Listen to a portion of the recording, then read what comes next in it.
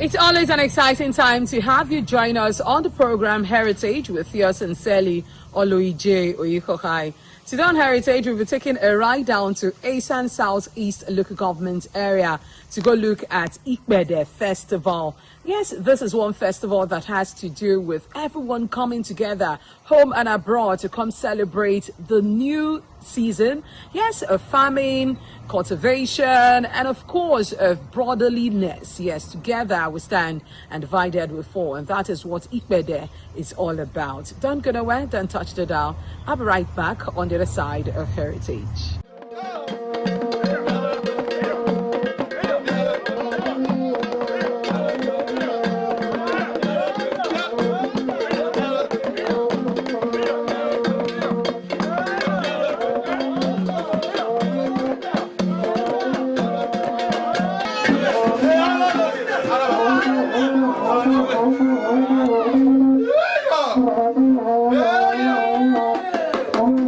This is Ividu community in Odwa, Asan South East Local Government area of Edo State, Nigeria. A community situated in the inner Asan land, suitable for the production of agricultural produce such as cassava, yam, and corn. This community evolved many years ago, specifically in the 1460s, during the reign of Oba Ewai, as a result of one warrior who was troubled with love. He fell in love with Oba Ewai's daughter. However, there was no way of consummation that burning love as a result of the strict mourning laws the Oba had clamped upon the inhabitants of the city. The warrior, whose name was Ohairare, decided to flee the city with his treasure. Ohairare and his chosen woman wandered on until they came to the southern bank, where they set up a lowly hamlet.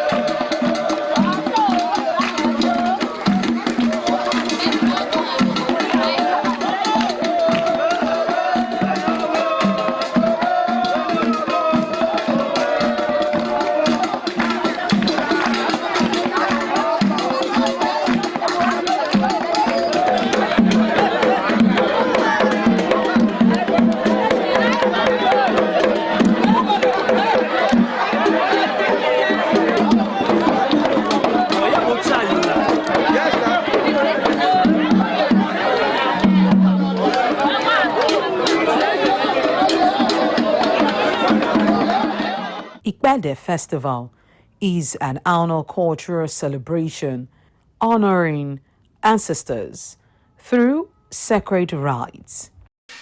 We are celebrating our Ikbede. It opened road for the big festival that is coming, which is Inobo. That is what they call Ikbede. The people of Ibedu celebrate, dance, cook. That is another happy day for us, for celebration, to open road for the bigger ones ahead. We pray for all our sons and daughters, home and abroad, pray for them. It's just about prayers for the good people of Ibedu and Ohodwa in general. Ikbede is a river, a woman for the river. So every year we celebrate it. It's the first feast for the whole Ohodwa. When we do and before the feast, other feasts will be follow. All our elderly people, youth, we go clear road to the street, to the river. And the world is around the near house, we go serve it. to make peace in the community. Without that, there's no way. Our father told us that at the time when they arrived, the feast, the woman when with the sasso, the river, the woman they come for Iroko tree for the road here, will sit down with a big breast, and the neck would walk around like a hawk, would they walk around like clock. Well, you see, they guide us. After cleansing exercise, the elders and the youth in the community march along Major Road, singing, thanking the ancestors for a peaceful exercise, and it ends up at the palace of the Eholo.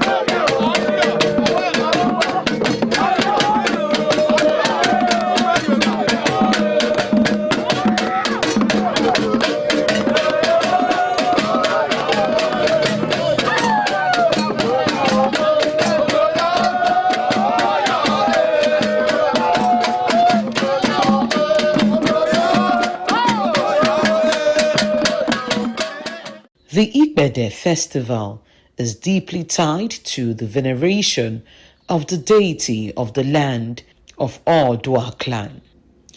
It is an essential rite of spiritual cleansing of the community and to protect the land against attack.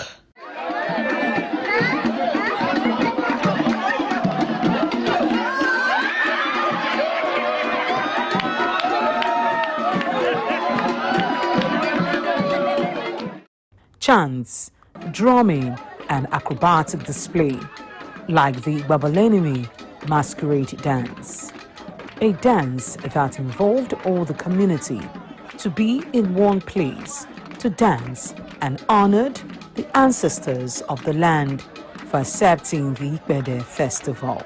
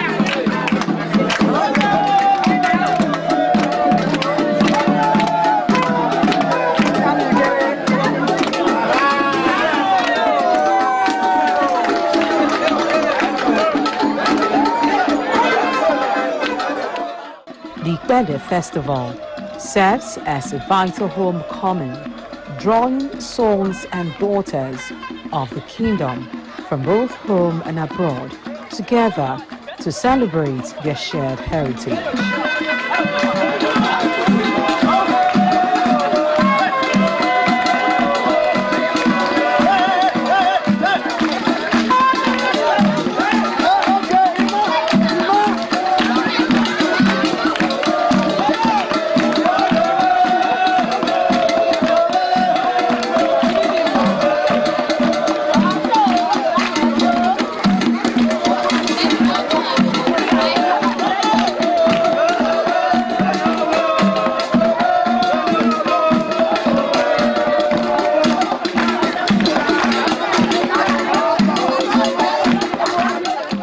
It sure has been Ikpede Festival in Asa Land, looking at wonderful, colorful display and something looking like the Gbawonenivi masquerade dance. And I know you did have fun today on Heritage. Yes, that is what we know how to do best, taking you around our country, Nigeria, Africa, and the world at large as far as culture and tradition is concerned. So we'll be seeing again next week for another exciting time on Heritage. Do have yourself a blessed day. Bye for now.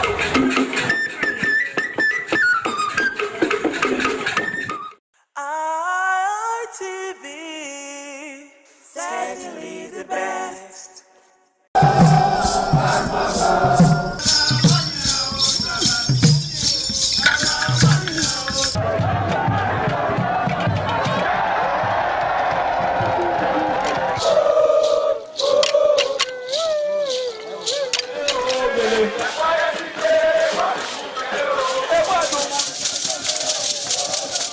This is Aqua Game, a popular game in Africa played by our ancestors to entertain themselves after each day of farming.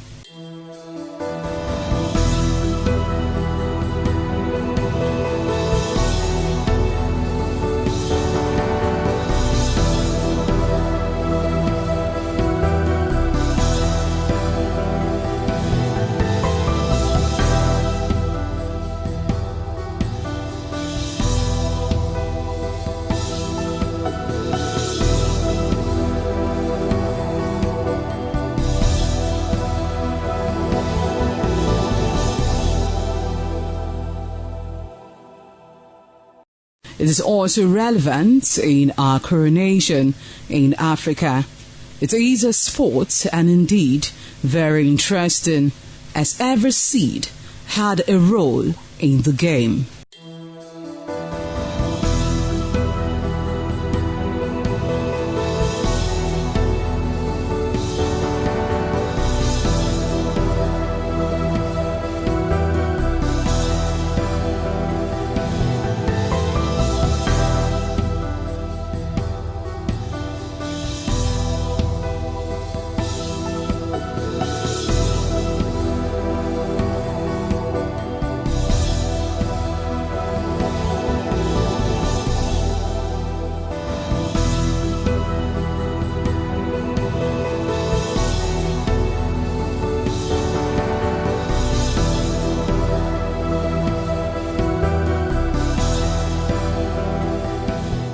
Playtime is 45 minutes per set. There is no age limit as long as you can spin Aqua Seed. Ayo or Aqua Game, known as the game of intellectual. This game requires a lot of mathematical skills. Aqua Game is played with carved wooden box containing 12 holes.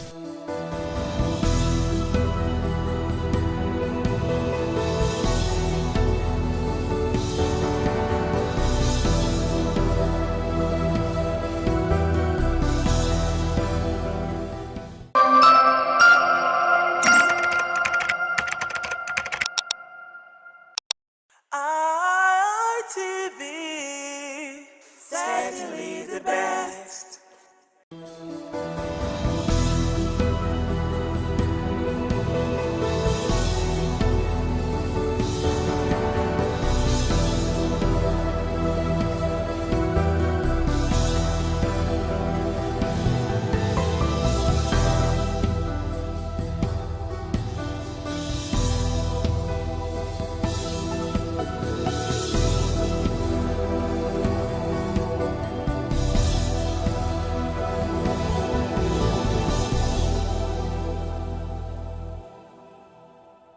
morning, Nigeria. Good morning, esteemed viewers all over the world. Welcome to This Morning on ITV TMI, where we take a close look at all the issues shaping our nation, our politics, and our daily lives.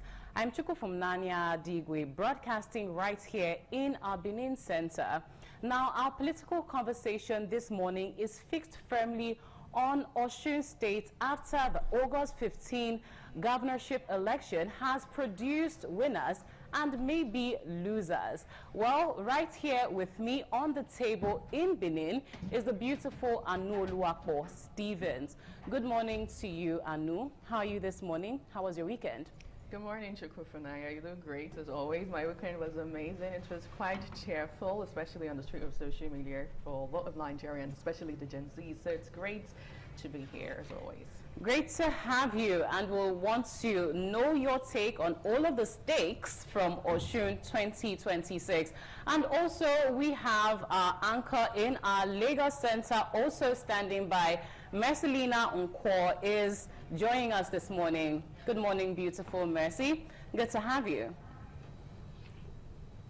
Good morning, Chukwufunaya. Good morning, Anu. Good to have you too. Trust you're doing well. I'm doing amazing. Thank you so much. Now, Anu, I would come to you first with this conversation. Osun 2026 has come to a close with Ademola Adeleke also returning as the winner. Just before I do let you speak, Abuja anchor is also standing by, Joseph Kadiri. Good morning to you. How's Abuja this morning, and how are you firing up for the conversation this morning? Kufunaya, good morning, Anu Oluwapo Stevens. And of course, Abuja is fine this morning, except for some couple of flash floods that submerged some cars the weekend, and some fences brought down. Well, it's good to know how Abuja is doing. So sad to hear about the flash floods. Maybe within the show we'll get to know more about that. Now, Anu, let me come to you first with this conversation. Osun 2026, it was a deciding moment on Saturday. On Sunday, the results were announced with the present governor returning as the new governor of Osun State with 511,067 votes, defeating his closest challenger from the All Progressive Congress, Bola Oyebamiji, who polled 444,815 votes. A lot of conversation, and you did mention being on social media. What is the public perception about this? Well, it's a win-win for a lot of Nigerians. It's a win-win for democracy in Nigeria. I mean, Saturday's election was born of its kind. Let me actually talk about the Gen Z's imputances. We saw come out to vote. I mean, over 44% of Osun turned out to vote for the candidate of their choice. Apparently, the incumbent governor re-elected Ademola Adeleke, the dancing governor, I would have to say. On Sunday, we saw him quickly granted an interview with a sister station, and he showed his skills again. Well, a lot of things to talk about, a lot of lessons to be learned, especially as we move towards the 2027 general election. But one thing is very, very clear. The will of the people prevailed. Democracy again has regained a second chance in Nigeria. I feel like all of Nigerians had a different idea or a different input as regards how election turns out in the country after the 2023 general election that we experienced. But this is a gleam of hope. I would also love to say very, very big kudos to President Bola Tinubu, who apparently called Ademola Adeleke, congratulating him. That was like a show of sportsmanship right there.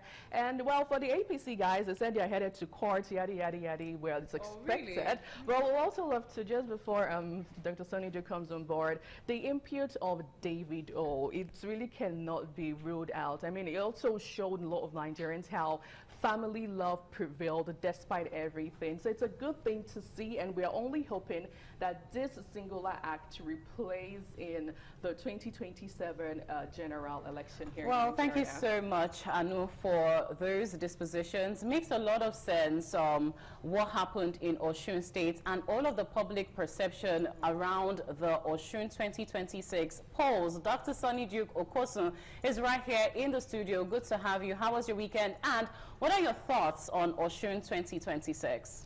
Well, before the election, there were a lot of skepticisms, particularly because the election was, there was a lot of pre-election violence, and we tried to do some of those analysis here.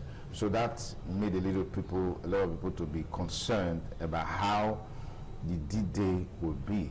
And I want to look at it from the role the president played, from directing the EFCC to unfreeze Osun State government's account, to also insisting that the election must be free, fair, and credible.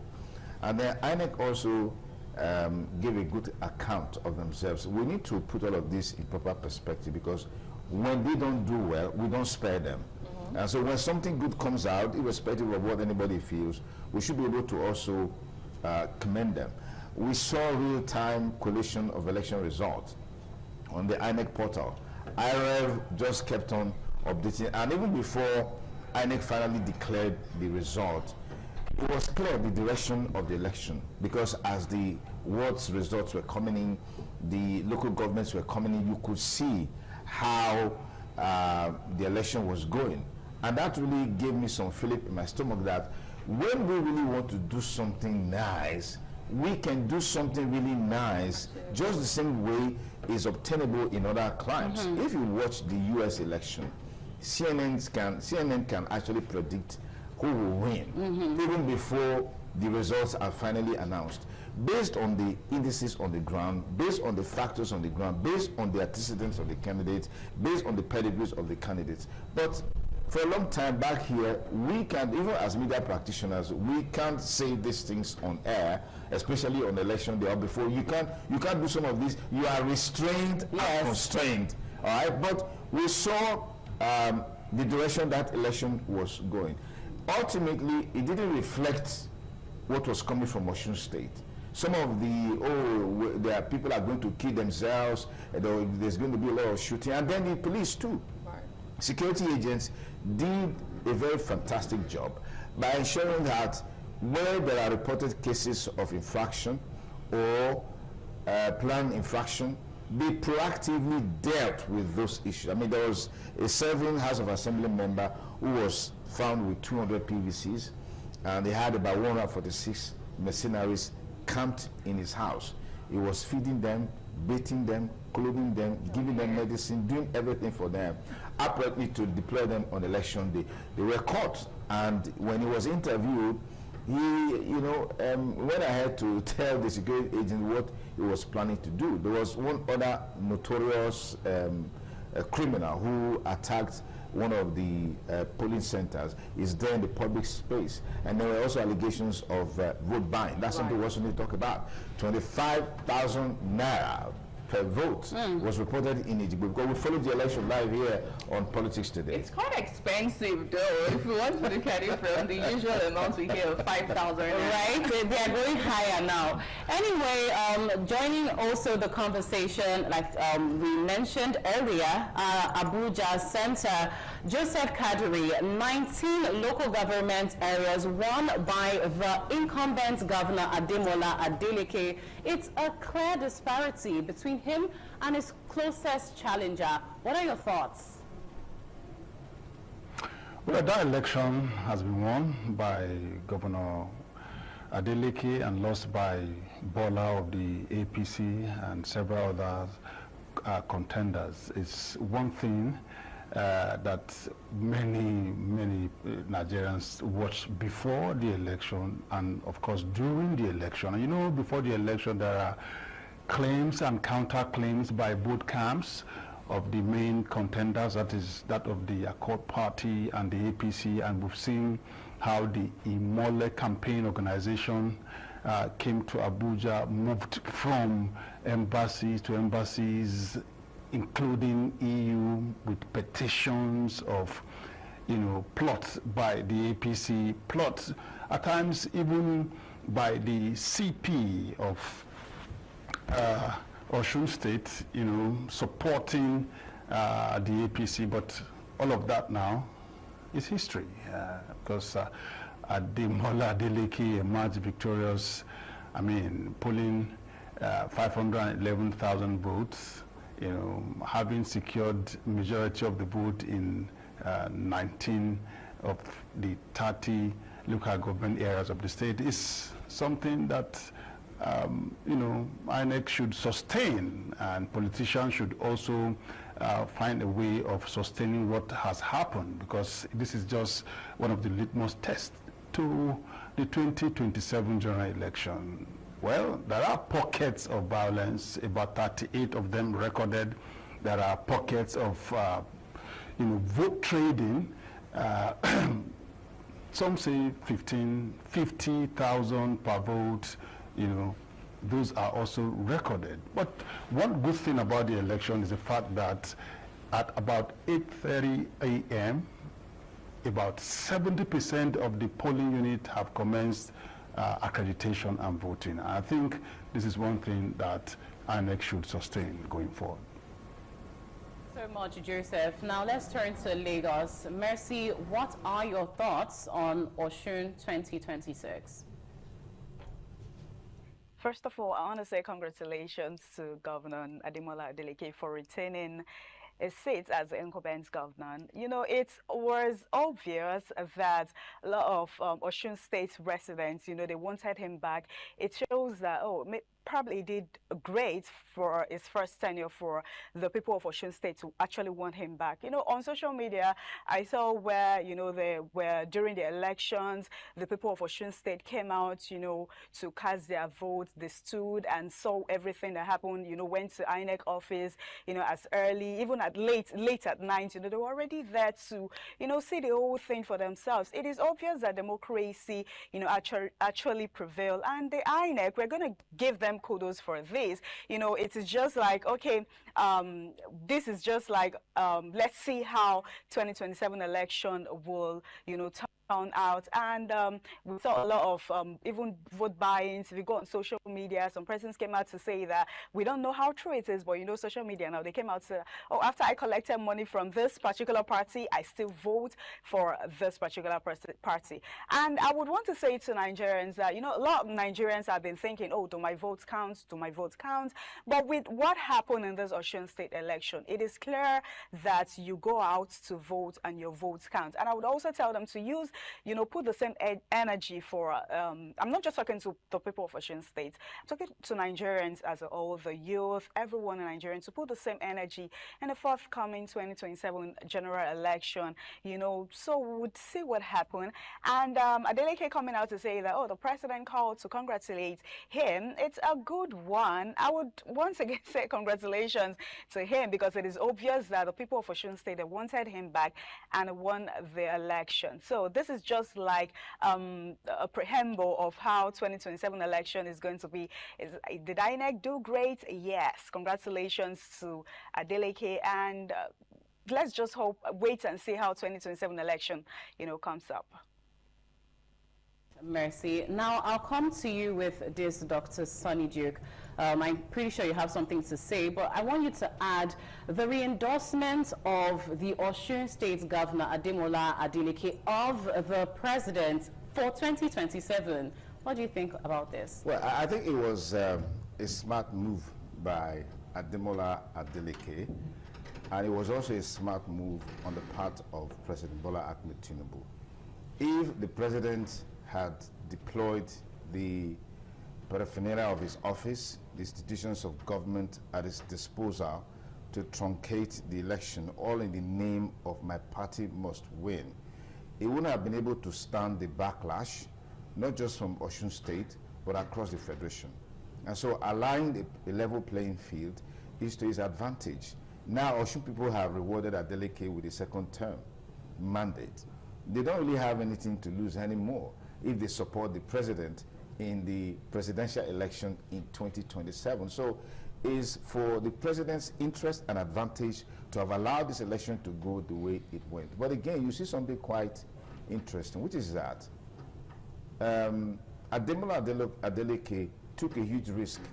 The PDP was fragmented with all the centripetal and centrifugal forces that were affecting it, and there was no end in sight for those crises to end.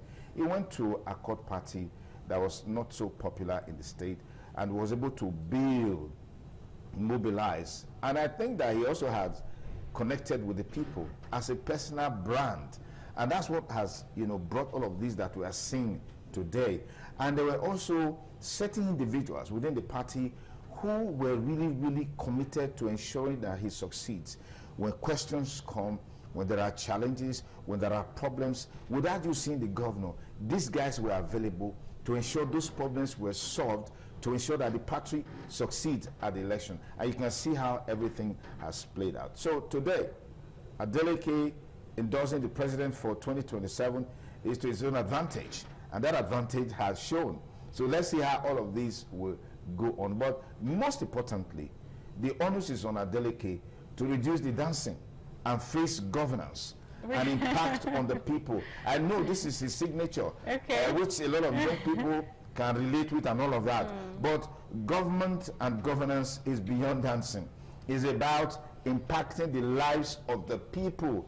Tangible, feelable, touchable, relatable governance that people can feel. And some of those people who were throwing shades at Osun people and the governor, today they can see what it means for a governor and a government to have a symbiotic relationship with the people that is so strong, and the people will be out there to support such a government.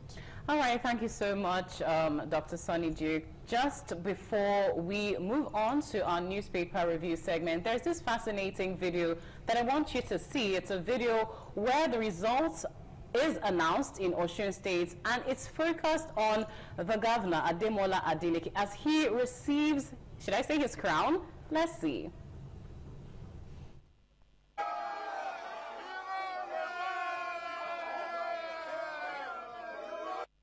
Well, that is the video. A lot of celebration there. We'll take a short break now before we head on to our newspaper review segment. And just so you know, you can watch ITV live online at www.itvradioNG.com/live. Follow us on all our social media platforms, Facebook, X, Instagram, and even TikTok at ITV Radio NG. Let's take this break now, after which we'll head on to our newspaper review segment. Stay with us.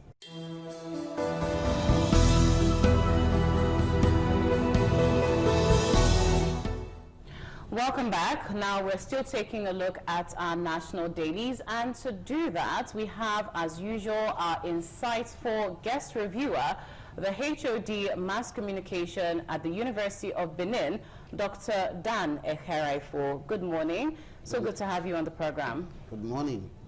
All right, so just to begin, we're looking at Daily Times, where Adeleke's victory is the focal point, the comments of Tinubu. We'd like to know your insights.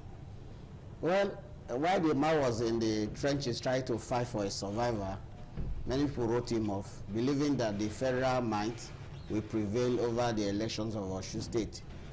The reality is that if you work very hard as a governor and you have the people's support, election is supposed to be just a referendum of your performance.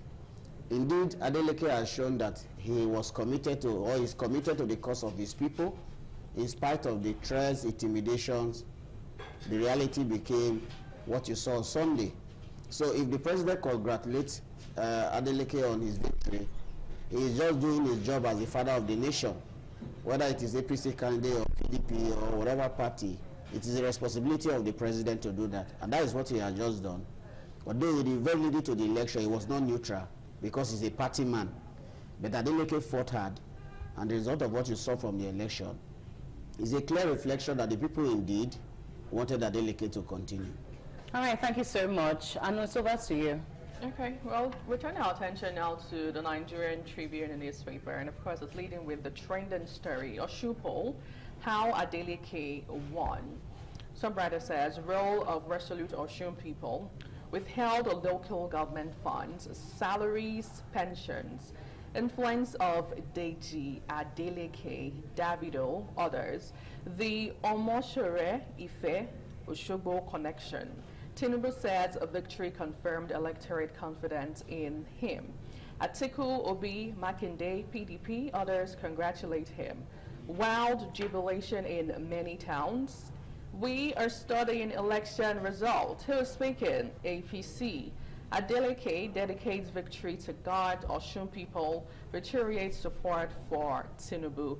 Well, right from that, 2027, Accord AAC, SDP presidential candidate joined forces against Tinubu. Subwriter says Hashim Sowore Adebayo demand release of Nnamdi Kanu. On page 24, you get details of that story. NADDC, NYSC flag off CNG retrofilling training for 300 corps members nationwide on page 26. CSLs warn against further delay in transmitting state police bill to state on page 26 still. Asks National Assembly to reconvene to set up conference committee as representative probes sweeping safeguards against presidential governor's interference. Well, other interesting headlines this morning on the front page of the Nigerian Tribune. ASU clears 2 varsties for strike over failed 2025 agreement on page 26. Top 5 transactions that attract withholding tax in Nigeria on page 14. RFI sues ICPC for allegedly denying his family access to him on page 24. Dr. Dan, I don't know which of the stories you love to react to. There's a whole lot.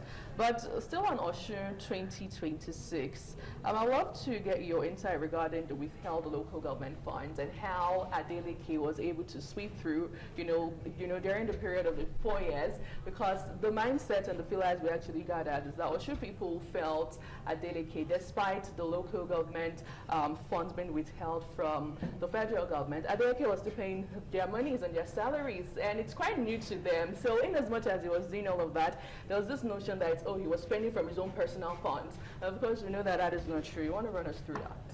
Yes, sometimes political supporters of a political party sometimes overreach themselves. Why did I say this? An election was conducted in other states where APC has been the ruling party. You don't hear cases of this nature.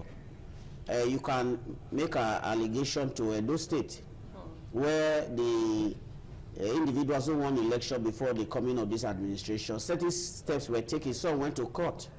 The governors did not obey. The governor did not obey the court order. So in the case of Osun, there was city local government chairman that came. The governor came when their tenure ended, conducted another local government elections. Those other persons felt their tenure had not ended. It led to a controversy. Court judgments were given. But because the politicians in Osun had strong federal backing, the state was denying local government rights. So for many local government workers, before the coming of Adeleke, salaries were not paid as at when due. So when the local government were denied their statutory allocation and the man was able to pay, people started asking questions. This same party that wants to come into power, when it was in power, were denied our salaries. But now that we have an opposition party in power and we are getting our salary, we want him to leave. So there are other forces that contributed to the victory of Adeleke. The level of intimidation of the governor. You recall that the governor even made an attempt to join the APC. The forces in Osun said no, he will not join the party. And the man decided to take his fate in his own hand. And the people saw the sincerity on his part in terms of his deliberate attempt to improve the physical infrastructure of Osun State. So what you saw is a product of the people saying, we will not allow people to humiliate this man. We will not allow people to have your way. We will vote our conscience. Although we had over 322 cases of electoral breaches in different polling units, but nevertheless, the will of the people prevailed, in the case of Osun. So the lesson for politicians is that if you abuse power and you think you can use what you call federal might or certain political influences, when the people decide to stand for their right, you will not have your say. Thank you so much, Dr. Dan. Now let's move over to Daily Trust. A major headline is still on the Osun election. It said how Osun election was won and lost.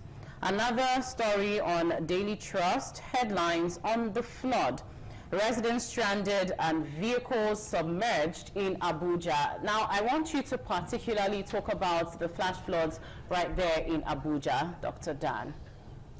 There is one thing I've observed about road construction and maintenance in Nigeria. When roads are being constructed, towards the end of the project, you realize that the city is usually not done after the project is completed. The rush to commission, painstaking effort are not made to deseed the drains in the course of construction. Once the drainages have been constructed, the tendency is that the contractors forget the other side, that in the course of construction, certain sand, granites, and other fell into the gutters. Attempts are not made to clear these things. So, and when the rains come and the water cannot flow, it will definitely enter into people's home. So it's a recurring problem in our national life, and I don't know whether those in charge of the environment are thinking about this.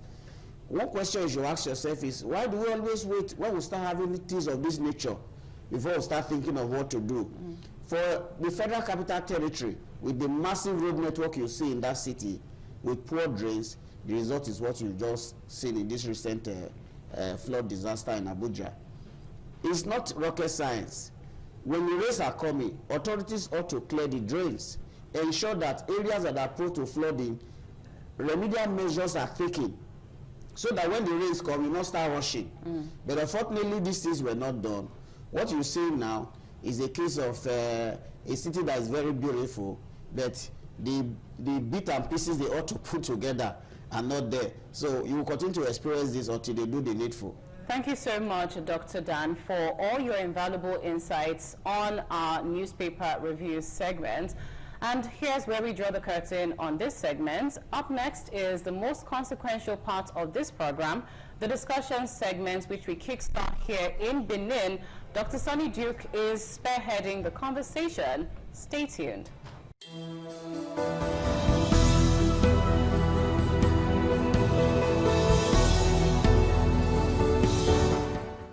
Of course, Governor Senator Ademola Adeleke is the major headline across major national dailies, major talking points in the political scene for today. Maybe that's going to be so for the next 1 week, as he has been returned for a second term as governor of Osun State. And of course, we can look at a number of factors responsible for him securing a second term in Osun State. What are these factors? Incumbency power is there, grassroots mobilization is there, and several of them. Maybe we'll just take a look at those factors. Yeah, what are those factors responsible for what we've seen in Osun State? But my panelists will help us make sense of all of this. Let me quickly welcome, joining us virtually, is a former national commissioner with the Police Service Commission, talking about Honorable Austin Brimo, who is joining us virtually from Abuja. Austin, thank you for joining us on the program.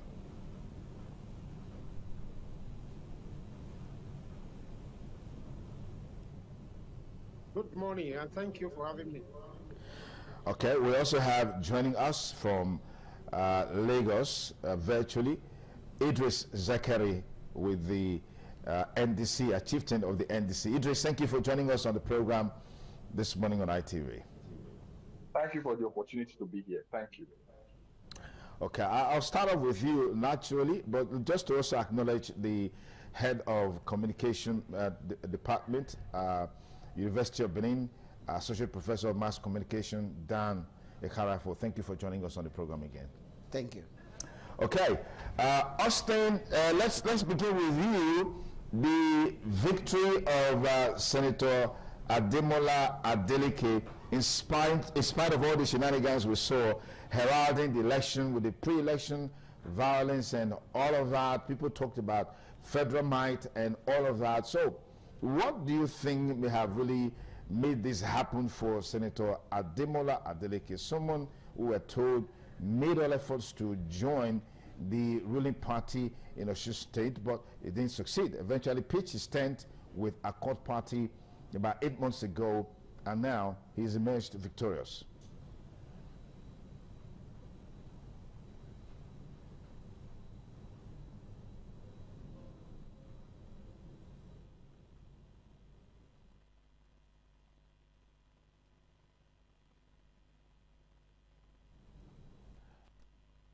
Austin Bryman, can we just have Austin ventilate his views on the conversation? Okay, maybe Idris, take it away. We'll bring Austin back subsequently. Idris, take it away, yeah.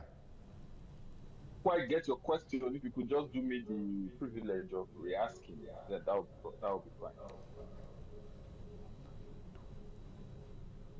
Can you hear me? Yes, go ahead. I mean, what's your take on what are the factors responsible for how the Osun State governorship election went? We saw real-time results on IREV.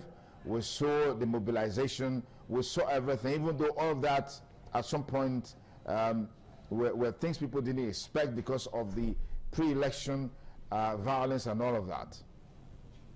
Thank you so much. Great question.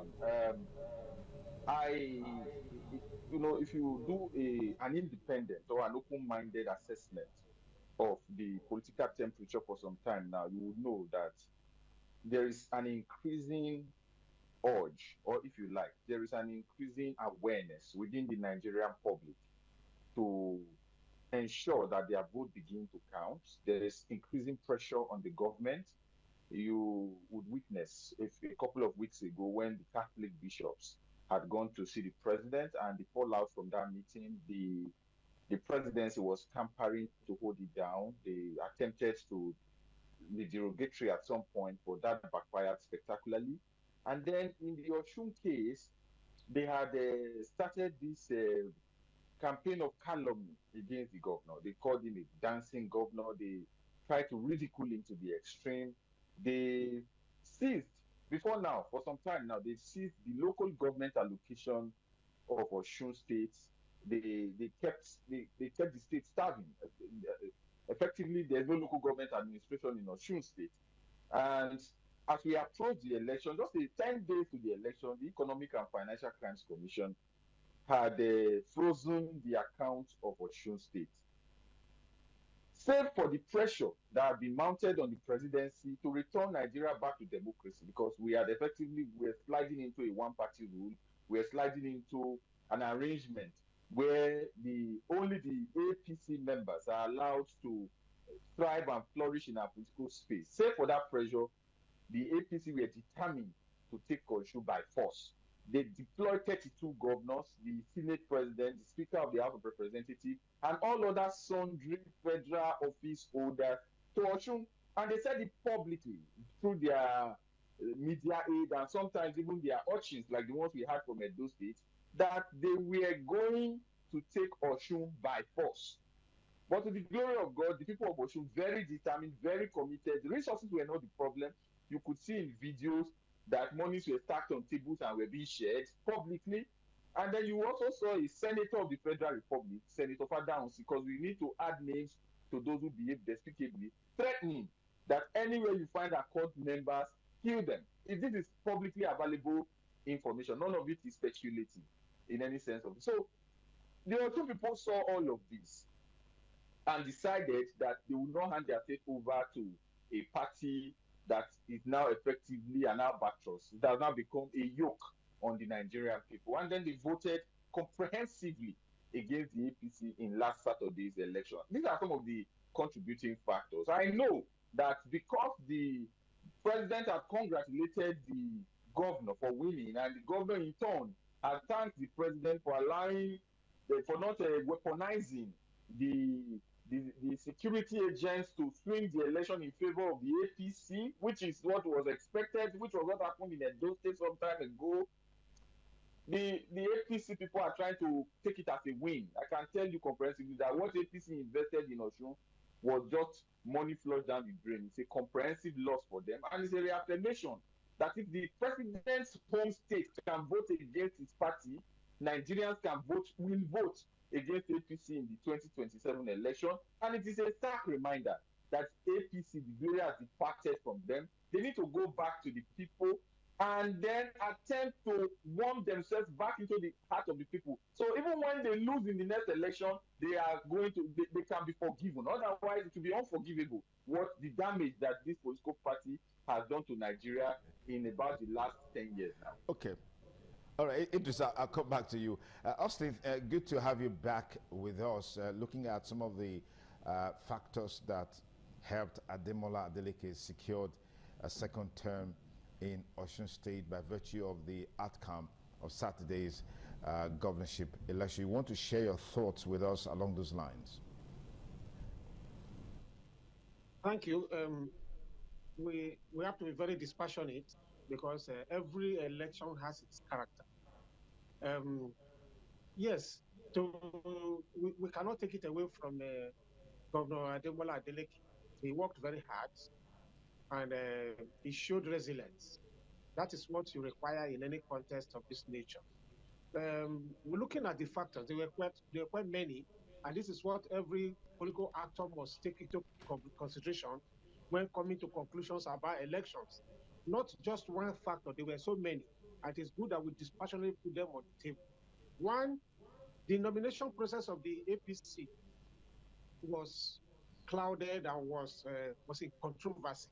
And towards even less than a month to election, most of the issues involved in that selection process or nomination process were still being resolved. So there was no unified front against the governor of Osun State. That was one factor. Then number two, the most important factor that a lot of people ignore was the zoning formula in the states that favored the incumbent government. If you compare those states, for instance, the north, south, north central, and then north, south, and the north, the next governor is coming from a particular zone. The two contestants, Oyebamiji and Adeleke, are from one zone. Now that Adeleke has spent one tenure, if you allow Oyebamiji, who is new, to get the governorship, the next zone will be denied their slot because Oyebamiji will be spending 2 terms, while Adeleke has already spent 1 term. And the underground campaign that we are aware of was that no, Osogbo, the next zone, we cannot allow somebody who will take 2 terms again. Let us allow someone who has just 1 more term so that it will come back to us. So that was an underground campaign issue.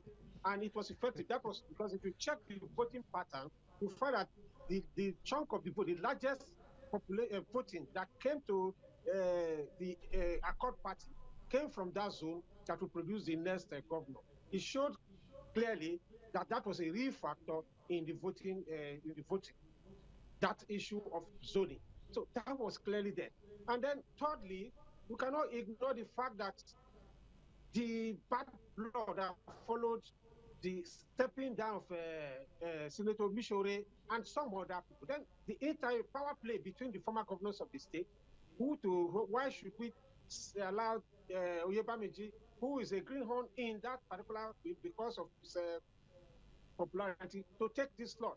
So within the APC, a lot of factors were worked against their victory. That's why the fact that they all came together, the party came en masse, brought in a lot of governors, tried to finance the campaign, brought a lot of support for the challenger, and yet he lost. So looking at all this, imagine, you will not say it was too large, about 60-something thousand votes difference. It showed that, more importantly, this election was fair. Even if you can use the word not very free, because of the large number of arrests that were made, about 295 suspects were said to have been arrested, and no one can clearly say now until they are being prosecuted to know which of the parties was involved in the skirmishes that led to injuries, deaths, and some loss of properties. We will be told that a lot of people lost their lives during the elections until the security agencies bring the details of this out. So these are some of the combination, the factors that gave victory to their court party. And I think people try to rub it in to say, oh, it's a signal that the APC is going to lose or the present Oyo State. I think these are not the issues at all. If you use the result of this election to underrate President Ahmed Tinubu, you are going to get a shocker in 2027. This is my position. All right, thank you very much, Honorable Austin Abdulgame Brahma, for those useful insights. Let me come to Dr. Dan Eharaifu.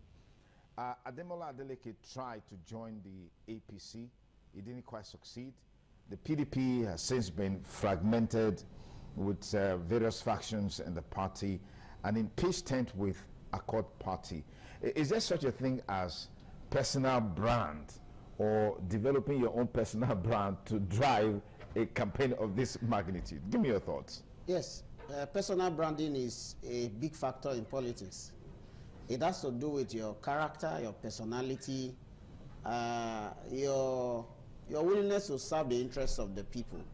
So individuals who have a sense of generosity, individuals who build relationship with the citizens of their state, they are engaging in personal branding. The reason for this is that when you keep doing the right thing, you are pro-people. People see the sincerity of purpose in what you do. You are already earning a name for yourself. So beyond the other factors my analyst talked about, what you see is that in the first tenure of Adeleke, the elder brother, who is now the most senior in the Adeleke family, had told the brother that if you know you are not going to perform, I'm not going to put my finances into the election. So you must be ready to serve the people. For those who have not visited Osun State, the man has contributed a lot in terms of infrastructure. Even with the issue of the local government withheld fund that created a sort of problem for the state, the man insisted that workers will get their pay. So when you see things of this nature, people will sit down and ask, they are trying to push this man away, but the man is thinking about our interests. The man who said 4 years before him, he did not make this level of progress. So why should we throw him away? That is what you get when you do what is right. That is what you get when you serve the interests of the people. It's a lesson for politicians. You may be in your opposition party, your party may not be known, but once you serve the will of the people, your interest is more on the people's side.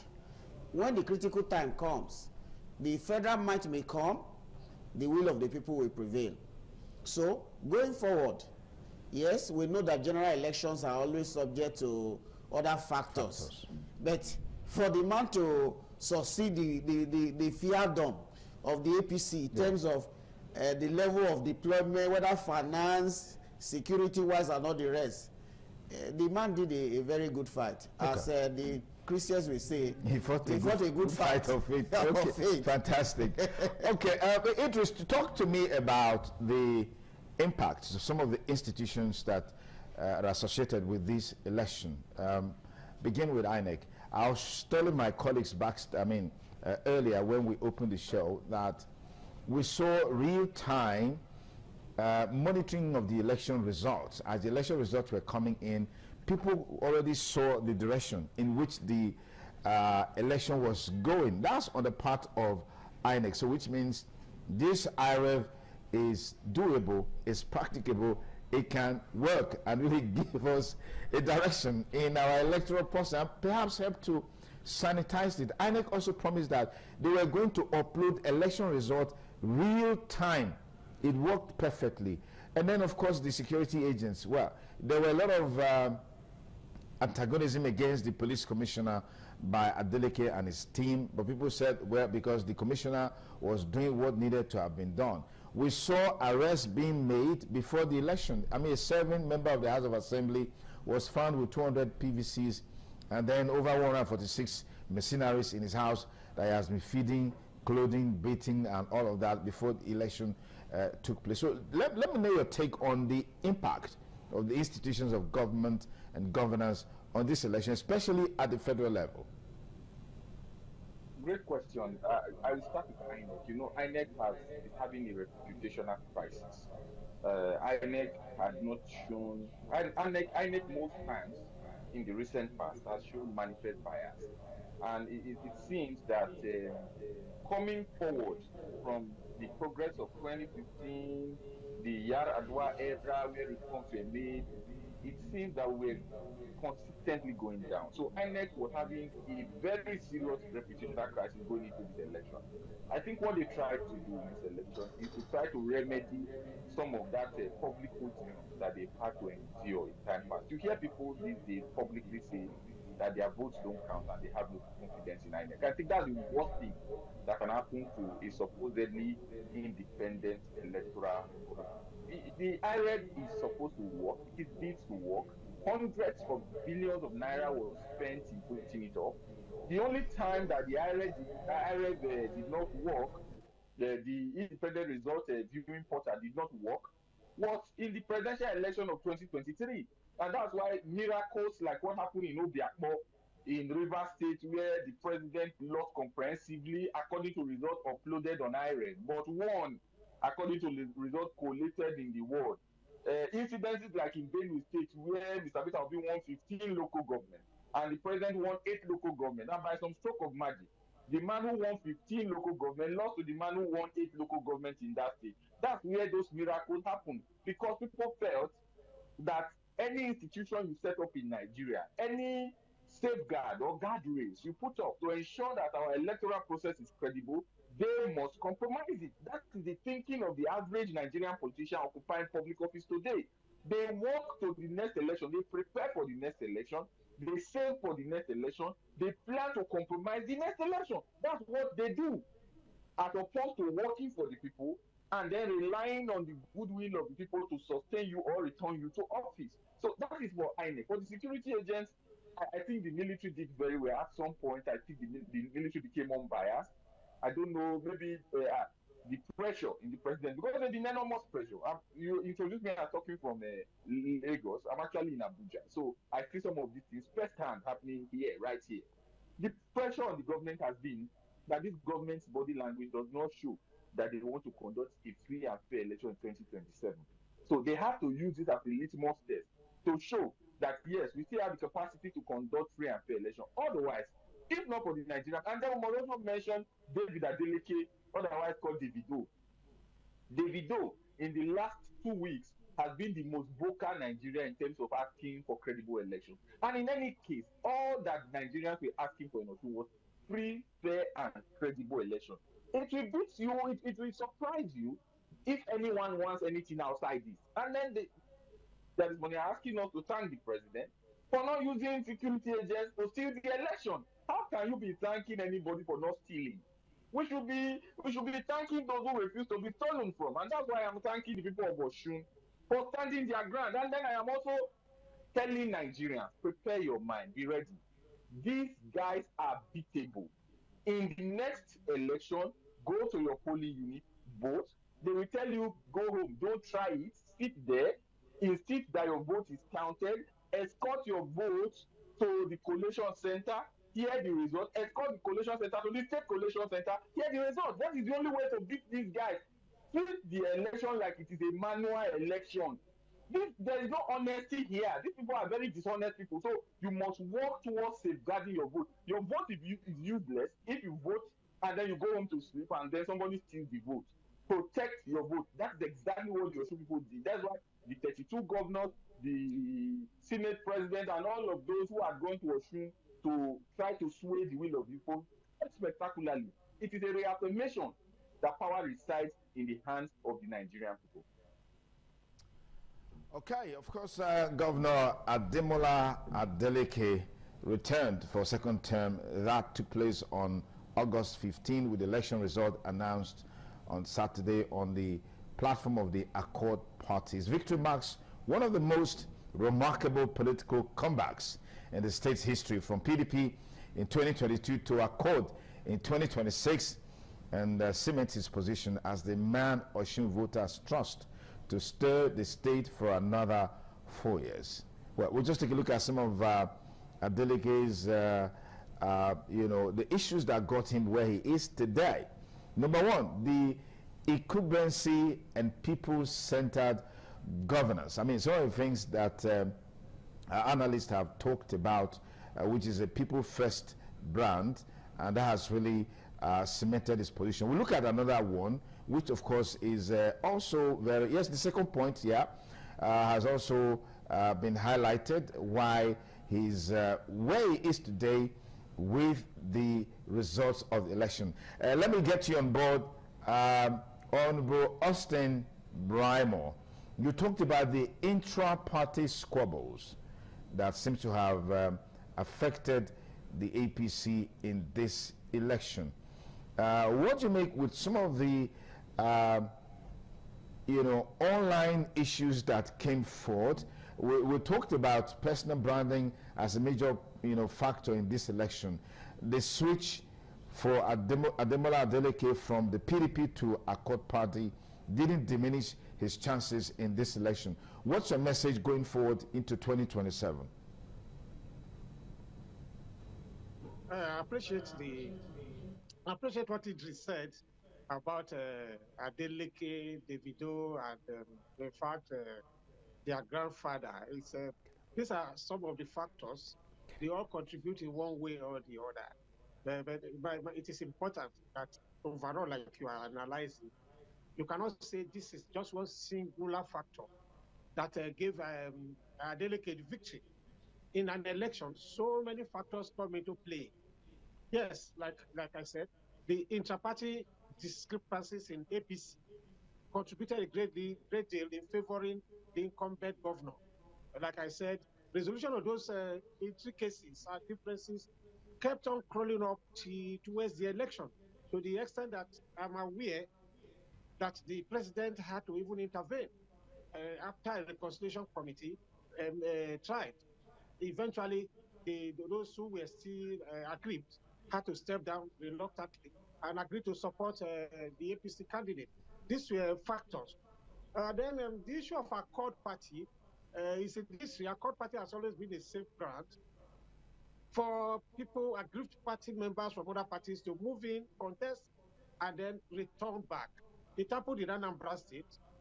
Two National Assembly candidates decamped to Accord Party, contested and won, and then eventually returned back to the PDP and APGA.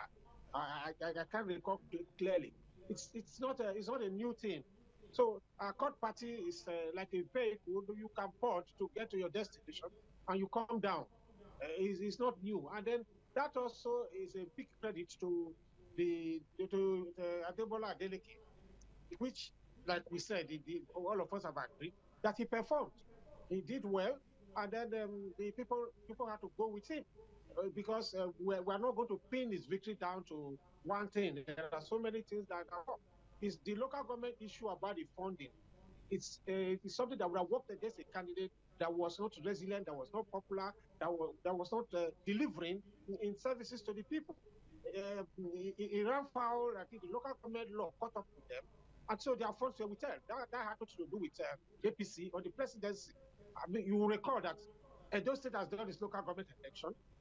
If the governor was not law-abiding, would have asked the local government chairman elect to be sworn in. And if they are sworn in, if they are taken to court, if the governor is taken to court for violating the law, the funds will be withheld in Edo State as well. So the elected local government chairman have to wait till September, till the right date for the present local government chairman to step down before they are sworn in. If we obey the law, we will not fall far of the law. I'm just drawing attention to that aspect, that when their funds were withheld, it was not because APC is at the center. Any other presidency would not interfere if you run far of the law. But Adeleke was good enough to be able to maintain his local government structures and ensure that they will stand by him during this election. I think that's a big credit to him. So these are some of the factors that I think are important for us to look at. Okay. Well, some analysts have also talked about grassroots mobilization across the 30 local government areas in Osun State, and the results showed, because Adeleke had 19 as against 11 for the APC candidate from Oshogbo, Iwo Ede to Elisha, and of course Ejigbo. And an interesting thing from monitoring on Saturday, there was a report of vote buying in Ejigbo local government, and people have been talking about that as a major factor in this election, from between 15,000 naira to 25,000 naira. Let's look at other factors too that may have also influenced the outcome of this election. We talked about grassroots mobilization. Okay, what about youth, women, and market forces? How was the government of Adeleke able to connect with this crop of people in that state? Let me come to you now. Vote buying was also an issue that reared its head in this election. I mean, Yaga Africa, confirmed that. The Nigerian Election Situation Room also gave us that report on the election. Do you want to comment on that? We have discussed this here over and over again, and you cannot stop it. Sometimes when you see FCC men around elections venue telling you that there should be no vote buying, it's more window dressing, because the individuals, the way and manner these funds are dispersed, they are done in a very tactical manner, that sometimes you are studying with somebody, you don't know that somebody is hiding somewhere within the premises who disburses this money. Poverty has become a critical issue in our national life, because for individuals who are well-to-do, what will 15,000 naira do for the person, or even 25,000 naira? But you see, because of the level of poverty of our people, the political class are doing something. They keep amassing resources.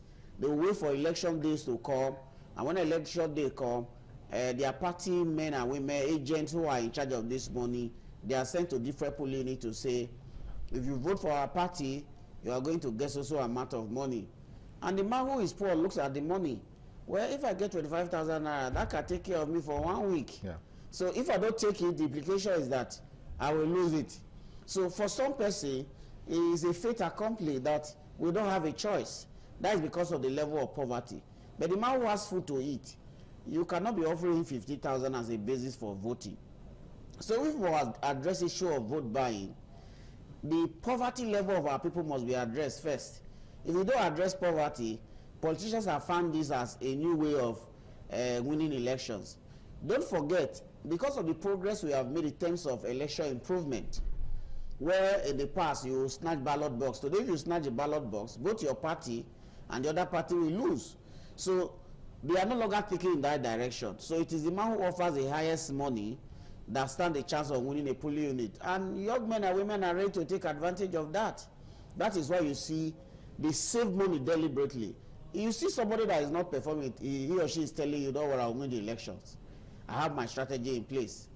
A man who is not performing, what strategy does he have to win elections? The strategy is simply that he's going to keep the money, calculate the number of polling units, number of voters. If this man is going to offer 30, I'm going to offer 50, multiply by this, I'll win the elections. That is why they are doing that. If the central bank is able to give you the figure of what was released in the open, what was released and what was in the open space during the election, you may be sure that this Oshu election, not less than 100 billion would have been spent on vote buying by all parties involved in the election, whether it is Accord or APC or SDP or whatever is the name of the party. They are all doing it. Poverty is the simple reason.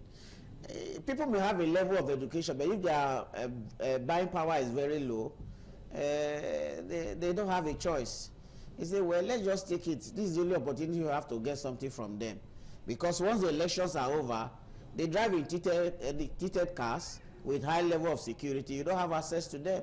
Even the honorable member that is supposed to be very close to the people, you don't see them. So we are in a cycle, and you're asking yourself, when will this going to stop? This thing started gradually. In the past, it was food items that were distributed, wrappers and all the rest. But they have monetized the process, and that is why billions is spent on elections. And the people after election become helpless with little or nothing to show for the individuals they supported. EFCC should devise a new means of handling issues of this nature. If you say it's on election day, you are going to arrest 1 or 2 individuals for vote buying, you are scrapping the surface. Campaign organization devote huge chunk of their funds for this exercise. Will you stop the man who has the backing of the federal government or who has the backing of the state government? That is a question we cannot answer. The way out of it is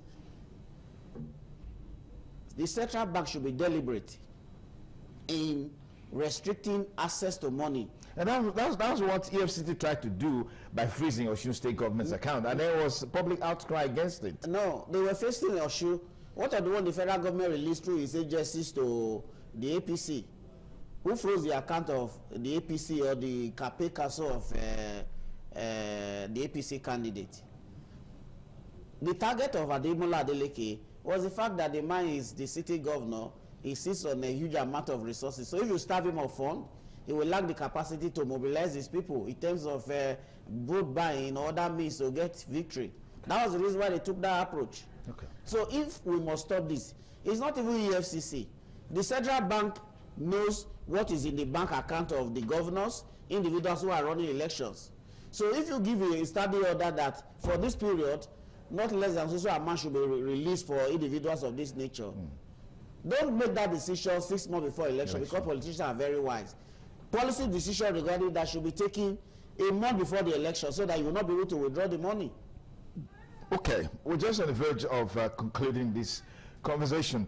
We'll talk about the influence of major stakeholders in the state, traditional rulers, in terms of ensuring that there was peace, the messaging, structure, and style, which of course convinced the people to come out to vote. When you look at the numbers, you look at the statistics, local government to local government, very encouraging as far as this election is concerned. Idris, we quickly talk to us about, well, the main opposition is saying they are studying the situation, most likely will go to court. Considering the nature, character, and structure of our politics, is it really Uhuru yet for Senator Ademola Adeleke, where we know that the court has not spoken? Well, let me just use the opportunity to congratulate Senator Governor Ademola Jackson Nuruddin Adeleke, the governor and the governor-elect of Osun State. It is home and dry. The APC should not waste their time. The APC is not loved. The votes that you saw the APC in Ghana is what they got from the deployment of federal might. Adeleke might not be the best person in the world, but people of Osun love him, and they have re-elected him.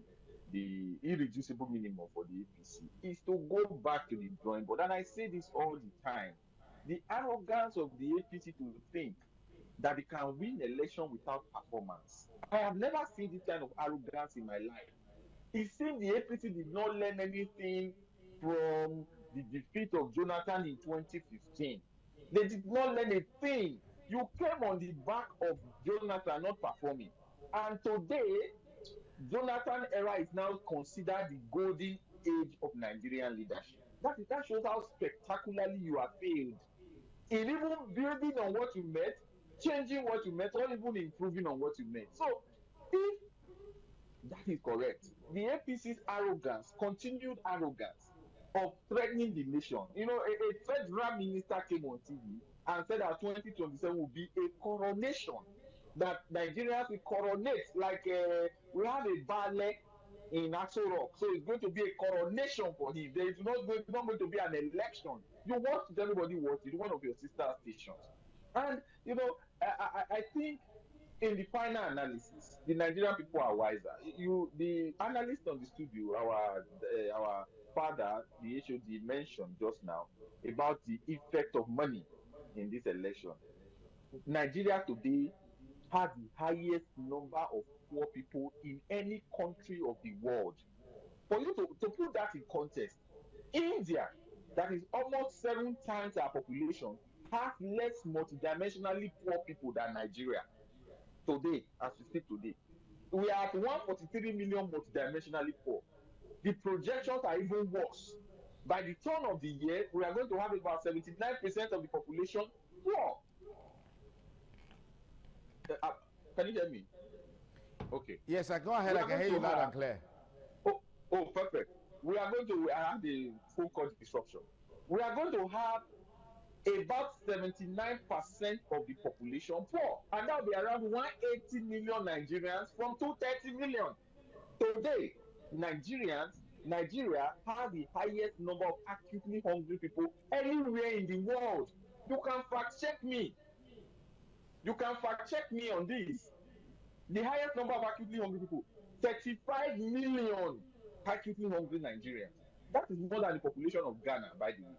That is half, if not more than half the population of the United Kingdom. 40% the population of Russia. Hungry, and when I say hungry, it's not I am hungry. You are eating it by the morning, and you have to say I am hungry. No, you are not hungry. We are talking of Nigerians who wake up in the morning and are not sure of where the next meal will come from. This is the challenge we have. And when there is election, APC, the party that is supposed to be combating hunger, multidimensional poverty in Nigeria, will bring rice, they will bring wrapper, they will bring money. They deploy rice so much that it seems that we are running an horizontocracy. A government of rice, by rice, for rice. Everything, give me security, they bring rice. Bring water, they bring rice. Help us combat poverty, they bring rice. Help us solve out of school children, they bring rice. And then the arrogance, you see them, you saw people, some individuals, I don't want to dignify with your prime airtime by calling their names, go to Osun, individuals from Edo are threatening the governor that they want to remove a sitting governor. For the glory of God, God has proven that he is God and he's not man. APC must repent. Go back to the drawing board and repent. Reconnect with Nigeria so that when you are defeated in 2027, you will be forgiven. Otherwise, them and everybody who supports them will not be forgiven for this damage they've done to this country. Okay.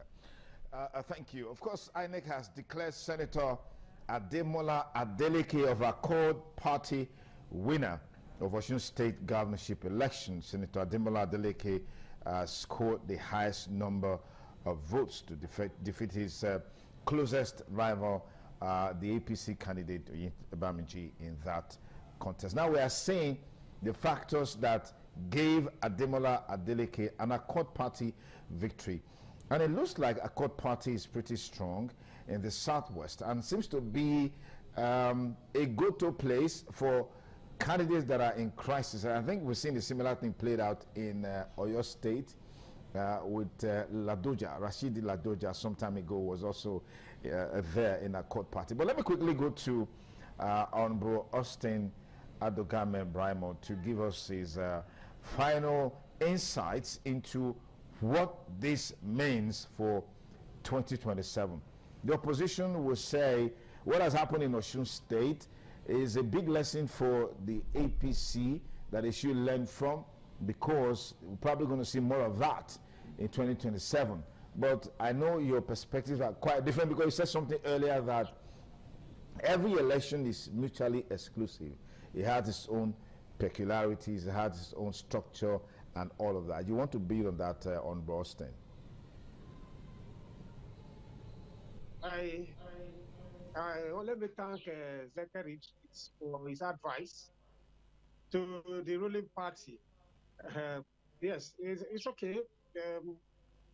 APC should wake up, deliver democracy, democratic dividends to citizens, to all Nigerians, from state to state and at the federal level.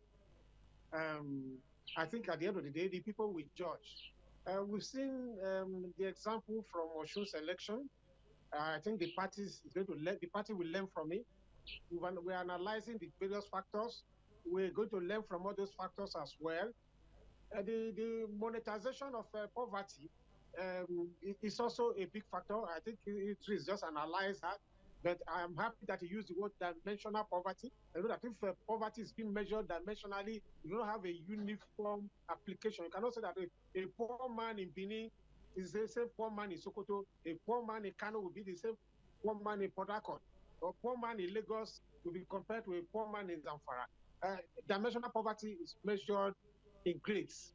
And India, Nigeria, China, and so on. So if Nigeria is the greatest poverty capital of the world, I think to me, it's a perception. It's a perception of you who is doing that measurement. Because I usually say we should fact check.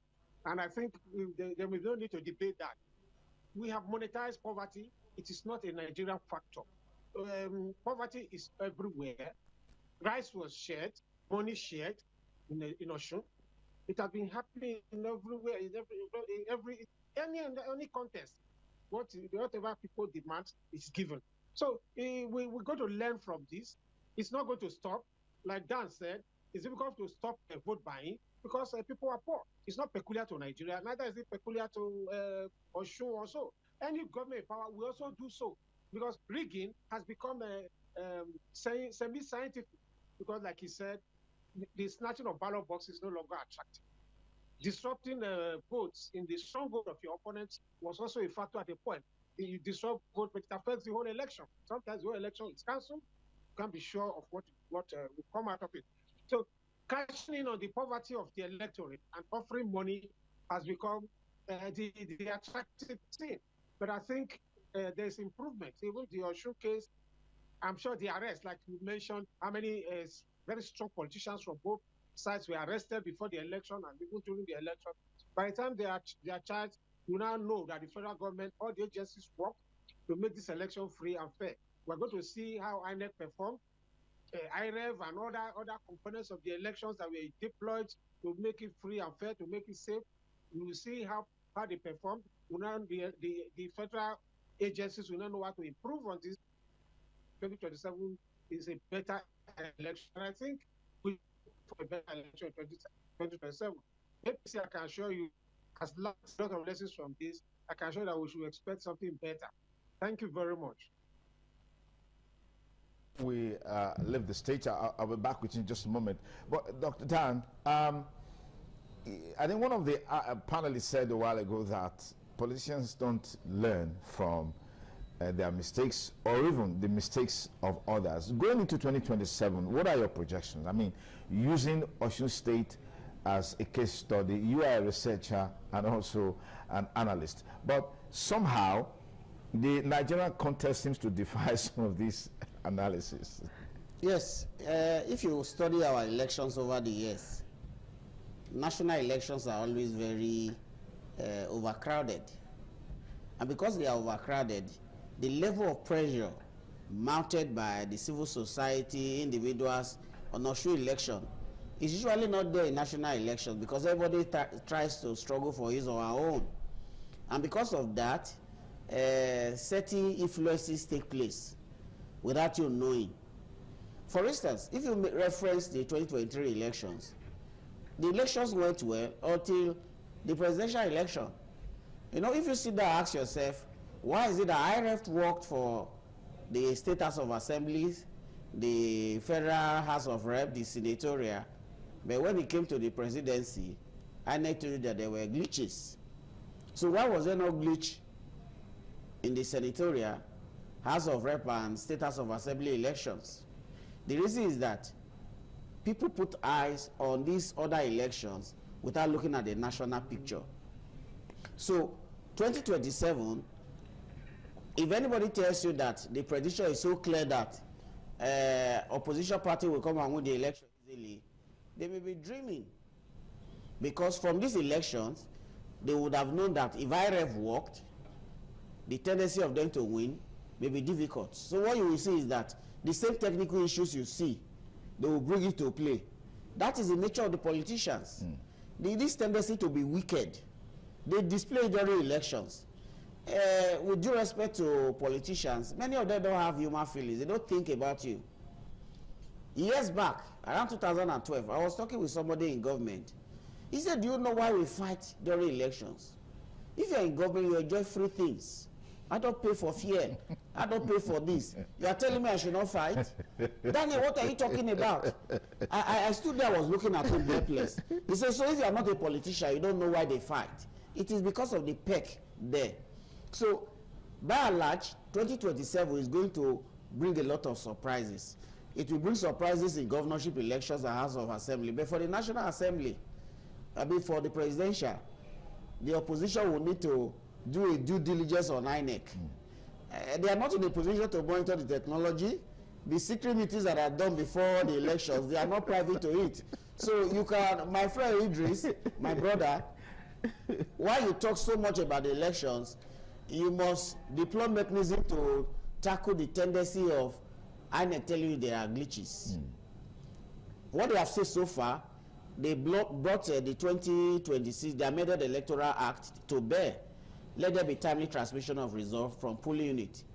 In spite of that, we still had 62 cases where results were not uploaded on time. We had such cases, about 62 polling units. Okay. The electoral act permits that where it is not possible, you do a manual. Yeah. That is what they are provided. Yeah. So you have the option. So what you will now see, the INEC you know, are you saying that in 2027 they will stick to these options? Or do you have local groups who can insist that when polling results are polls closed at the different polling units, you have local vigilante group? When I use vigilante, not the traditional vigilante, individuals who can watch the process and say, monitor the process. Yes, you must upload the result. If you don't have that, you will not be able to achieve what you talk about the 2027 presidential election. The man contesting for House of Reps will face his business because to secure power will be his own agenda. But for the larger majority who are concerned that, a good presidential election will bring the dividends of democracy to us, we end up forgetting that all of them are important. So if we don't have local groups that can monitor the process, the result is that they will still have a fake day. Going forward, the civil society, even the opposition party, must change their strategy to say, beyond going to the media to talk, how do we ask for transparency in the process? That is one thing they must drive at. If there is no transparency in the process, we may do all the talk. The election will come and say they will tell you to go to court. And when you go to court, by the time the lawyer asks you to bring 500 million to follow the case for you, you will become helpless. You say, I surrender to God. Anyways, the numbers don't lie. Numbers don't lie. Accord Party, 511,067. And APC, 444,501. And ADC, 17,180. That's the numbers that gave Adeleke victory in Saturday's governorship election in Osun State. My colleague Kadri is already on standby from Abuja Network Studio to take over the conversation on the outcome of the Osun State governorship election. A lot of factors at play. We hope politicians will learn from all that has transpired, and we hope that government of the day will live up to its expectation for 2027. Kadri, over to you.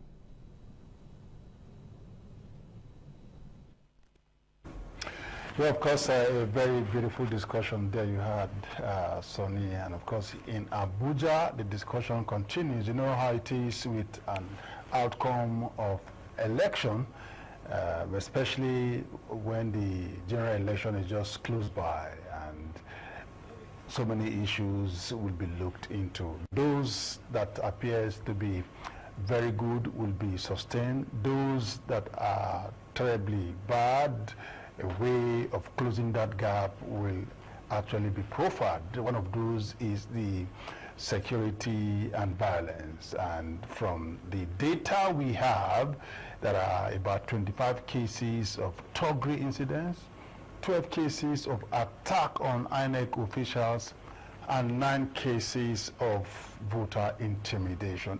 This is not a good one, even though the election was successful, and of course we've seen a winner emerged. But this aspect is something that we must look into and have a way of ensuring that it doesn't happen at all. And of course, there are also areas that INEC recorded success. One of those is the area of early deployment of electoral materials and early commencement of accreditation and voting. Of course, we are going to be doing this through a political analyst, and of course it will be done virtually. And Kachi, Comrade Kachi, will be talking on this in some couple of minutes. Let's take a very short pause and we'll be back.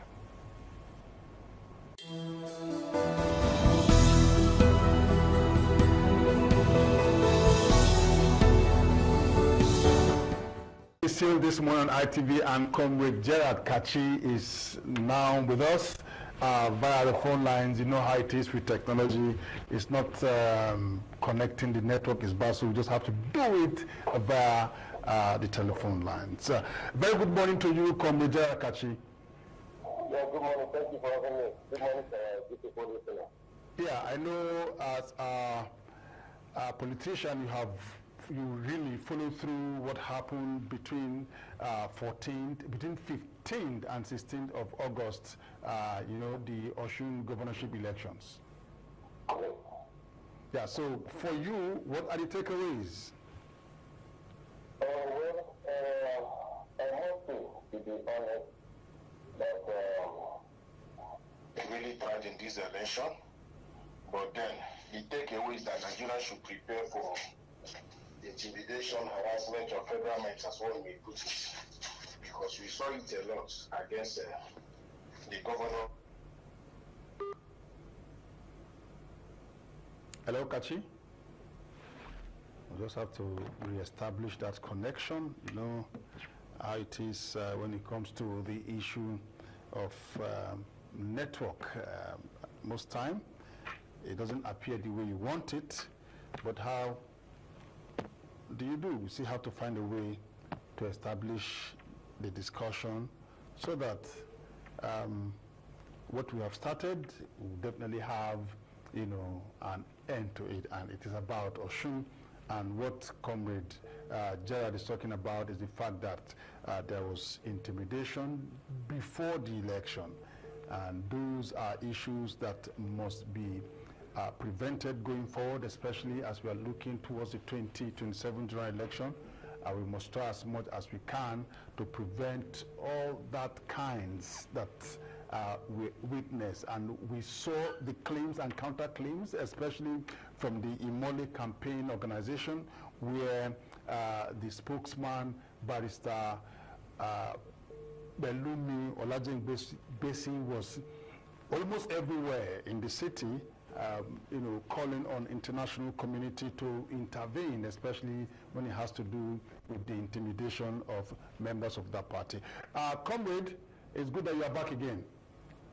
Yes, like I was saying, Nigeria should actually prepare for federal might, because it was obviously seen or manifested in Osun gubernatorial elections, where they use all manner of shenanigans. That was before the election.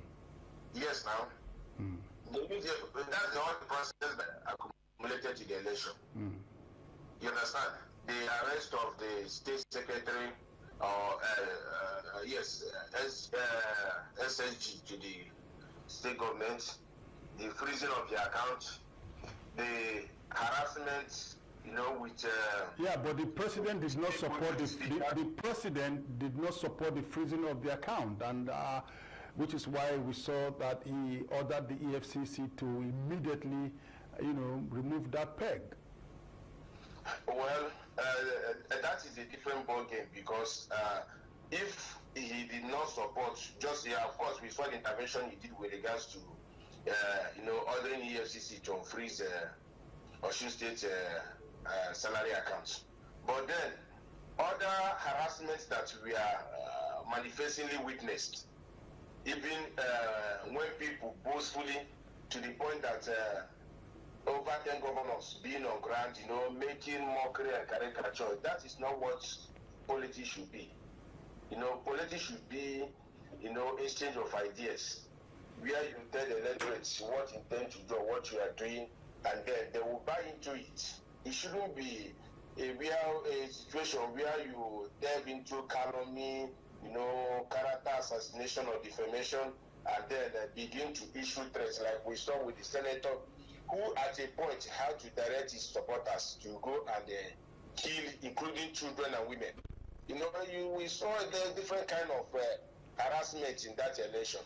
But then, at the end of the day, those people stood up and made it very difficult for them to reach. So it's not as if it was just a smooth sail, without attempts.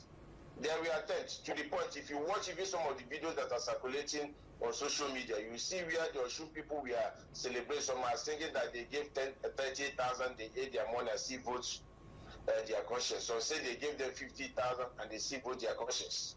You know, we saw the few days to the election where they were sharing a cup of garri and rice, you know, because they have weaponized poverty, you know. So I think what we can take from that election is that Nigeria should bottle up. You know, we have seen, because that is the last test run to general election that will be coming up in January in a couple of months. So Nigeria should buckle up. We have seen what APC is all about, what they are capable of doing, because I see no reason why you will have over 10 governors going to one particular state. No, but I think this is also a thing that political parties do to support their own whenever there is, whenever election is at hand. They do that, and I do not think this is the first time. As electoral umpire or as electorate? No, they do. They support that. You know, they do that. You can support morally and financially, or even through prayers. You know, going there with your paraphernalia of security is pure intimidation. Okay, now let's look at the election proper. Of course, what we have been discussing is activities before the election. Now, we saw that about 14,000 police personnel were actually deployed. Yeah, they were professional. Yes. Nigerian police force, they were very professional in this election. I give them thumbs up, kudos to them. But despite that, there are cases of, you know, violent attack, thuggery, INEC officials attack. Electorates, you know, one thing you must understand is that there's no perfect arrangement or event. There are always loopholes that one can, you know, look at and then improve upon it. You understand? But I think the conduct of the Nigerian police on election day was the top notch. Not just police, other security personnel that were deployed, including the ad hoc staff that were recruited for these services. You know, they live up to expectation. You know, it was not like what people normally report. You know, complain with regards to where you go to polling units and say, for example, the polling unit is to have is known with a registered number of say 380, and you expected to come with 400 ballot papers. You know, that is 4 rows. In some cases, we have observers have reported in the past. They'll come with 100. You start asking them where are the other 3. They say they did not give them complete. So indicating that there are likelihood of rigging. Maybe those who want to rig have taken the other part of it, but that was not what was seen in this election. You know, So what is your summary of the security situation? Would you say it's something that is good, that the electoral umpire can sustain? Election is not war. You shouldn't be treated as war, where you begin to militarize election day or using all the security personnel to man everything. That's because we have turned election into a do or die thing. You know, we are still a developing country. If we can begin to see it as a game, you know, that you share ideas and the people will look into the ideas, not minding whose horse is God or maybe what you are trying to use to bribe or induce them. We shouldn't be over militarizing our election. I think it's high time we begin to encourage INEC, even though that I know that will not be playing out in the general election because of the electoral act we are using now. Maybe 2031 or maybe in non-cycle elections after general election. We can look at going full electronic so that some of these exigencies with regards to logistics, transportation, and the rest, that we spend a lot of money, you know, and means of moving this material, both sensitive and non-sensitive, can be reduced. The usage of our forces combined can be reduced. Okay, now let me ask you, Kachi. You know that this last election in Osun State is one of those off-cycle elections. I know in off-cycle elections you must deploy, you know, adequate security personnel. The reason is you may be having thugs, imported from neighboring countries and neighboring states. So the need for you to step up with adequate manpower. And you know that this number, 14,000, come 2027, no state in this country will be able to have that number during the general elections. So if we have this number and there are still pockets of violence, what do you think we can do to ensure that, well, even the limited ones that will be deployed, there should be, security of lives and property? You see, the success of the election lies with the illiterates. They have prepared they are, how committed they are, how involved they are. It's not even in the number of security personnel you put in there. We saw in Osun State, even as the thousands of security personnel deployed, we still saw how committed they were, following results, following materials, using both bike and vehicles, ensuring that the right things are done. They don't want to blink an eye. You understand? Even though there were certain things that happened that we need to query. For example, when it was time for uploading of those results, at a point they stopped for 3 hours before they continued. We shouldn't be having that kind of thing, because that is one of the things that put integrity test to the outcome. Just like we saw in the general election 2023, where National Assembly elections went smoothly at the same time, but when it comes to presidency or presidential results, we begin to hear the word technical glitch. You understand? These are some of the things we need to see how we can put limitation, to put an end to. And then for the outcome, it solely depends and lies with the people. Once people are committed to protect their votes, it just aiding whatever the work the security personnel is deployed, but if they are not committed, anything can happen. All right, okay, comrade, I must thank you for your time with us on the program. Thank you for having me. We spent some of the time trying to establish contact, but we hope that you'll be here again. No problem. Yeah. All right, this is where we wrap up this discussion. We move to Lagos studio for continuation of the program this morning on ITV.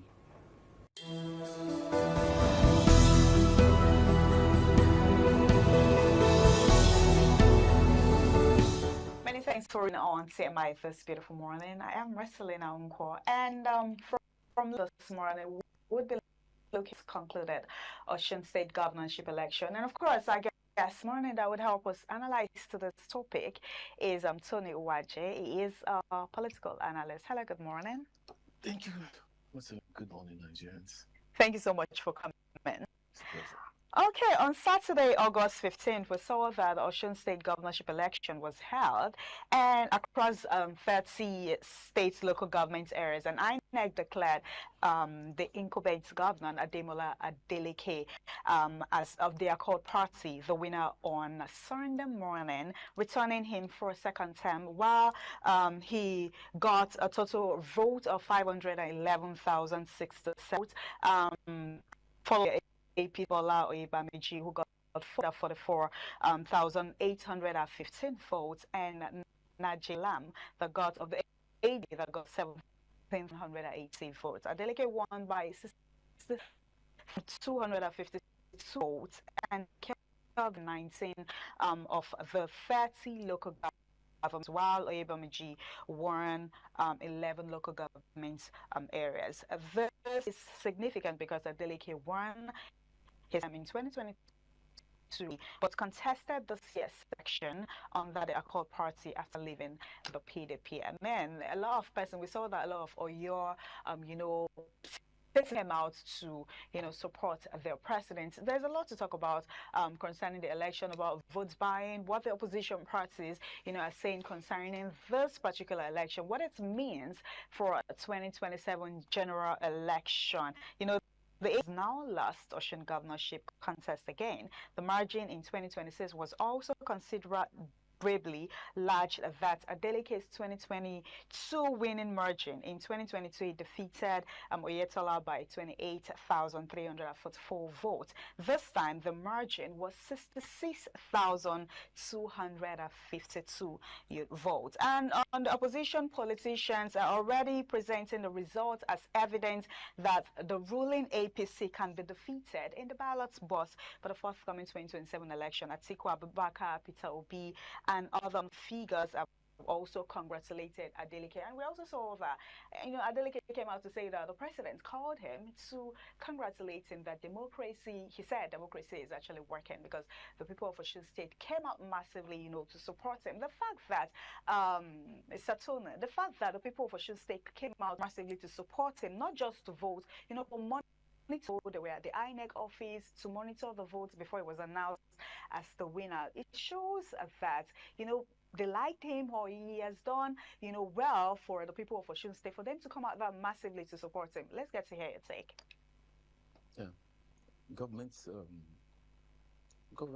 is not that difficult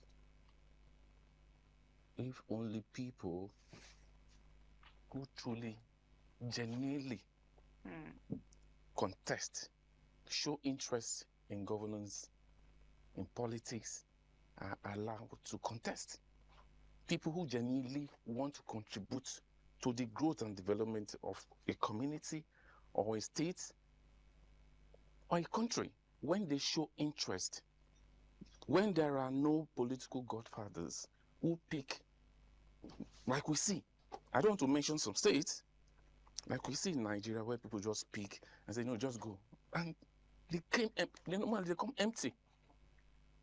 But when you come, you're prepared, you have a template, you have an idea, and you set out immediately and start implementing this. Governance is about the people.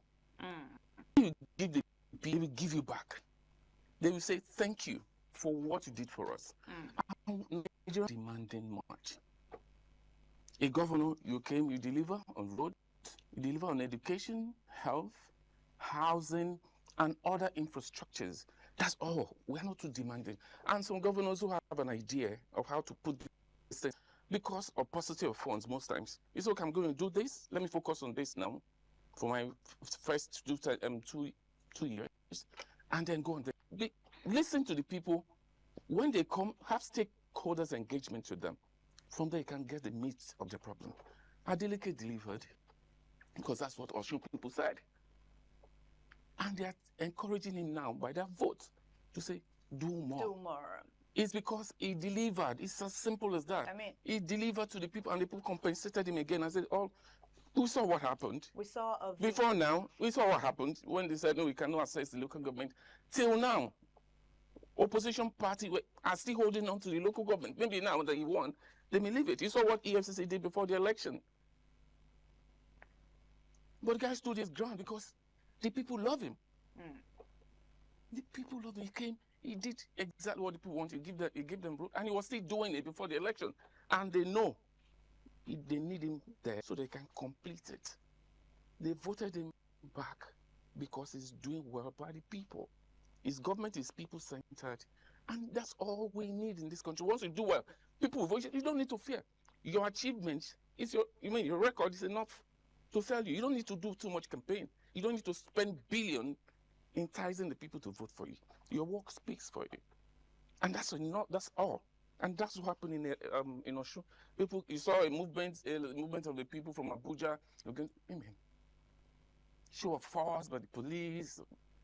You saw a lot of people, the National Union of Road Transport Workers, days before the election, they changed the leadership. They said we're in charge of movement of voting material. You saw all those things. It's enough to intimidate the governor, but he stood his ground. And the people were just watching. We see what happened on that day. And they kept vigil. In a nutshell, Adeleke delivered to the people of Osun State, which is, anyway, it's a normal thing. You said he came to office to say, this is what I'm going to do for you. They are not too demanding. That you're there doesn't mean you're better than all of us. You're just saying, okay, Go and represent us. And when you sit on that chair, start doing it. Let the people feel you. Because we are the people that go to the market. We are the people that feel that poverty, the effect of the economy. When you're doing well, it will tell, not by statistics. Some of these people come on air to drop. If you go out there, you can feel it. And so those people were feeling it, that, okay, I think this guy is doing well. We may not get 100%, per se.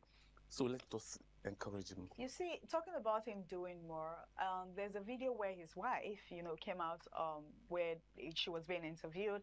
And the interviewer asked him, the journalist asked her, that now that the people of Osun State has voted back your husband back to the seat, what are you going to, what makes you think they voted your husband back? And she was like, oh, okay, because of what, he did, the people liked him, they saw what he did and they voted him back.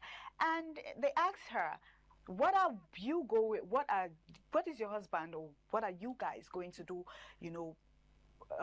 what are you going to do now that you've been voted back for the second time? And she said, we're going to do more. I mean, we've been doing and we're going to do more. And if you've been following the social media, there are some videos. I watched a video where a girl came out to say that, Governor Adeleke paid my father, they've been owing salary for some time. He came in, he paid pension, did that.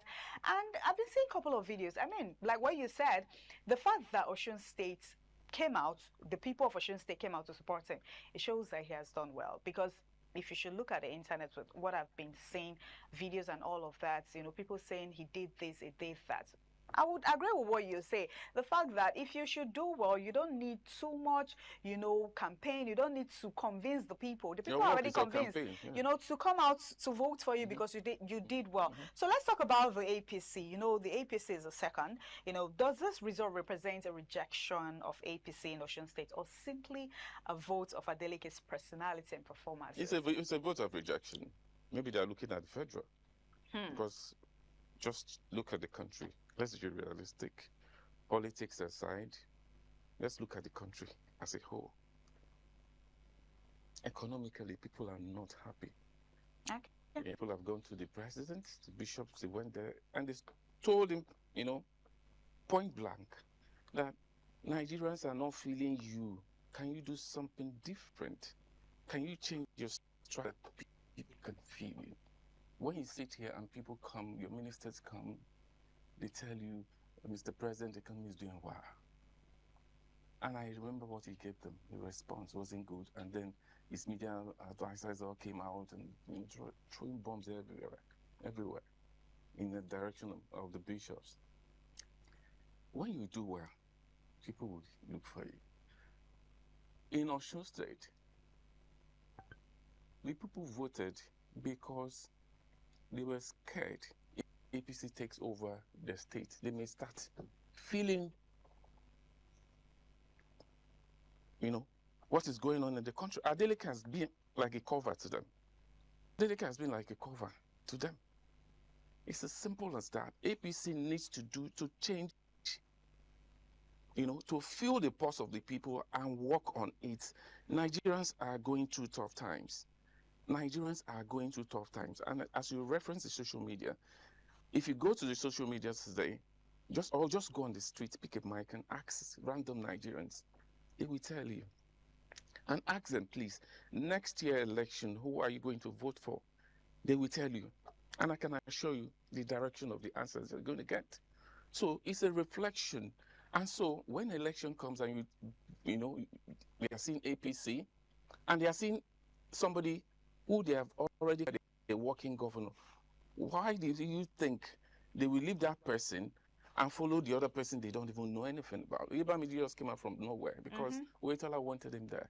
He has no track record of doing, he hasn't done anything.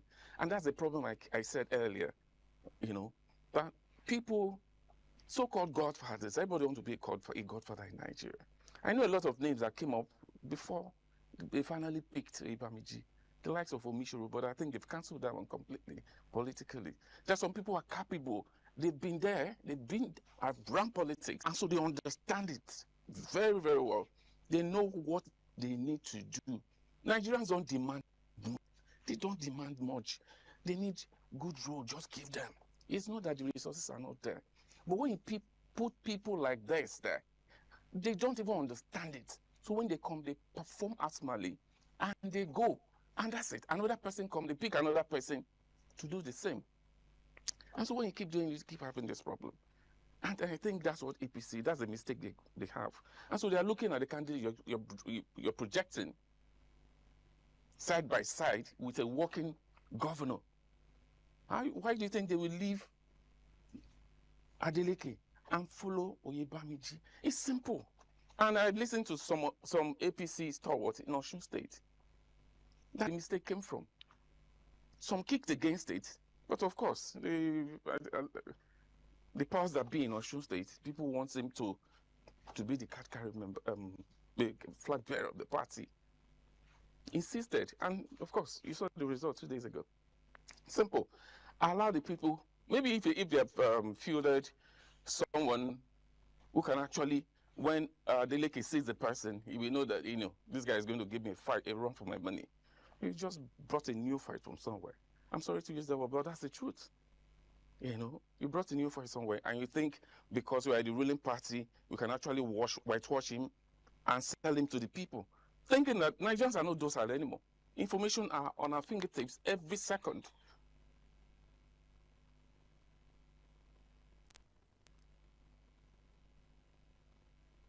Record where he's done it before.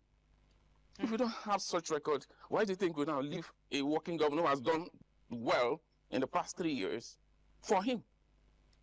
Simply because you said so. That's what's happening in Nigeria, where politicians come, they just sell whatever they want because the people feel the people are gullible, they will buy anything. But what happened in Osun is a sign of what may happen in 2027. That we are beginning to decode, your method, and we're going to start cancelling it. Okay, let's talk about 2027 forthcoming election. Do you think this Osun results can realistically be used to predict what will happen or what may happen in 2027 presidential election? It'll be likely happen. Be affected. And as you can see, after the election result was declared, so a lot of them, Nigerian politics, you need to sit down and understand it, study it, and understand it. After the declaration of the results by INEC, I saw a lot of people working with the president, let's say from the president, coming out to say, no, I thank God, if not for the support of the president, he wouldn't have won, blah, blah, blah. They lowered the guards for him. It was a free and fair election. The president did not interfere. He removed his hand completely from there. As a way of encouraging the best person to win. I disagree. I disagree. I mean, we saw Adeleke came out to say it now that he appreciated the president. Yes, a lot of things there are some on the political undercurrents that we may not see, because of course he needed to say that. He needed to say it because Festus Keyamo came out to say the agreement is agreement. It's an agreement he had with the president. The guy needs to say, no, there was no agreement. I voted. I said so because he's a Yoruba man. I'm quoting him. And because of the ongoing project in Osun, that he will want him to continue it. That's why, he's subscribing, to his, he's supporting him. So, what I'm going to say here is this. After the election, all of them came out and said, no. The president wasn't, he played neutral, he did this. It's a big lie. Now would you say in 2027? Yes, I'm saying so because we saw what happened prior to the election. I said before, INEC, how EFCC froze the account of Osun State. This is the election. How a senator in Osun State was saying, if you don't vote this, you get this. But it was the same president that called. Of course, that's why I said that's politics and the undercurrents. Okay. There are certain things you may not see. Adeleke still, in Nigeria, APC currently is saying we're studying the result of the election. Exactly. We're studying it. They, We may go to court. They may go to court. It may swing in any direction. So he needed, he needed a fence. So because he knows still that the president can push some buttons. So he needs and he needed to make that statement clearly. He made statement after the election. There was a broadcast in Osun State yesterday morning, but he came on TV again to make some clarifications. Why do you think he was doing? Amen. That's the joy, a celebration time. He can say, "Let me do it tomorrow," but he needed to do it quickly because there are some things that our eyes cannot see, but politicians can actually, and they talk to themselves. So he needed that cover, needed protection, because he has won doesn't mean it's assured. You still have the courts. And the party is saying, the Oyeba media has not congratulated him. Yeah, So why do you think going to court. Yeah, so it thinks a lot. There are certain things he may not want to say now. Sure. But right now, he still needs to consolidate. When the right time comes, I think he will speak. You know, the fact that Adeleke moved from PDP to board, and and he still won the vote, it shows that the people are struggling behind him. Because, I mean, leaving one party to another party, it's a bit difficult, especially to a core party that is not like the like APC or like a big, party, and it's still won. You still won because of his credibility, and people like him. The people like him. Any party would have taken at that point. You know, Peter Obi took Labour Party in 2022. That party was the Labour Party has, been around for a long time, so it depends on the personality. You can you can pick a card of a dusty political party and paint it brand new. So wherever he moved, at that point, people were tired. There was a time in Lagos where the president today then had an issue with Fashola as a governor then. And then towards the election, like, you're not going to give Fashola the return ticket. And the people were like, let's see how it's going to happen. See, when the people stand by you and you feel it, I can tell you, just go ahead. By God, you will get it. And you see Adeleke jumping around, praising God the other day. Because most times you can't do this alone. You can't. So once the people are with you, you can go places in Nigeria, just do right by it. When you get into office, Nigerian people don't even demand a lot from people. The president came in. I think that's where APC started making that mistake. We came in, you remove subsidy. Nigerians we want that subsidy to be removed because a lot of people made money from it. Without to turn overnight billionaires. But the mistake the president made was not doing it correctly. He placed the cart before the horse. He came in when you were giving the speech, first speech, as in the subsidy is gone. No problem.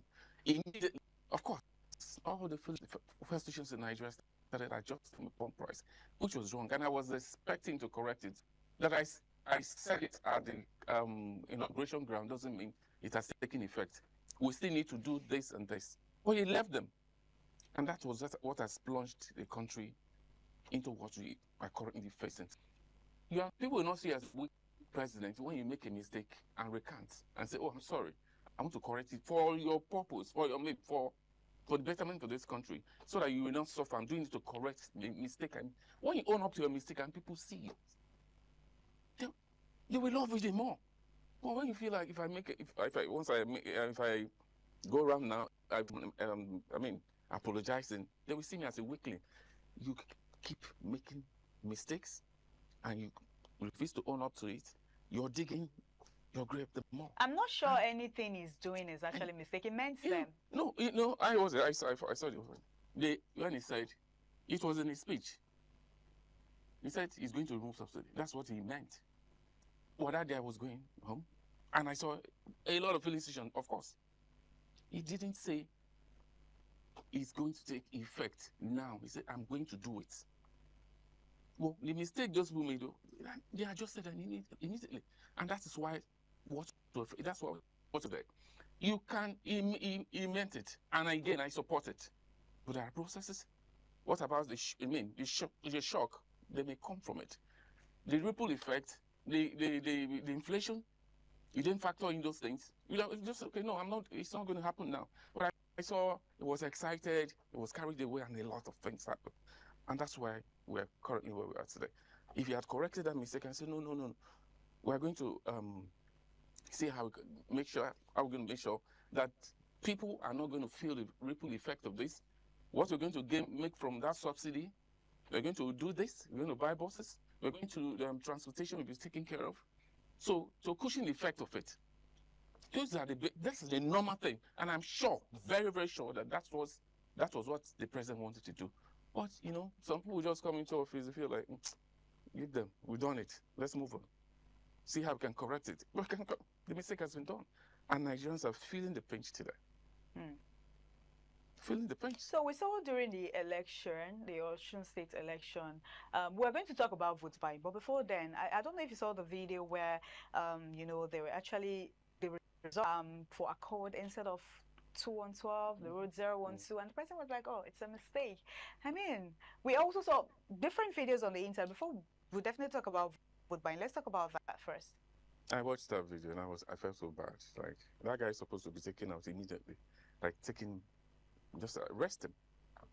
You know, just arrest him. He wanted to manipulate, of course, he wanted to manipulate the votes. You know, and it's not strange. And I commend and salute voters who stood their ground, who saw it, and quickly alerted the rest of the voters. It's wrong.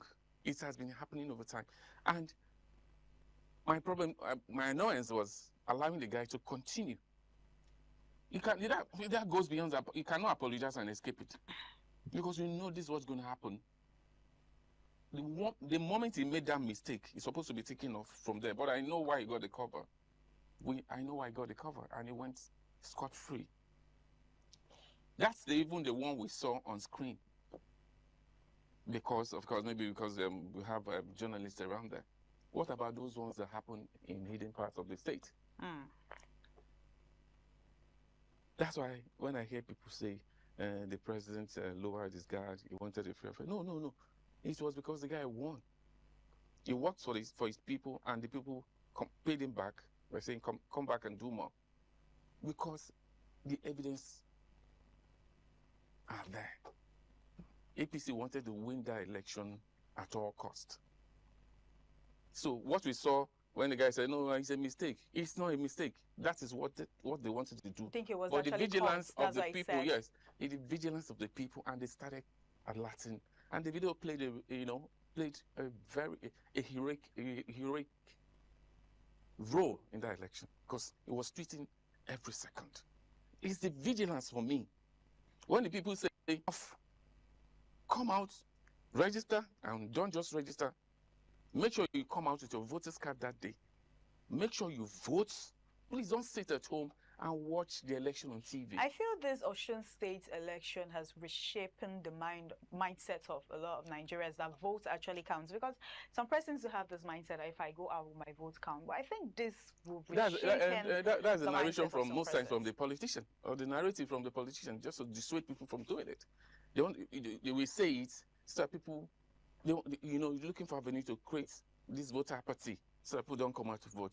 If the vote doesn't count, why would they want to buy votes? Why are they selling votes, buying votes at 20K? People still collected that vote and collected that money and vote their conscience. I saw a lot of video on social media. Yes, they collected it and vote their conscience. But the voice, I'm also happy about it. I'm happy because it's like the people are beginning to wake up. People are beginning to wake up, and Osun election has showed that we can actually do it in 2027.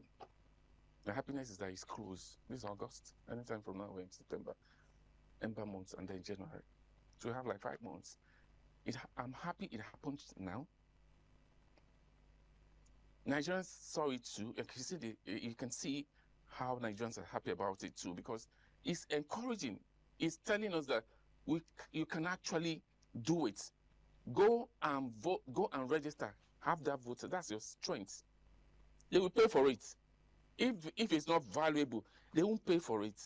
Question is, you have the power, take the money from them, because the money in question is not their money. It's coming from the national vault. Take it and vote your conscience. Nobody is going to come for you. This issue of come, write your name and you get this card. I saw a lot of people, they give you a rights, you collect a card. I don't know what this card, and I mean, someone's going to monitor. But I like this election because people were watching. If you escort anybody to the voting area, they ask a question. Unlike previous election. So it's like Nigerians are waking up. Nigerians are waking up. Osho election is like God is using it to tell you guys, watch the TV and see. What did you see? Did you notice anything? Yes, that's something. So we can actually do it. Exactly. So you see that the people came out and they stood by their vote, because it's my vote. I voted for someone. You cannot manipulate it. I want to my own vote. You can manipulate other people. But this vote, no, I voted for A, and it must be for A. You can't get to B. And I will follow it. They will use motorbikes. They follow the bus carrying the voters card and everything. After the election, they went to the local government and they stood their ground. Exactly. They were there. They monitored it till daybreak, as at 7 a.m. I've never seen it in Nigeria. It's at 2 p.m., so, 2 a.m. at 9, 3 a.m. at 9, this person and when they noticed, when those people, the delegation from Abuja noticed that, wow, these guys are serious. Me. They started leaving Oshu. When it was clear, when the president called the governor, it was clear to them that we don't have any business. And if we stay here till morning, things might happen because they may waylay us. And so they started leaving 2 a.m., 3 a.m., they left the state because they know that this time around, the people are saying no. And truly, once the people say no, what are we talking about? What's the percentage of people really knew? Compared to the number of people. You see, the day people will wake up from this slumber, they'll be the one begging. And I think we're getting to that, so I'm happy with this election. First, because it's close. Secondly, because we're not drawing strength from it as voters and electorate. That we can actually do it. And Nigerians can do it. I don't see anything shifting from it. We're talking about President Bola Ahmed Tinubu here. People were scared because they know it's politics. We know what we said during the last election. Grab it, and I'm here to finish it. And run with it. So they were scared. They were watching the election. A lot of people have taken their money for it. Now forget it. Watch, with this election and the present interest in Osun State, APC will win. Let's bet. A lot of people bet money. And they lost because of Adeleke factor. Because the guy is doing well. I don't want to hear anybody saying he's not doing well. If he's not doing well, the people will not vote for him. Why do you think he's holding them? He's not giving them money every day. He's not giving the two of Oshu people 1 naira every day or 10. But they love him. They love what he's doing. They didn't just vote for him. They would have voted for APC because they have the key to the national vault. If Adeleke, for instance, is giving 50K, APC is ready to double it to 100. But they were taking the money still and voting their conscience. You know, exactly. I saw a lot of video where some persons came out to say, oh, I collected the money, you know, votes buying. Okay, we've been talking about votes buying, where these politicians will come out, give out rice, you know, things. There was even a video I saw, you know, they were even throwing the rice and people were rushing to pick it. And I had a conversation with one of my guests to tell the guests that, okay, most times I'm not trying to make excuses for these persons, you know, because they're hungry. There's hunger in the land in Nigeria. You know, come out. Imagine someone that have not eaten and has children in the house. You know, they're sharing these things, and you expect them not to collect. So that's why I liked what you said earlier, that some persons at this point, they came out, they collected what they had to collect, but they still vote their conscience. Because I mean, I saw a lot of videos on the internet where some person said, oh, they shared 20,000, they shared 15,000, 25,000. I collected it, this is mine, but I still voted for who I want to vote for, and all of that. I mean, talking about votes buying, you see these people flaunting it on the internet where they are sharing money, food, and they make a video and they post it. When is Nigeria going to, you know, stop the issue of this vote buying? Let's get to here. We can stop it. We can stop it. Except, most times it's been encouraged by the ruling party because they know. And the funny part of it is that days before the election, you hear EFCC, ICP say, oh, they are going to be at the venue. But how many of the voting centers are you going to? What's the number of these agencies combined that are going to be in every polling unit? It will only be maybe state capital and few polling units. You see, how I say it's going to continue is because once you're in power, you feel you have the instrumentality of state. You have the police, you have the military, the civil defense, you have everything under your control. So, and it encourages indiscipline among your party members. They feel, I want to commit crime, because vote buying is criminal. You cannot buy votes. It's against the law. But people do it, most especially people who belong to the ruling party. I know a lot of them, both opposition but the people who flaunt it the more, who flaunt this thing the more, are people who belong to the ruling party, because they know they have this protective cover. That if anything happens, even if they arrest us, just maybe a day after the election, they may release them. Otherwise, a senator come out and threaten a whole people, and the police commissioner just call into his office and say, okay, they're stating us now. Do you let the press show it? So on they start arresting people, and not just arrest, and prosecute them, and show them to the public. This thing will not stop. Vote buying will continue. Vote buying because you have done the wrong thing, and you don't want to correct it, because poverty has taken over the place. People will definitely come for it. Because as we speak, there are some people who have not even eaten since yesterday. And then you drop 20K, 10,000, like 100K to them. And you're giving them 20,000 naira. They will jump at it. Some will actually vote for it. Some who are, who are politically conscious will take it and vote their conscience. But majority might buy, because I've actually interviewed a whole lot of them. We tell you, I've taken my own, so I'm going to vote for them. But when we keep saying this all the time, that thing start, we can actually take this thing. Oh, so we can actually take this money and vote against them. Because they're not taking that money because they love that person. They want that, they just want that money they can feed. But once they know that we can take this money and still vote our conscience, because this guy, he's been there for years, it's because of the election now that we're even seeing him. After election, we're going to his tinted SUVs, and we don't see him anymore. So let's take that money, but we're not going to vote for him, okay? Once that consciousness is there, and it grows amongst the people, amongst the electorate, it will help the country. Because it will definitely not end. Except there's going to be a radical political reform that will see that, that will see to the end of all this. A radical one, that's why I say radical. That most of these things we're seeing, making a mess of our electoral process, stop. We say this thing all the time, but when you see the major actors, they come from the government. Okay, now what should the opposition party learn from Adeleke's victory? Opposition party should. The opposition, we have opposition, but the direction they are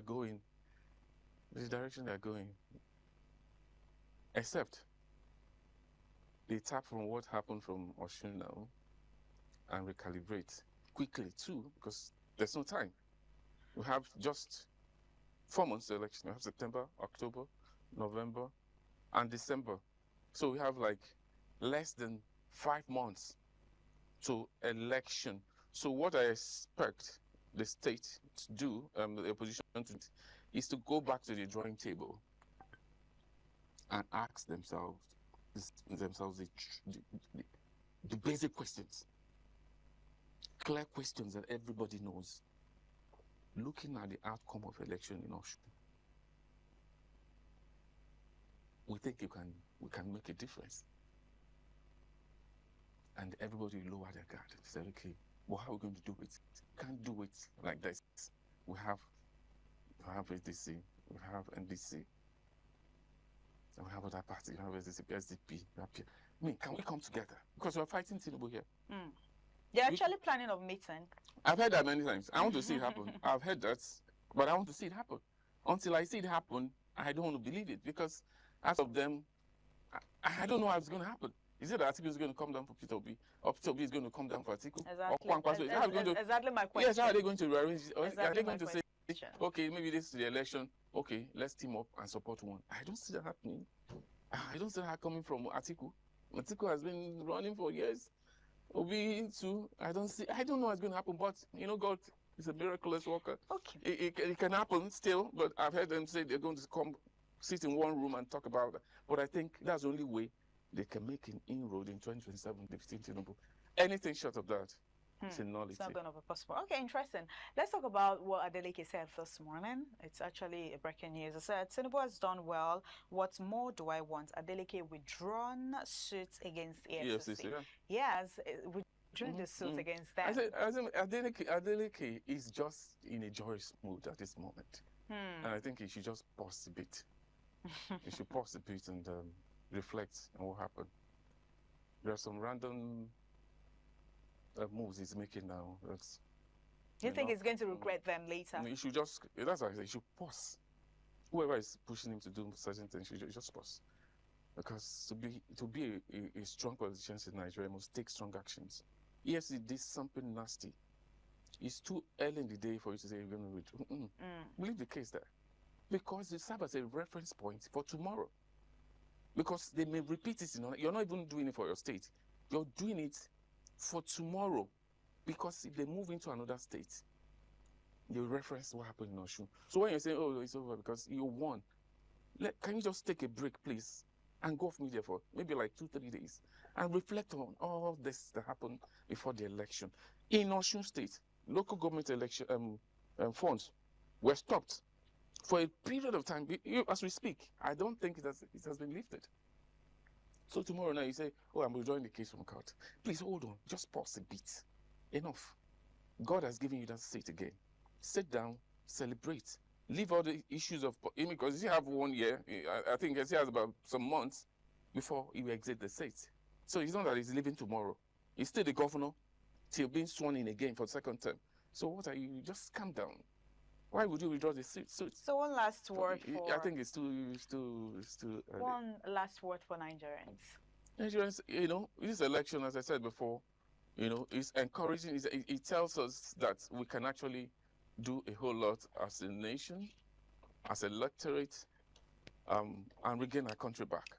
That your voter's card is your strength, it's your power. If it's not valuable, politicians will not come for it. Thank you and so pay much. Huge for it. Nigerians, you've heard Mr. Tonu Wanje said, go out and vote, get your voter's card. Not just collect it, but go out and vote. If you're thinking, oh, my vote counts, I mean, you should watch what just happened in Osun State.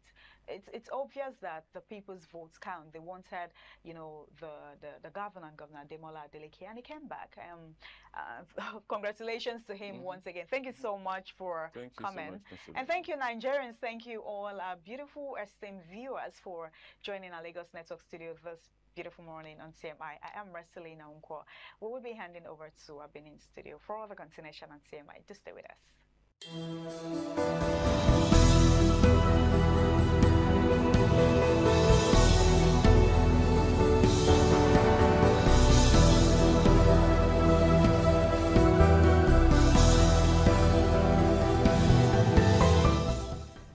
Good morning. This is TMI Socials. Imole today, currently trending all over the streets of social media as the will of the people prevailed. Welcome on board. I am Nuoluakpo Stevens. Better still, call me your social media butterfly. Now, our video of the day, I'm pretty sure you can guess, is a viral video of the re-elected governor of Osun State, Ademola Adeleke, thanking God that went viral over the weekend. Take a look.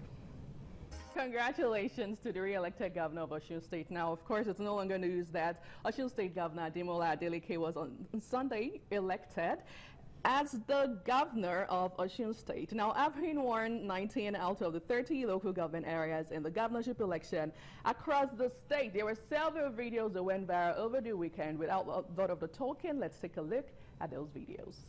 The law is hereby declared the winner.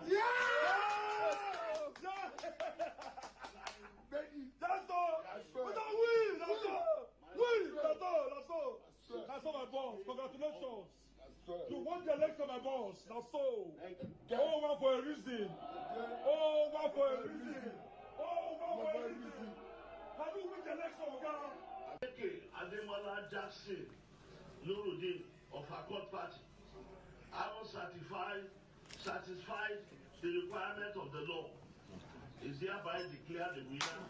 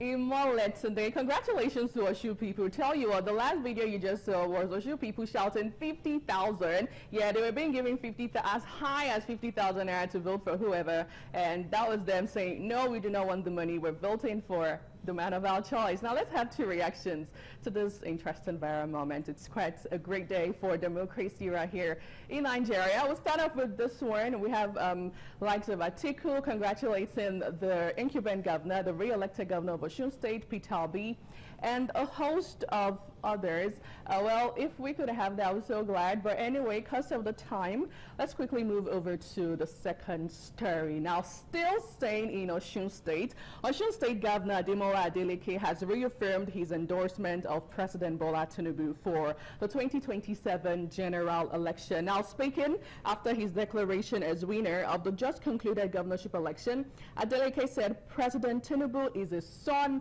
of Osun State. Let's take a look. Under my renewed 5-point agenda. At this point, I must deeply appreciate Mr. President, His Excellency, Senator Bola Ahmed Tinubu, for his strong support for a free and fair election. Mr. President is a son of Osun State, and I hereby reaffirmed my earlier endorsement of him for a second term in the 2027 presidential election.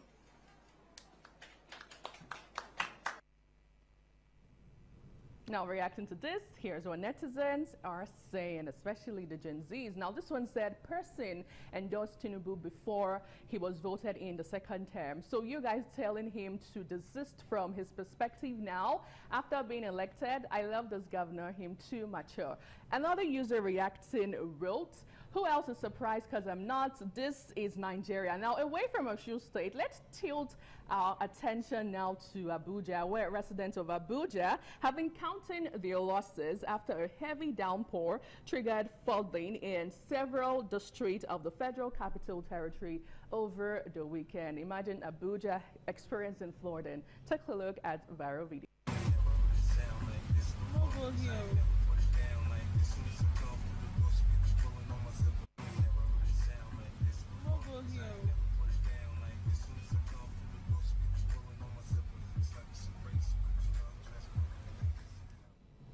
Now, netizens reacting to this will actually shock you. Here is what this first user had to say on Instagram. This one wrote, someone said we can carry rivers come Abuja. If you know, you know. Another user says, this is a shame and something needs to be done. It's because we accept everything they throw at us. That is why no matter the complaint, they are going to take us like that. Now, away from that, hashtag Arsenal trended over the weekend. Okay, up Gunners. Now, Arsenal beats Manchester City 3-0 in the Community Shield yesterday, while giving Mikel Arteta an early season triumph, while commending or condemning New City's boss to defeat him in his first game in charge in the traditional cotton razor to the campaign. Let's take a look at a beautiful moment and celebrate.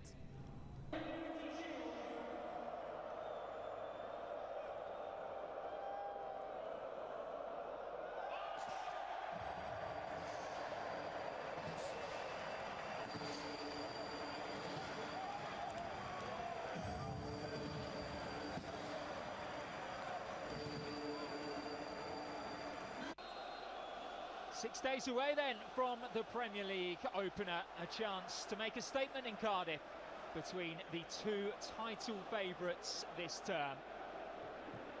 Arsenal looking for their 18th Community Shield success. Solace can... Well, what a great time to be alive for Arsenal supporters. Can we have one reaction to this real quickly? We'll take one reaction from an Arsenal fan, I must guess. Well, with this user actually saying it's going to be a long season for Man City. Tell me about it. Now, as we tend to wrap up TMI socials this morning, we're back to the man of the moment, Ademola Adeleke, the governor of Osun State. He actually did show his excitement yesterday during an interview at a sister station. Take a look at that viral clip. How you feel about it? How you feeling on the... Well, don't you just love that man? Well, shout out to Shehu. It's pretty interesting to see how broadcasting has evolved over time right here in Nigeria. Now, that's my bit, fellas, on this show. Thank you so much for being part of it. I am Anuoluwapo Stevens. From all of us on This Morning on ITV, do have yourself a great day ahead, and remember that you have the power to vote for the right person of your choice.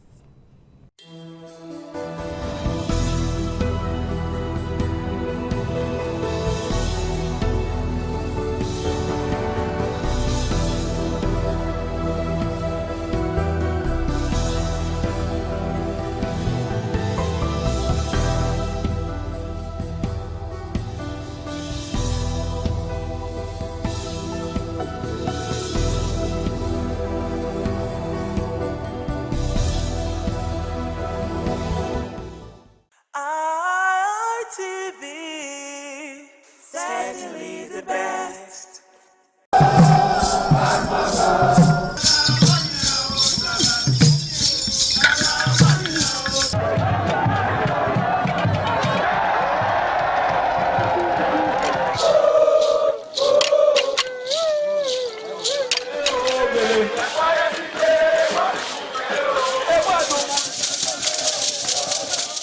Omonoba Nedu Ukwakolopolo, Ewai II, Oba of Benin, stepped out majestically with loud crowd to perform the Sotun rites of his late mother, Queen Mother Ioba Omoni Ikoyeme, Ioba Ewai II, who departed this world 49 years ago.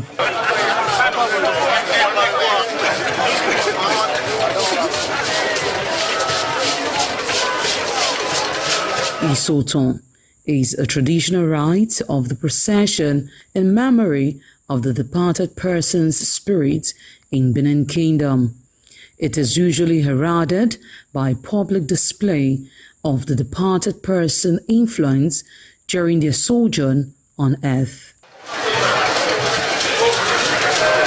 The display of a human effigy symbolizing the departed royal matriarch was preceded by the Oba of Benin, who led the procession from his palace to the Emotan Shrine at King Square in Benin City, where he offered prayers for the repose of the soul of the Queen Mother, Ioba Ewai II.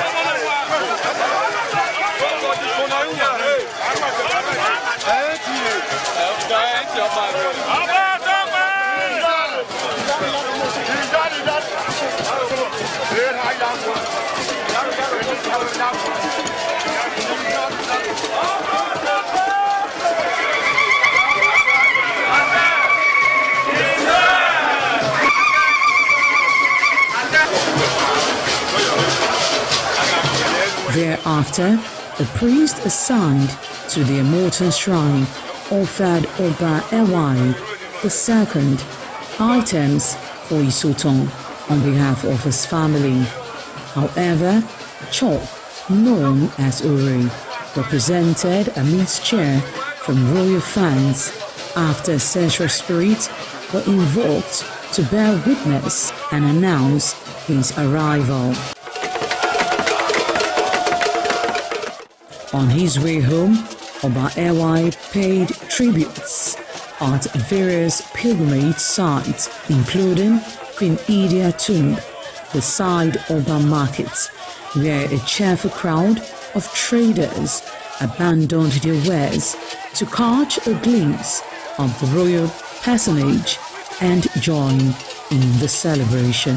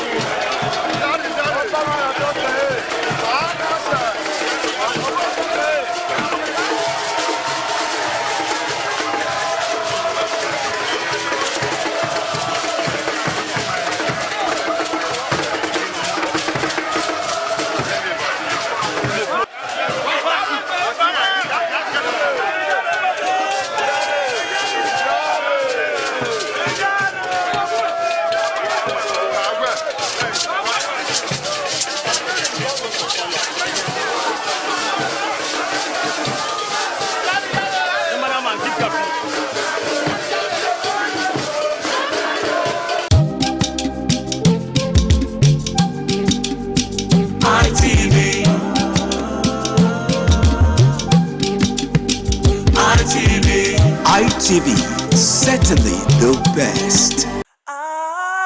ITV, certainly the best.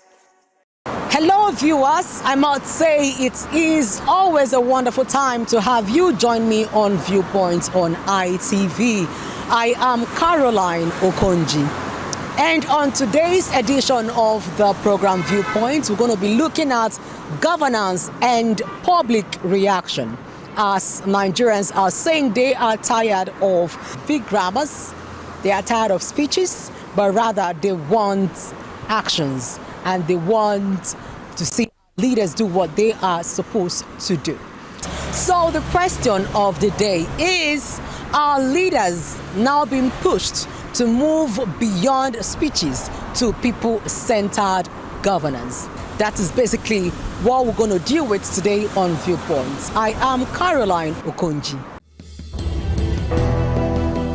This matter based on communication and movements. When you now come out, you don't need to be forced as a leader. The leader had to come out, this is what I want to do. Then people also will react, we don't want it or we want it. Let me give you a clear example. Here in the state, we found out that leaders, as at that time, they went down to the grassroots to eat corn, akara, and agidi with the common people. What are they doing? They are communicating that they are for the welfare of the masses. But by the time they got there, what happened?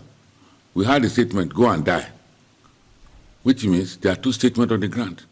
I'm already there, I've gotten what I wanted. Then whatever you would go and die, that's a statement. In that, there was reaction. So normally, leaders are not supposed to be forced to talk. They're supposed to talk. That is why most of the parties, even though there's no manifesto now, this is what we want to do for the people. But for now, the people, when you now say, this is what I want to do, the people will react. I was coming from somewhere around Delta State. I saw overhead bridge in a village. Who want to climb the bridge? You see, because the people of that area, they're used to female bicycle. Tell me, what is the communication? Are you saying that that bridge is built for motorcycle rider? It's communication. Then it's to tell you, say, the people will now react. We don't need this here. Is that not communication? So leaders have to come out. You don't need to force them. And whatever you have said, when we are not hearing from you, what happened? There will be another reaction. The people want to know why. They will ask you. So if you now keep quiet, then you don't care for the people. So normally leaders speak their mind, followers also do their reactions. At this point in time, if you cannot speak to your people, what you want to do, and what you want to do, you say it, and it's negative. What will happen? People will react. And if we don't react, they will become stupid.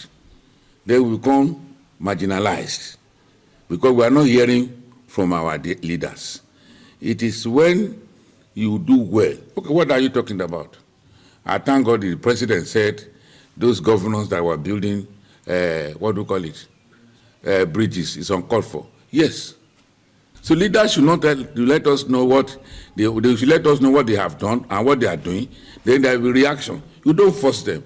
And only that you now force something is happening. Look at a man who said, since I was born, I'm 76 plus now, that since his inception of Nigeria, hunger has been around. Why do you now come? You came to correct the hunger, and people are hungry. But if you have said it earlier, we will know. You did not say it. You inherited what you want to correct. So leaders should talk out what they have done, what they are doing, and we that have been led should also react. When we react, nobody should fool us. Then, because if you don't react, and we react, you don't hear us, then you can do whatever you like. And when you do that, there will be grumbling. When there will be problems, there will continue to be hunger and will continue to grumble. So normally leaders are not forced. They are compelled to tell the people what they have for the people, and the people also they are also compelled to say what they want. No hope. It is you have eyes, who have shame. Is that type of person that can be ashamed? If you have no shame, you cannot be ashamed. You have not helped the people. We are poorer and poorer. Okay, the president said that why should he mention some names of the governor? They don't need overhead bridge. Why is he himself building Oceanic, whatever, building a road on ocean to other states and other things? Do we need that one now? You cannot pass from here to Ore. Is that Oceanic or whatever title you give that is building? Who want to benefit from it? You start it from Lagos Sea to Asaba to other. Do we need that now? What do we need this road? People cannot pass through Lagos. No security. So who is doing who? So what you are condemning the governor building bridges, you are doing worse. So you have to communicate. And when you communicate, people will react. That's why you have this reaction. That's why people are looking for revolution. Because even the revolution, we have to pray because we are not in charge of police. We are not in charge of soldiers or army. We are just like that. No DSS. If you remember, that's a particular man who was in NIA, whatever, who was in charge of money. There are billions of dollars that were found in his house and others and his wife. They escaped. But today, such a man is an ambassador in another country. So what are we now preaching? So it is, people must react. A leader has to explain, this is why I do this. This is why, as well you cannot explain, then there's no hope. And Nigeria is going to, we are not going to rest on hopelessness. So people should have hope in their voters' card and vote every evil regime out of this country. God will do it. Government is supposed to be about the people. It's not supposed to be about the leaders. It's supposed to be about the leds. That is the pact the people in government have with the followers or the citizenry. I don't think that the people have done enough to compel the leaders to be more focused on governance, and governance which is basically for the welfare of the people. We just see the citizens full of hysteria over a particular situation, and after that they go to bed. Save for civil society organizations like SERAP, who are on the government's back and pushing them to do what they ought to do. Nigerians generally are laid back if they can just get their 3 square meals and that's all. The more, I think that even if they are trying to wake up to push government, they should do more. Nigerians should ensure that governance should be people-centric and not about the persons in government. We must ensure that we speak up and be involved, not just being card-carrying members of political parties, but by ensuring that we speak up and put government and political office holders on their toes. The government is people-centered because government seems to feel they know better. I believe that the leaders should come down from their high horse, have town hall meetings with the people. What do they want? What is the primary issue that you want us to focus on? We find out that every government simply comes with their own program, 3-point agenda, 7-point agenda, without carrying the people along. Renewed hope or all that sloganeering, without letting the people say, or without the input of the people. You find people having pages and pages of manifestos that they are not ready to implement. It's just for the paper, just for the records, for people to see that there's a manifesto. But they must carry the citizenry along. What is happening in rural areas? Do they have primary health centers? Do you know that the UBTH as a hospital is a tertiary hospital? Only very important health issues should be tackled there. If we have general hospitals in Benin City, general hospitals everywhere, UBTH will not be crowded up because it's a tertiary hospital. If you go to other tertiary hospitals in the country, except you have major referrals, you can't go there. So the government should look at what do the people want, where does it pinch these people, and try to ensure that they remedy that area. Like schools, we must ensure that time will come that people will be removing their children from private school and putting them in public schools because public schools have become very good. Children should not be sitting on the floor. Children should not be wearing tattered uniforms. Government should be able to do that for families, so that people will understand that they have a government who listens and cares for them. Take example for Edo State. There are other little things, that low-hanging fruits that you can grab, and people will see that you are doing something good for the people. See Ring Road. The road in Ring Road, just that city center, is bad. You pass there every day, you see that road is bad, nothing is being done, but you are putting on flyovers. That is a white elephant project that will take millions or billions of naira. Whereas primary health centers where children will be born, where children will be treated, where people will run to first before being referred to general hospital, they are not functional. Those are the very important things. Primary schools where our children of the poorest of the poor can go free of charge or paying little sums of money, they are not functional. Healthcare is not affordable for anybody. People are dying because they cannot pay out of pocket expenses to pay for hospital. They go to chemists, they go to one auntie nurse who treats them. But if all these things are being tackled by the government, then the people will be very happy. Not major projects like flyovers, which will not touch the people personally. Very soon the flyovers will be underground bridges for criminals to be hiding. Those are not the primary issues of government. You see, people need practical. People are tired. Before this government, a lot of policies has been made, and those policies were not implemented.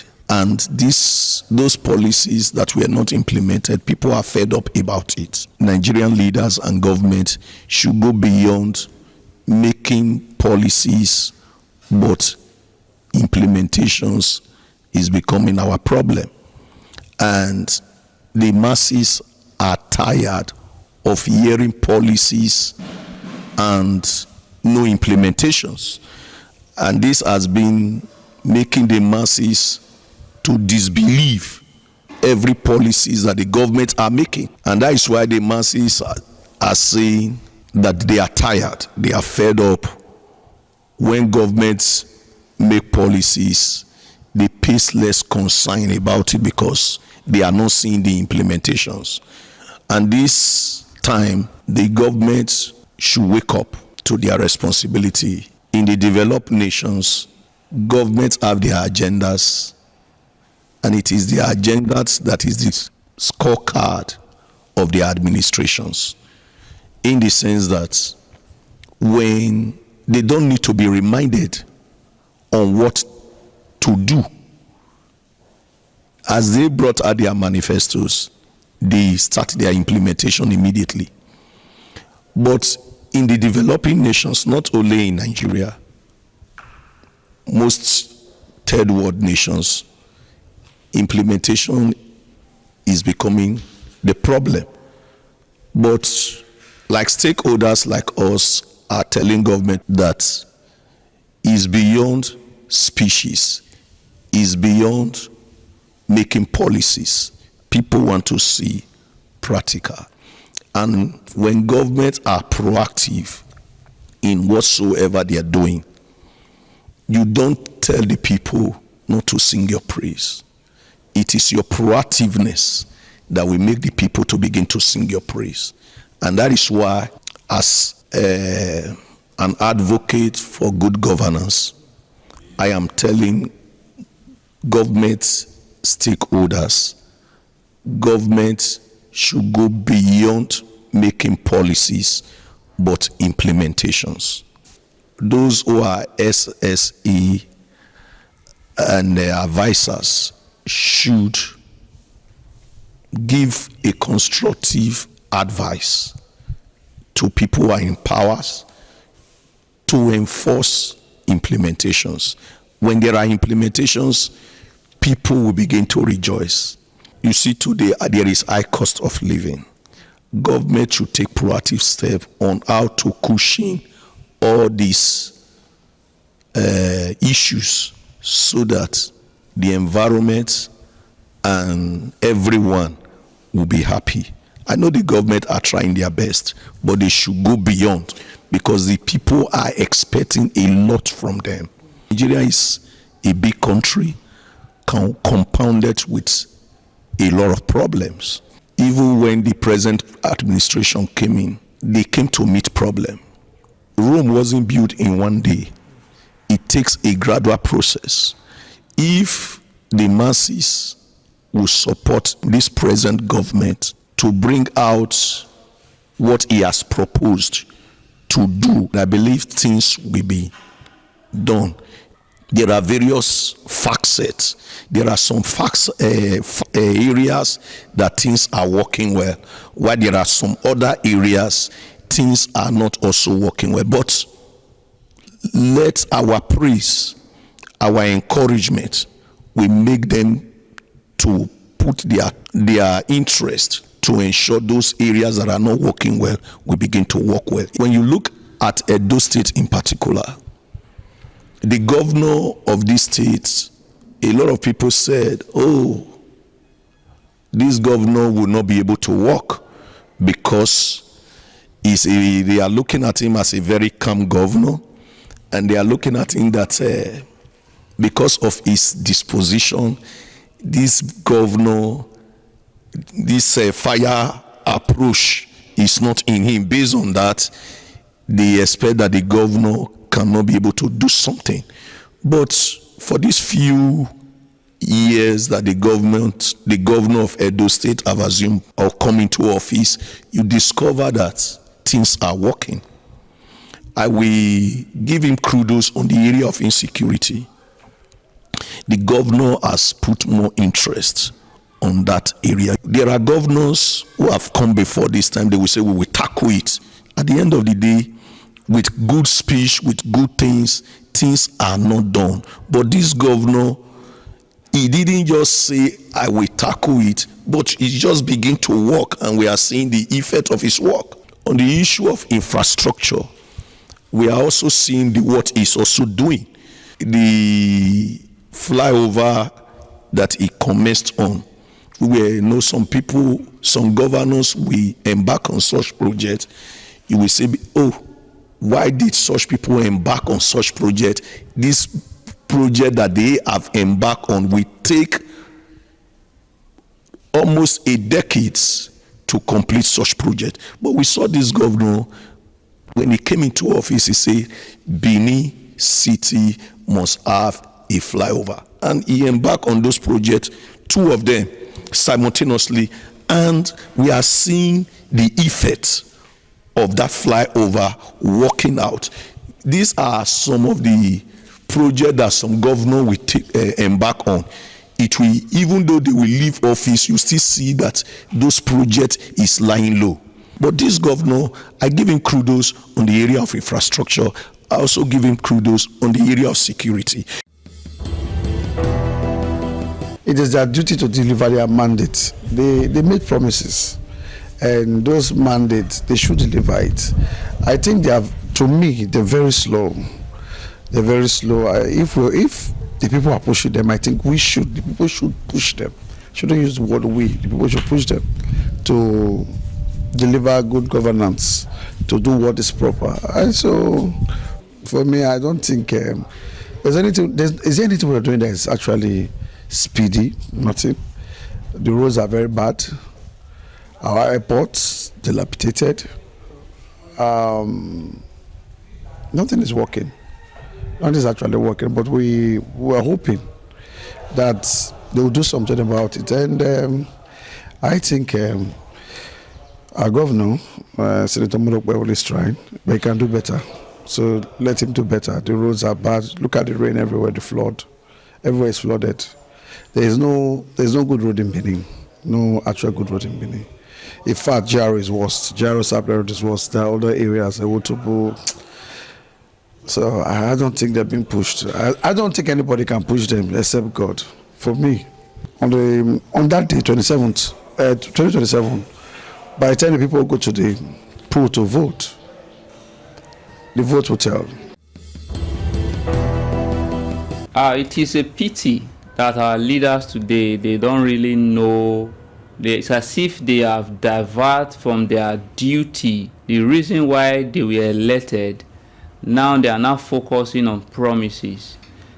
So it's not supposed to be the citizen, the masses, that will tell the leaders what they ought to be doing. If you check in other countries or in well-doing countries, you will see that the leaders, the very day they elect them into office, they pick their power, they pick their official duties, they pick all the ethics that is backing up the constitution of that office they are holding. They run with it, and they make sure wherever their citizen, wherever their subordinate are needing, they provide it for them and give them. When you talk about even the as low as social amenities like waters and the rest, even our leaders, they cannot provide it for the citizen, and they keep coming back. They will use that to campaign.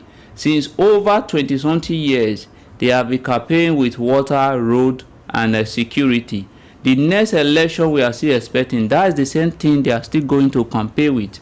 So it is a pity that our leaders is now the masses that is now pushing them to focus on the reason why they are elected. The fact is this: we are tired of BB grammar. It's the right time for them to focus on what the masses, what the people who elect them into power, what they need, and provide it for them. Because to be honest, grammar, big English will not provide food on our table. It's enough of all this. The people are not the ones that were supposed to tell them, because they know the reason why they are going to that office. So getting to the office, they need to do that reason why they were elected. Walking around the streets, you will see that the masses are angry. They are absolutely tired of this administration. On day-to-day life, it's not so difficult for us to even live. If you check the minimum wage of average Nigeria, it's not able to buy a bag of rice. Talk less about the transportation. If you check the high cost of transportation in the past maybe 18 months to our present state, many persons are waking up, going to office just to pay their transport or for them not to be idle at home. The salary is not even enough to pay their transport or to pay hospital bill or to pay their children academic. If we continue like this, it's going to be terrible in the next administration. The federal government are supposed to do what they are expected to do and fulfill their promise, not because anybody is pushing them to do it. Because I believe if you make a promise, you are supposed to fulfill it. And you are not supposed to be reminded by doing what you promised to do. Because just take, for example, now, if God calls you to do something, nobody will push you to do it. You have to make sure that everything works out. Well, thank God, I will use, let me use those state governor as example, because it's somebody that I've seen, not that we are all seeing something, that is making difference.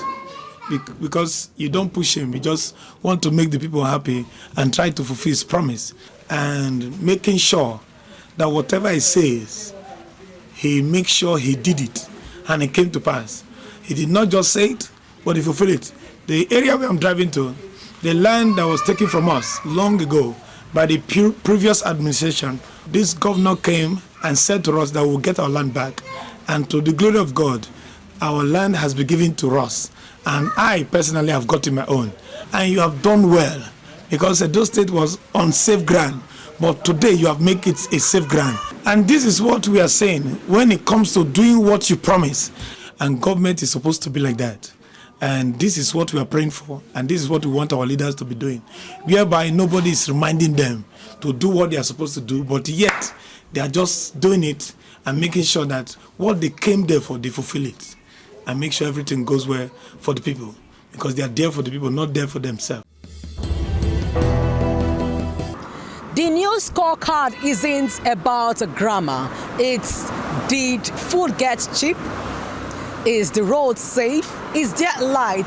It's basically what citizens are saying that they expect from the federal government in order for citizens and Nigerians at large to enjoy life. And they expect the federal government to do all of the promises that they have made during their campaign before they emerged and occupied their offices. That is why they are saying that grammar and personalities, political party will not provide them with the basic amenities that they need, but rather they need a result-oriented kind of person.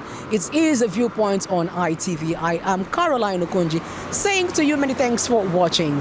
Bye for now. ITV, certainly the best.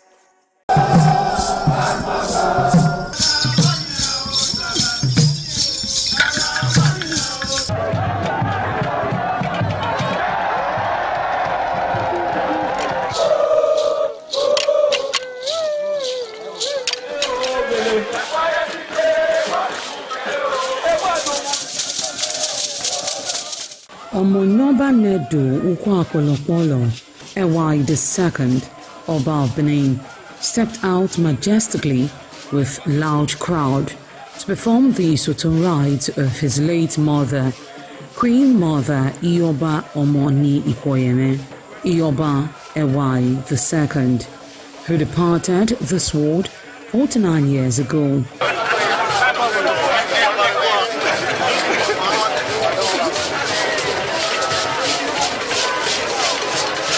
Isoton is a traditional rite of the procession in memory of the departed person's spirit in Benin Kingdom.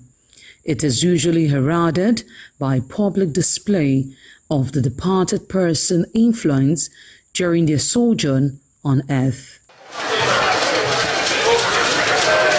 The display of a human effigy symbolizing the departed royal matriarch was preceded by the Oba of Benin, who led the procession from his palace to the Immortan Shrine at King Square in Benin City, where he offered prayers for the repose of the soul of the Queen Mother, Ioba Ewai II.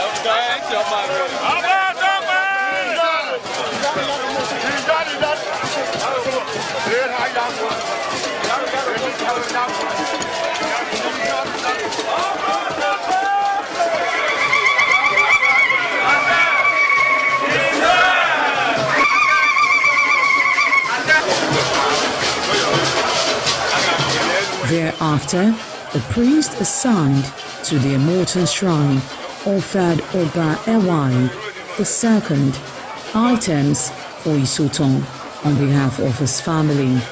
However, Chok, known as Uri, represented a mixed cheer from royal fans after ancestral spirits were invoked to bear witness and announce his arrival. On his way home, Oba Ewai paid tributes at various pilgrimage sites, including Queen Idia Tomb, the side Oba Market, where a cheerful crowd of traders abandoned their wares to catch a glimpse of the royal personage and join in the celebration.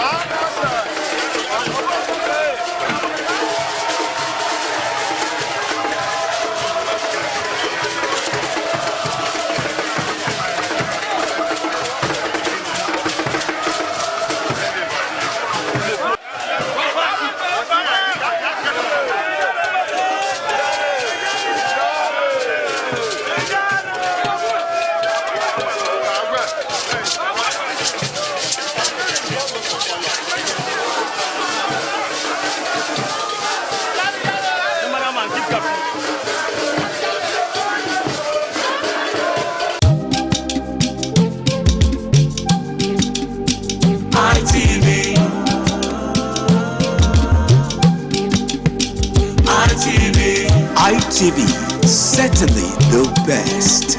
ITV, certainly the best.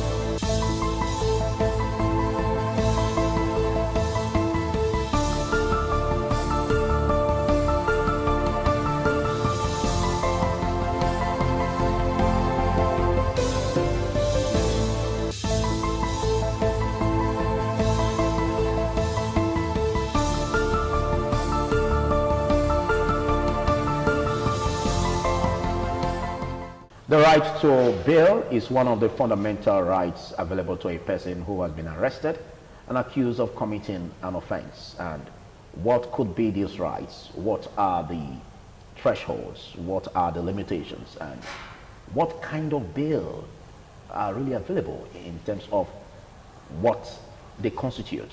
And all of these could also gear towards ensuring that the right of the person being accused or being arrested are really protected. How do we galvanize all of this? Looking at the essence of Law and You that questions critically the aspects of the law, and of course how to elucidate those areas that seem to be blurred before the viewers. And this is where we always come in. My name is Philip Omo-Gyukmo. Welcome again to another opportunity to take you through the school of thought on the legal system in Nigeria. What could be the benefits of bail to the citizenry? And of course, what could be the limitations? Who can be given the right to be bailed? And who shouldn't be given the right to that?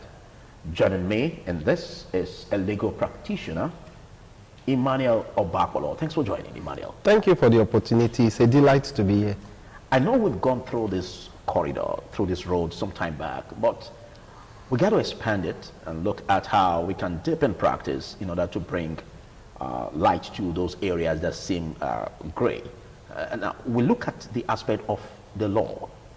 Is bail a right or a privilege?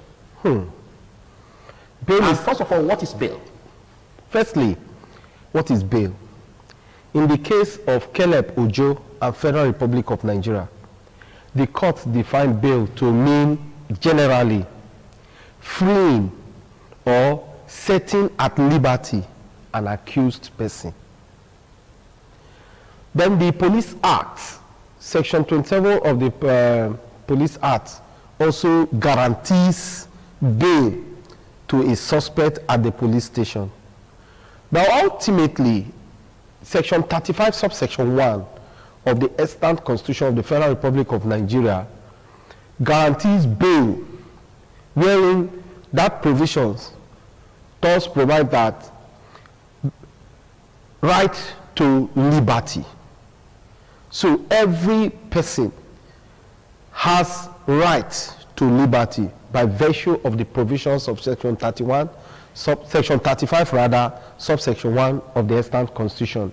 Then Section 35, subsection 5 of the extant Constitution provides thus, in paraphrase now, that where a person is arrested, the person should not spend more than 24 hours wherein from the police station to that court, to the court, has a radius of 40 kilometers. And where the distance is more than 40 kilometers, it should not be more than 48 hours for the person to be charged to court. So when you sum all of this, you discover that bail is as of right and not a privilege. Okay. Well, let's look at the concept again critically. Who gives bail? Is it the police or the court or both? Now, there are three types of bail. 1, police bail. 2, court bail. 3, bail by government agencies. Oh. Now, the police bail is the one that most persons are aware of, that is prevalent in our society today. Oh, when a person is arrested, you see family members, you see friends running to the police station, and the first thing that they will seek for is that the person be granted bail. That is common with us, the police bail. Also, when the person is charged to court, you see they get a lawyer, and the first thing they will tell the lawyer is apply for the bail of our sibling or of our brother, friend, or sister, as the case may be. And what the lawyer does, if it is a lower court, for instance, like a magistrate court or a customary court, you see the person go to make an oral application. Also, a court of summary jurisdiction, like the Federal High Court, they can also make oral application. But just now, the court will seek or demand for an application, for written application for the bail of the defendant. Now, before now we know them as accused person or persons, but now the law has regulated to mean a defendant. So these are some of the steps. Then other government agencies like the DSS, like the ICPC, like the AFCC, they fall under government agencies.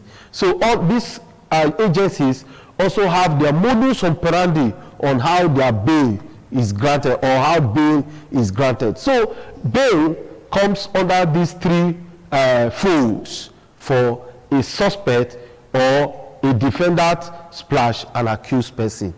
Okay, well, let's look at it critically again. Some questions are always being asked. What offenses can be seen as bailable and what other offenses can't? I remember we drew some analogy some time back in that. So if you can breeze through it again and then also make us understand at what point can one not be given that bail? Yeah, when the offense is a capital offense, for instance, murder, it is difficult for either the police or the courts or even other government agencies to grant bail. And in most cases, it is only the courts that may grant bail. And in such situations, the courts will look at extreme conditions before the court can grant the bail. Because bail, as despite the constitutional provision as of right, is still within the discretion of the courts to grant the bail. Yes. Looking at the risk. Yes, because the court will consider certain factors whether or not the bail is granted. Yes. For instance, if the person, the defendant or accused person in this case, will abscond, the court may not grant bail.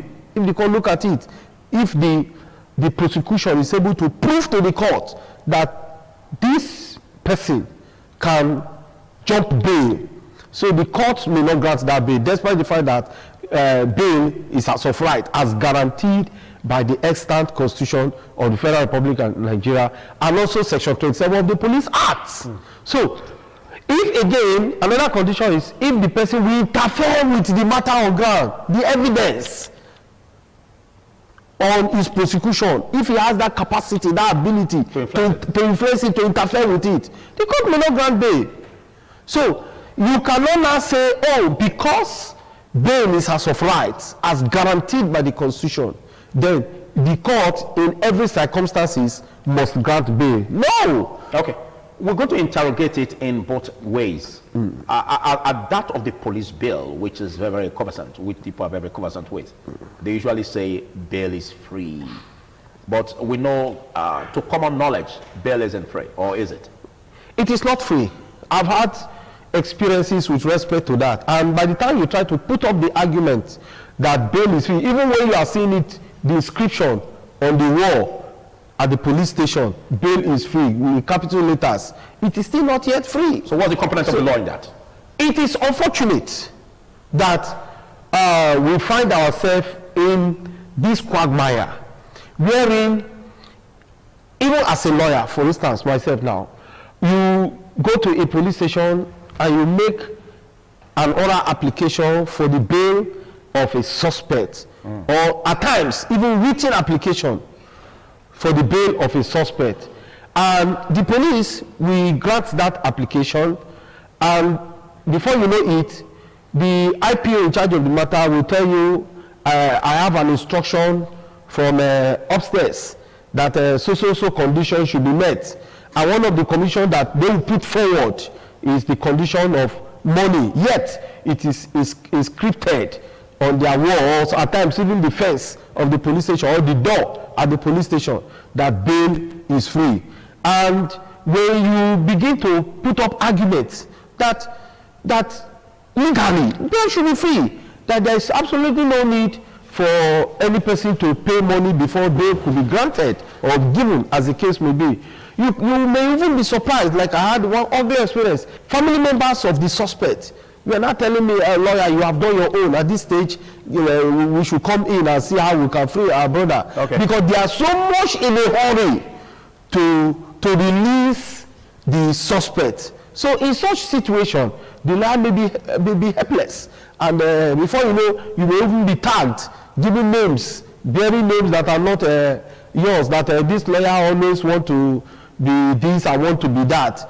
And like a policeman told me some time ago in the station, that even SAN, they come here to give us money, but you always come here and you just put a straight face, as if you are the one that was the first lawyer in the history of Nigeria. So when you begin to meet up with challenges like that, and that is what we see today, has come to make the monetary aspect of a bail to become a norm. Okay, but what actually is the consequence of this breach? Because it's one thing for us to say that we have a law. It's another for us to see how enforceable the law is if there is a breach. For law enforcement agents, for instance, that could be caught napping and collecting money for bail when the component of the law has it that bail is free. What is the consequence for such law enforcement agents who break the law? The law frowns at it, but whether or not, if you put up that argument, maybe in the court, you will not take the police to court for demanding for money for bail. Is it ridiculous? I wonder whether you are going to succeed, because you meet up with denial. One, you may not have evidence to tender. Because they are the one that provide the evidence. Yes. If at all. Yes. Besides that, or the money. You're the one that can provide. You as a citizen. You don't have the evidence, because the money that is so paid for the bail is physical. They take it cash. They take the money cash. And we've seen situations where they will tell you, okay, if you don't have the money cash, pay to a particular POS, and then we go there and get the money cash from the POS. In the process of taking that cash, for instance, yes. What about if there's a video clip to that effect? What video clip? How are you going to do it? Everyone is a journalist. Unfortunately, you will meet with a very strong denier. Very strong denier. So at the end of the day, it may amount to exercise in futility. Maybe the court, whatever that it hasn't happened, doesn't give room for its inaccessibility to this, as in, doesn't give room for it not to happen. Yes, I believe we are evolving, and our awareness as a people also is in the evolving stage. And so a situation where everyone is a journalist, and at every point one is able to get these evidences. Are you saying that such can be prosecuted in court? They can. Okay. There are examples. So we can still leave opportunities open. Yes. In that direction. Yes. There are examples. Even within the police system, there are some top-ranking officers who will tell you what you have done is wrong. Let's look at from the divisional level of the police station. You discover that the DPO determines what happens at that division. So when the DPO is somebody who is strict, who is disciplined, who does not want to hear of pay bail money before somebody could be granted bail, you see that all the rank and file in that division will sit up. And everybody will know. So it goes to tell that whatever transpires at the police station, it is within the control of who heads that police station. Yes. So the top, whoever is at the top, determines what happens. This is quite a huge challenge, most especially if we trickle it down to the aspects of taking money at checkpoints, for instance, by policemen. It's in common knowledge that we see this, everybody see this, and just that we are unable to really, tackle this issue just now, because it seems to flow from the top. Now, this again is a bane of Nigerian development, and of course, an act of corruption. So if we are to change this process, what do we do? How do we go about it? Concerning making the law to be alive on this, and of course, for awareness to be done in this regard to make sure that we do not encourage the practice. Well, Good enough, the law is always alive. But who will be courageous enough to bring such situation before the law? Who amongst us will be courageous? To expedite actions on Yes. So the plight we find ourselves today is that every one of us, consciously or unconsciously, have contributed to it. Are guilty. Yeah, guilty. So, in such situation, what do we do? Because we cannot blame the law. Right. Is as guilty as the one who takes it. Yes. So, if bail is free, he who gives money to the police is as guilty as the police officer. That it is, because it's the two sides of a coin. So, the situation just now is that for the law to visit sanctions on such situation is that we ourselves should be ready not to contravene the law. Oh, well, most especially when it comes to you who is at the begging end. You need to be free. You know, freedom is imperative, and so at that point, one may not want to, doggedly or ruggedly go into the aspect of ensuring that he or she doesn't give this money as a way of, payment for a bill. But again, we're gonna be crossing that road, most especially as there are also some mind-boggling questions as regards the court bill that you may mention of. We're gonna look into that after this short break. Do stay.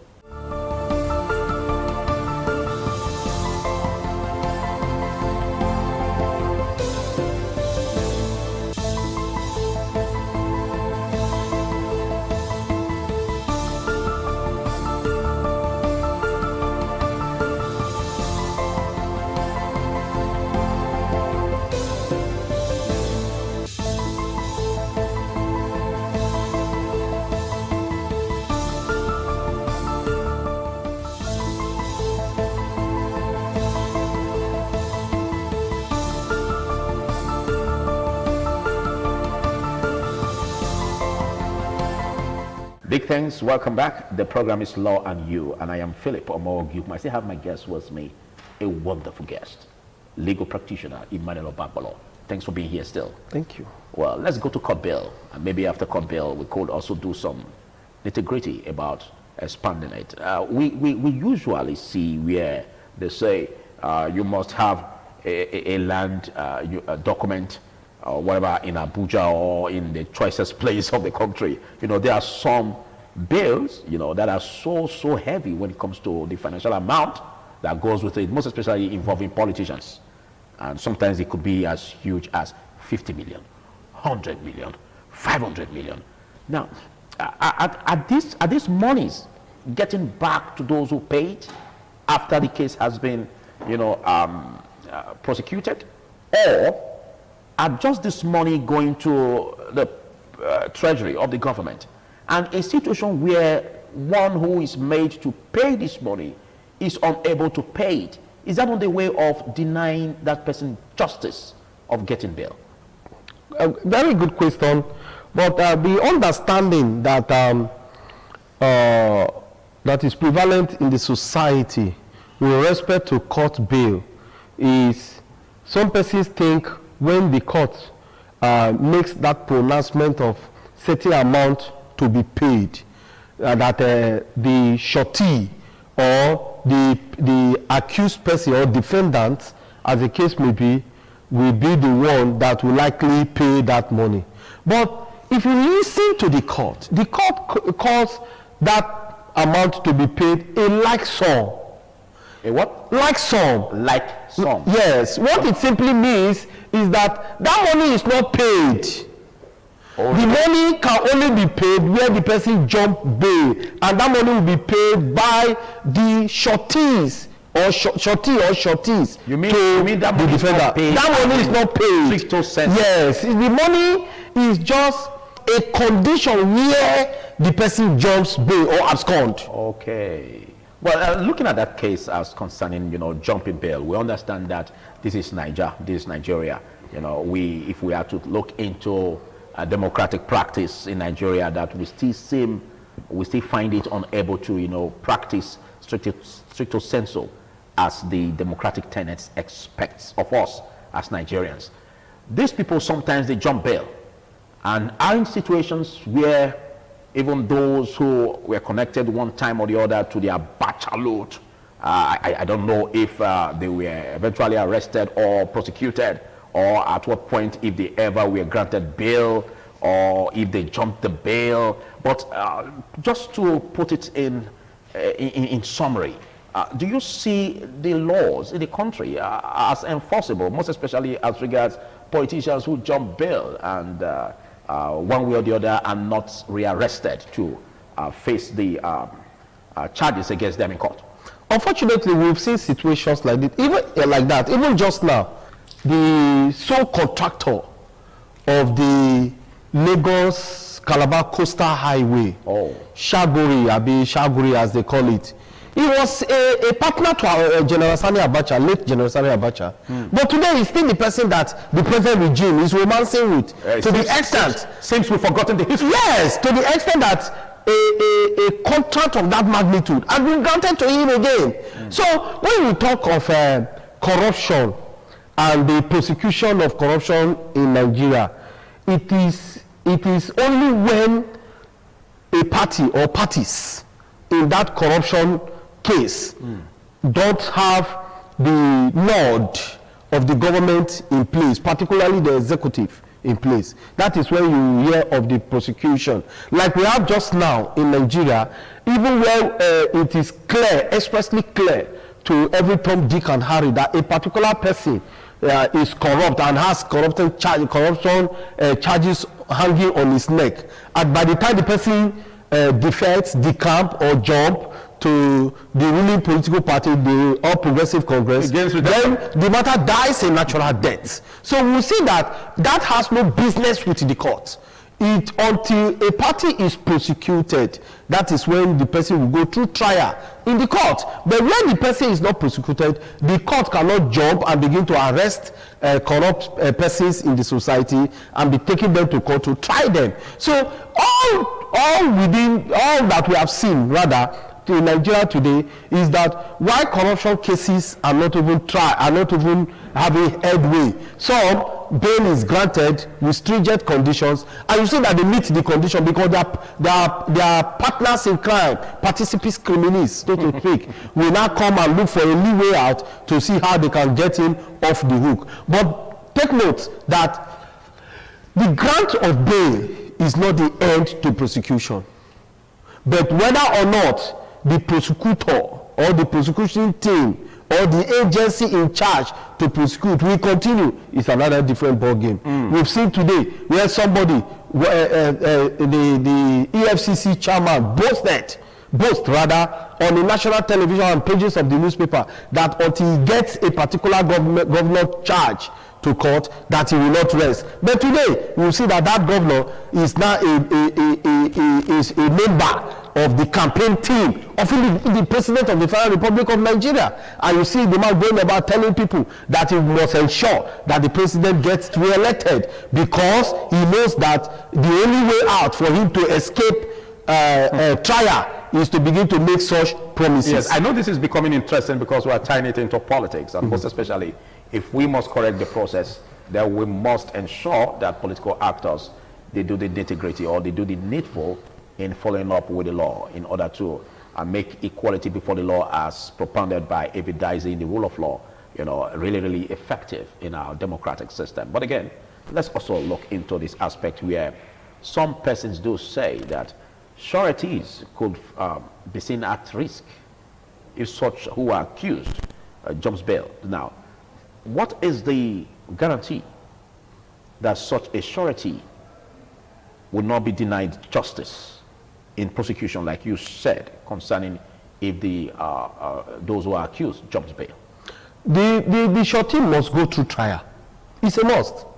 That's why before you stand as a surety for an accused person or a defendant, you must ensure that you know that person.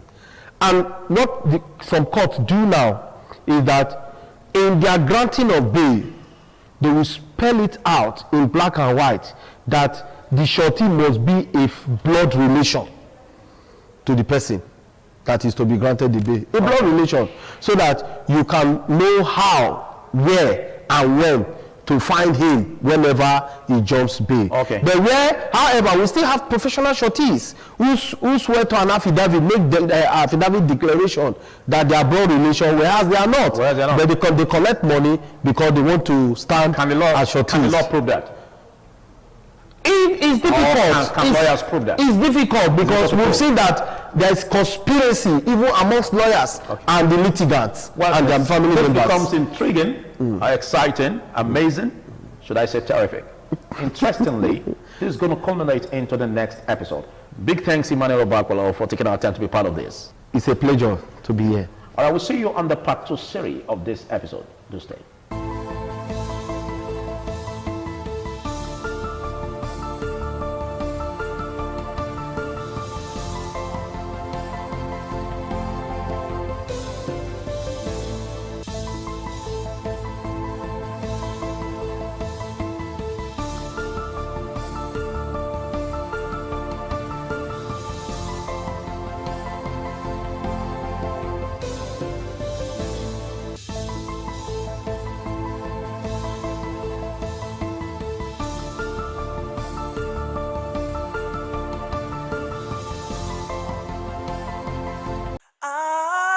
ITV, certainly the best.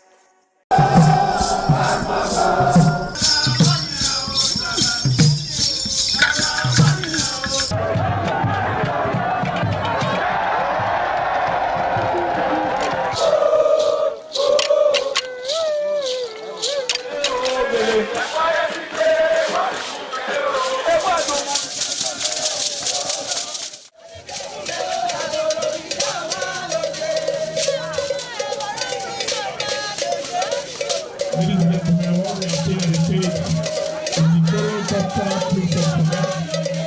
On the other side, we have the National Boys. The National Boys, we don't know what we want to do now. We are bringing upstairs. We are at the first floor. We don't know what we are going to do in the second floor.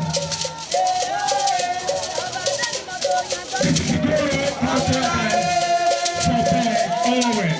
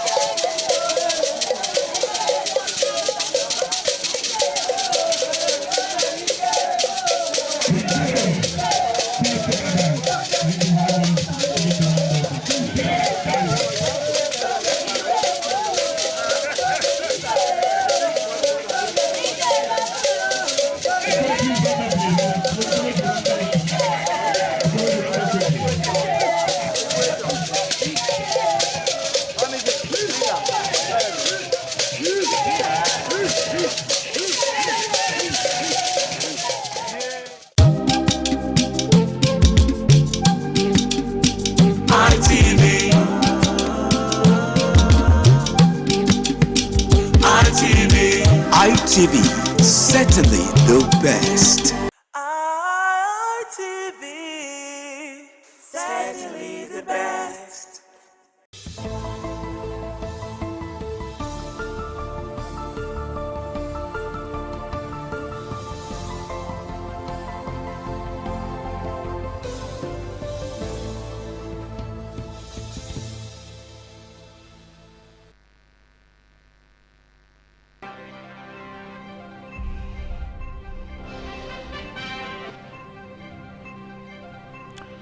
On the news tonight, Right Honorable Yekini Idiaye emerges new Speaker, Edo State House of Assembly.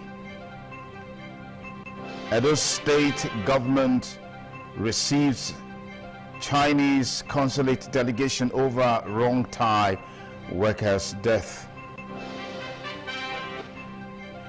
Geological Agency allays fears over Abuja earth tremor, says no seismic threat.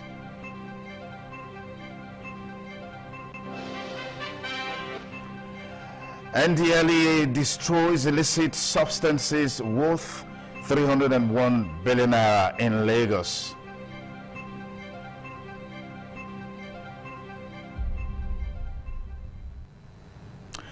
You can watch ITV live online at www.itvradioNG.com/live. Follow us on all our social media platforms: Facebook, X, IG, YouTube, and TikTok at ITV Radio NG. Good evening and many thanks for joining us on the ITV main news tonight. I'm Sonny Duke Okosun. Joining me to share the screen tonight from our Abuja Network Studio is Joyce. Joyce, good to see you. Good to see you also, Sonny. How are you doing? It's always a pleasure sharing the screen with you also. Thank you so much. Good to see you as well. And we have Messalina from our Lagos Network Studio. Good to have you on tonight, Messalina. Good to see you too, Sonny Duke, and beautiful evening to you, and I trust you're doing good. We begin the news tonight from our Benin Network studio. Edo State House of Assembly on Monday effected a change in the leadership of the parliament. The member representing Akoko Edo Constituency 1, Right Honorable Yekini Idiaye Oisamoje, emerged as the new Speaker of the 8th Assembly following the resignation of the former Speaker, Right Honorable Blessing Agbebaku. Assembly correspondent Joy Obaishagbon has details. During Monday's plenary, proceedings were presided over by the Deputy Speaker, Right Honorable Atu Osamoyi, after which the former Speaker and member representing Owan West constituency, Right Honorable Blessing Agbebaku, formally resigned. Letter you wrote, and you said you have come to resign. If the House is in agreement to accept the resignation, say aye. The development paved the way for the election of a new leadership to steer the affairs of the 8th Assembly. Member representing Akoko Edo Constituency 1, Right Honorable Yekini Idiaye Oisamoje, emerged as the new Speaker after securing 17 votes out of 24 members.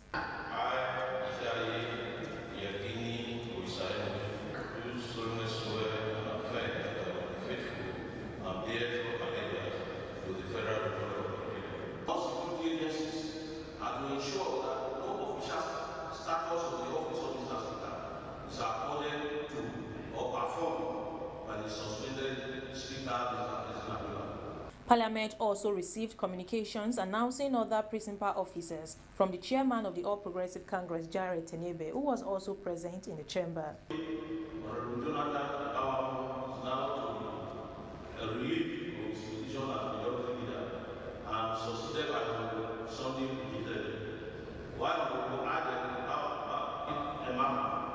Is to be relieved of his position as deputy majority leader and succeeded by Another letter from the National Democratic Congress, NDC, designated Honorable Uyi Omosibo, member representing Oedo West, as minority whip, and Honorable Natasha Osawari Dibia, member representing Ego, as minority leader. It is said that the former Speaker Blessing Agbebaku is under investigation and is on suspension. And the question is, how long will this investigation take? From the Edo State House of Assembly, Joy Obaisiagbon, ITV News. Edo State Governor Senator Monday Okpebolo has advised the new leadership of the State House of Assembly to embrace humility, unity, transparency and teamwork, urging lawmakers to put aside personal differences and focus on serving the people. The governor gave the advice when he received the newly elected Speaker, Right Honorable Yekini Oyesamoje Idiaye, who represents Akoko Edo Constituency 1. Oluwafemi Farayola has details. Governor Opeolo said political office was temporary and should be handled with humility and a strong sense of responsibility. He urged the new Speaker of the Edo State House of Assembly leadership to promote transparency, dialogue, and inclusiveness while advising lawmakers to resolve disagreements within the Assembly rather than taking them to social media. The governor urged Speaker Yekini Idiaye to understand the responsibility that comes with his office and ensure that all members of the Assembly are carried along. With elections approaching, the governor urged the lawmakers to strengthen their presence in their constituencies and work towards electoral success. It's a new leadership. You are not just assuming office to be just an ordinary speaker. You should know that you are now carrying shoulders of many people, and you have to be transparent with your colleagues. You have to carry everybody along. So far, so good. Everybody is saying a lot of good things about you. So you are humble. You can carry the house along. But I want you to remain the way they are describing you. The new Speaker, Right Honorable Yekini Idiaye, said the new legislative leadership visited the governor to formally introduce itself and assure him of the Assembly's support for his administration.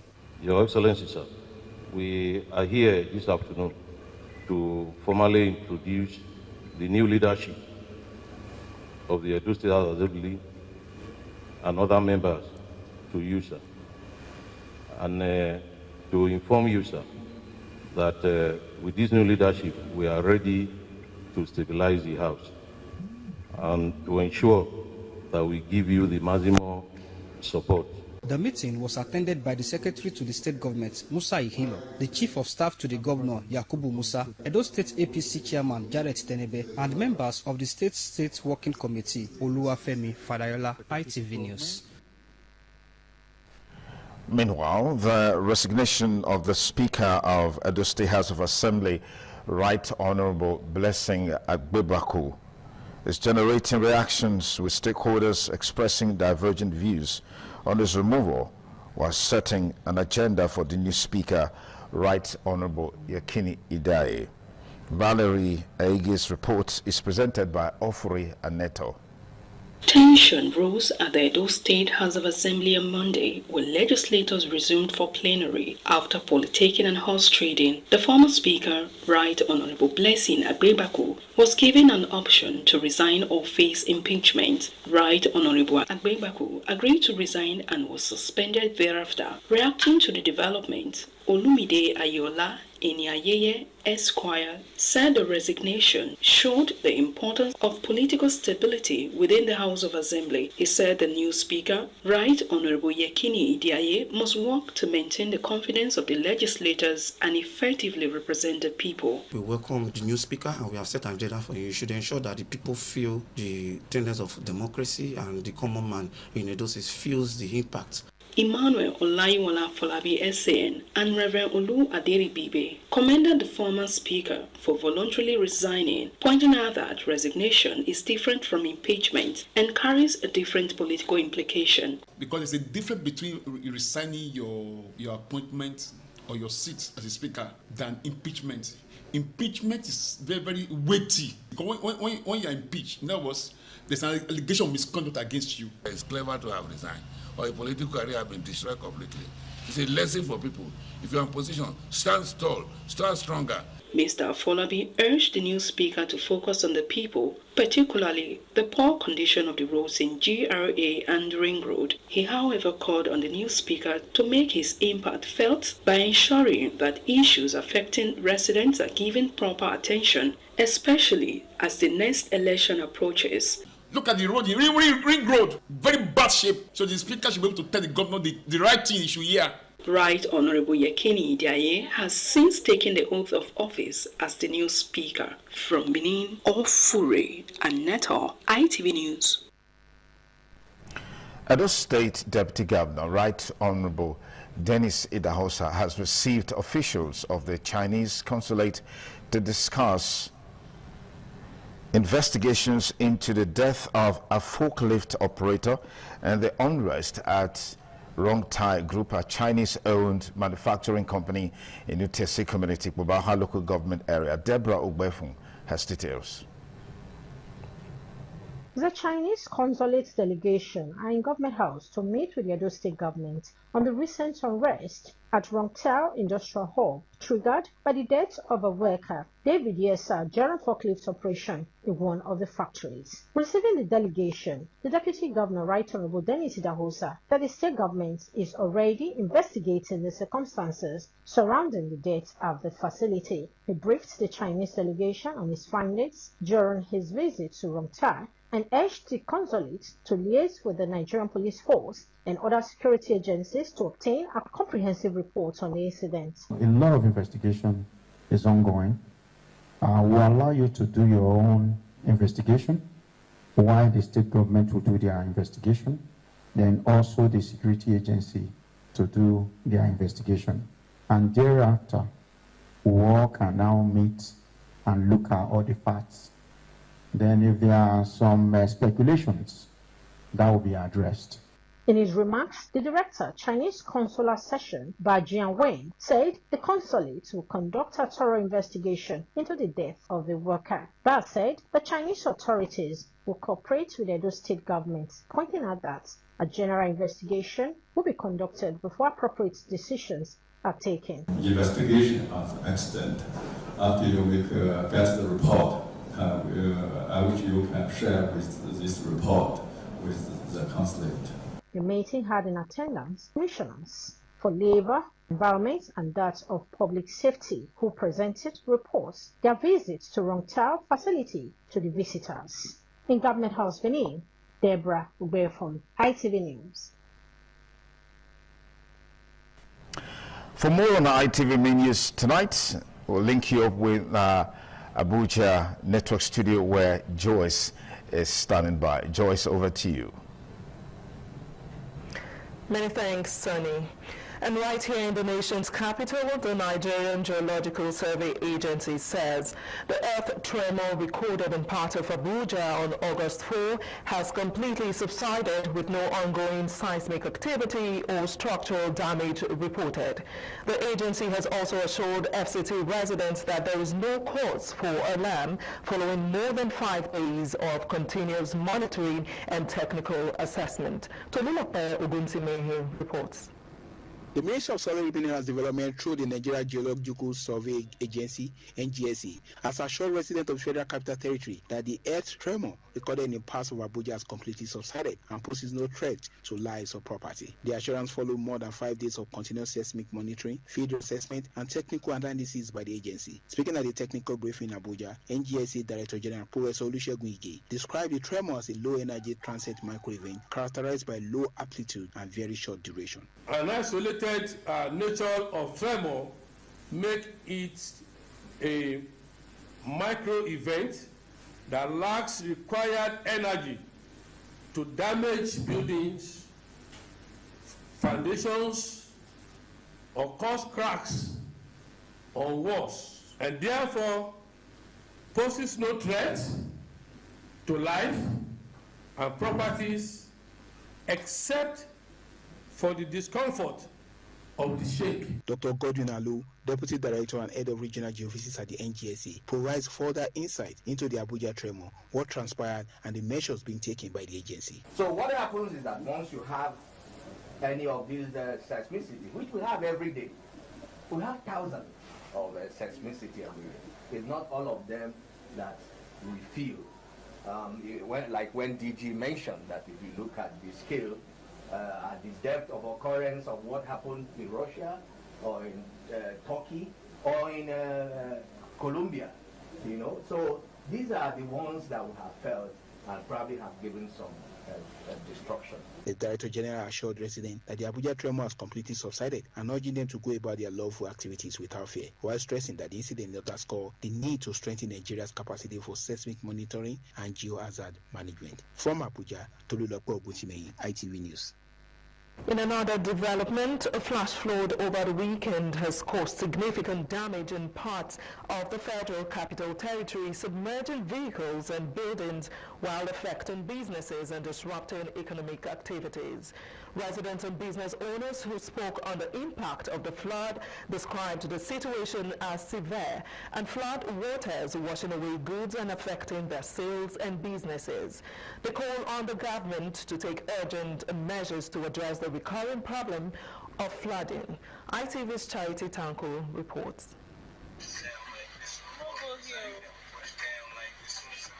This is Wuse 2 and some other parts of the Federal Capital Territory, where flash floods have caused considerable damage to residents and business owners. Video footage shows flood waters submerging vehicles and buildings while residents struggle to wade through the water. Earlier this year, in their annual flood predictions, the Nigeria Meteorological Agency, NIMET, the Nigeria Hydrological Services Agency, NISA, and the National Emergency Management Agency, NEMA, listed the FCT among areas at risk of flooding. Some of the victims recount their losses to ITV News. All the roads, vehicle cannot pass, human being cannot pass. Even the market I dropped along the road, the water took it. Water full everywhere, even jog this board here come out. The people that are even driving vehicle, because they were scared of passing the road because of sharp objects that might puncture their tires and even passing by that are even trekking through. However, the head of public affairs, FCT Emergency Management Department, Nkechi Issa, attributes the continuous incidents of flooding in the nation's capital partly to human activities, including indiscriminate waste disposal, open manholes, and blocked drainage channels. We have blocked drains. That's a major problem. The drainages are blocked. People just dump waste into the gutters. We have opened manhole. She calls on residents to remain alert and adhere strictly to flood warnings issued by government agencies. When there's a pool of water, please do not drive into it. Either you're walking on foot, you're on a bike, you're on your vehicle, please do not drive into that pool of water. Wait for it to recede. From Abuja, Charity Tanko, ITV News. In other news, the Middle Belt Forum, a social, cultural, and political organization representing minority ethnic nationalities in Nigeria's central region, has rejected any form of compulsory land allocation for cattle ranching in the Middle East. The forum also urged the National Assembly members from affected states to summon the Minister of Livestock Development, Alhaji Idi Mukhtar Maiha, to explain the policy and its implications to communities in the region. In a statement issued on Monday by its spokesman, Luka Beniyat, the MBF said it had studied the federal government's renewed cattle ranching policy and was opposed to the proposed allocation of land and ranching and what it described as the establishment of permanent settlements for pastoralists.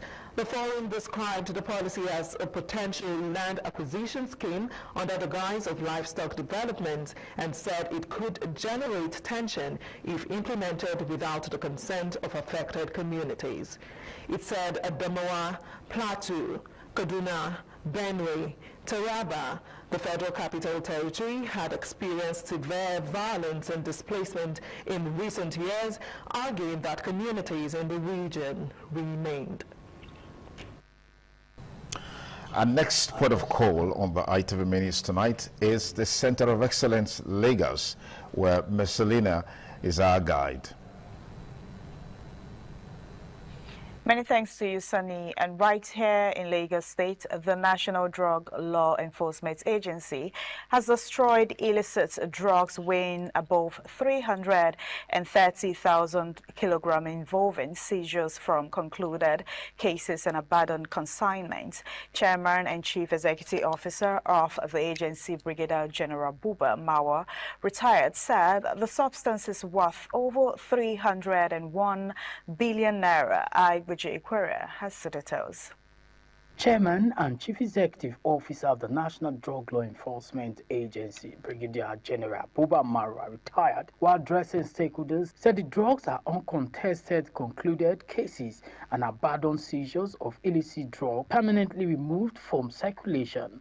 The Chief Executive Officer of the NDLEA said the significance of the destruction is a commitment of his resolve to end drug trafficking across the nation and thanked President Bola Ahmed Tinubu for his continued support in the fight against drug trafficking. We are today publicly destroying a total of 329,865.585 kilograms of assorted narcotic drugs and psychotropic substances. Being consigned to the flames today comprises mainly cocaine, heroin, methamphetamine, cannabis of different strains, especially Canadian loud and skunk, ephedrine, tramadol, codeine syrup, and other opioids. Barrister Saliu Udein, while commending the NDLEA for the fight against drug trafficking, said the state government is ready to support anything that will free the state completely from drug abuse. Lagos State is unwavering in its resolve to confront drug abuse and trafficking. The state commander NDLEA Lima Wali, while recounting the gains of the command under the leadership of the chairman CEO of the agency, General Buba Marwa, retired, said the command will continue to do its best. The NDLEA remains committed to ensuring that seized drugs are permanently removed from circulation and never find their way back to our street and communities. High point of the destruction was the igniting of the drugs with flames. From Lagos, Agbuji Horia, ITV News. And also, the Lagos State Police Command says its personnel arrested a suspected member of a confraternity cult group and recovered one locally made single-barrel pistol in Mushin. The command, in a statement signed by the Public Relations Officer SP Abimbola Adebisi, said the arrest followed credible information on cult-related activities at Ogumokun under Bridge Mushin, where its personnel immediately mobilized a surveillance team to the area and arrested one Shegun Alani.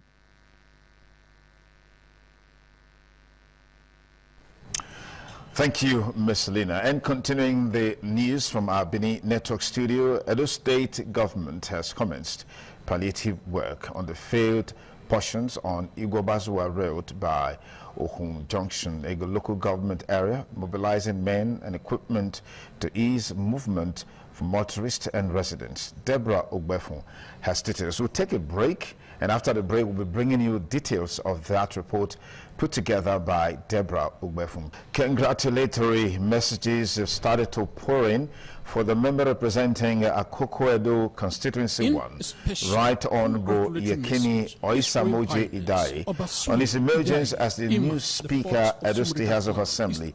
The first of such congratulatory messages is courtesy of His Royal Highness Obasule Idaye, Ima IV of Shomorika Clan Head, Isako East. William Siama has more. In a special congratulatory message, His Royal Highness Obasule Idaye, Ima IV of Shomorika Clan, East Akoko, on behalf of the good people of Shomorika, felicitated Right Honorable Yekini Aisamoje Idaye on his emergence as the Speaker Edo State House of Assembly. His Royal Highness Obasule Idaye, who is a member Edo State Council of Traditional Rulers and Chiefs, said the emergence of Right Honorable Yekini Idaye as Speaker is not merely a change of office, but a compelling affirmation of the confidence reposed in his capacity, experience, temperament, and leadership acumen by his colleagues. The revered traditional ruler stated that Right Honorable Yakini Idaye's journey through the banking sector, his distinguished service as a former commissioner, deputy speaker, and years of engagement, is a seasoned grassroots politician, have furnished him with a rare blend of institutional knowledge, administrative sophistication, and an intimate understanding of the aspirations of his people. His Royal Highness Obasuli Imadifo of Sumureka Clan, East Akoko, says Right Honorable Yakini Idaye's political reach and enduring relationships across the local government area and beyond have positioned him as a bridge builder with the capacity to listen, reconcile, and provide purposeful leadership. From Benin, William Siama, ITV News. Landlords and landladies, as well as other residents of hilltop quarters in Ogbaneki Community, Airport Road, Red Local Government Area for the state, have passionately appealed to the federal, state, and local governments and relevant agencies to intervene and curb an emerging gully threatening the community. The people who took ITV News crew round the quarters also appealed to corporate organizations in the community to, as part of corporate social responsibility, come to their rescue. Mawusa Ugiagbe has details. Some landlords and landladies of hilltop quarters, Ogbaneki Community, Airport Road, Oedo Local Government Area, Edo State, received the news crew at the major entrance into the quarters before leading them through roads which have become unmotorable due to emerging gully and ditches which pose a great threat to the community. Remedial works by the landlords and landladies have not yielded the desired results, as many of them can only access their homes on foot, leaving their vehicles far off. The condition of some of the roads have left them overtaken by tall grasses. According to the landlords and landladies, tenants are relocating from the area due to the emerging gully and bad roads occasioned by flood and erosion, thereby making it difficult to access their homes. They appealed to government at all levels and corporate organizations to assist before they are washed away. The hilltop community is just 7 minutes drive to the airport, 10 minutes drive to Government House. We are host to MPDC and other very important organizations. We appeal to SOPADEC, NDDC, MPDC, the state government, NFPC, and every other body to please come to our aid. The community is completely in a terrible state because of the absence of road.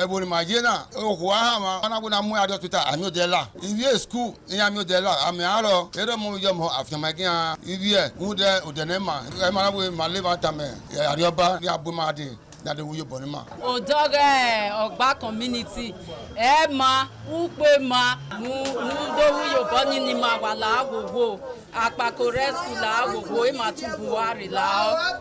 Edo State government, through the Ministry of Environment and its works counterparts, have assured of tackling flooding and rehabilitate roads in the state. Ikmomosa Ugiagbe, ITV News. Family, friends, and associates of Dr. Isaac Imaro gathered at Nature Capital Event Center in Benin City to celebrate their father on the occasion of his 80th birthday. Mercy Osumbo reports that the event was an opportunity to honor the celebrant, not only attaining the milestone of 80, but also a lifetime of cherished memories, meaningful relationships, and remarkable accomplishment. The report is presented by Fosa Wangwe. In the present circumstances, where the life of an average Nigerian is pegged between 50, 56, and 60, celebrating a ripe age of 80 gave the children and family members the opportunity to roll out their drums to celebrate Dr. Isaac Imaro, a man eulogized as a colossus. Guests from far and near converged on the auditorium of Nature Capital Event Center to give honor to whom honor is due and felicitate Dr. Imaro on his 80th birthday anniversary. Friends and well-wishers poured on the octogenarian as he stepped out in an amazing style. And later celebrant expressed gratitude to God for adding another year to his age. He thanked his children for what they have done in appreciating him. I'm well satisfied, and I thank God for whatever situation it places me today. The celebrant's wife expressed her joy for her husband for celebrating 80th birthday. The celebrant's brother described him as a loving brother, while some of the celebrant's children extolled their father as one who has a listening ear. My husband is the best. I am glad to make that decision, marry him. He's a very quiet man. My prayer for him is to live more years. I love my dad so much, and I pray for my dad for a long life, to have a long life for us, and to celebrate 90 years, 100 years, even more. He's a father that is there for all his children, and in fact, he has been very wonderful, just to say the least. He has been very wonderful, and I'm very happy today celebrating his 80 years anniversary. My father is a man of dignity, man with wisdom, respect. Is a man that loves his children and a man that supports the children in every aspect of life. Guests were treated to lavish entertainment. From Benin, Fosa Wangwe, ITV News. Despite recurring cases of vandalism at the special needs section of Iwere Primary School of ITV Road, Benin City, spanning 15 years, the Dastardly Act has not only left parts of the facility in disrepair, but also affected access to education for some pupils with special needs. The school-based management committee and residents are calling for urgent intervention to safeguard the premises. Ofore Aneta has more. With over 15 years, the special needs section of Iwere Primary School has suffered recurring vandalism with roofing sheets, windows, and equipment removed. Chairman of the school-based management committee, Pastor Nosa Obadagboyin, said the situation forced authority to relocate some of the pupils to Salvation Army School located along First East Circular Road. More than 15 years, people have been coming to this school to vandalize the school property, to the extent that the equipments bought by government for the physically challenged pupils, all the equipments were removed, carted away. And then the government was so angry that they had to remove these special pupils to another destination. So if you go to the other side now, the roofing sheets have been removed.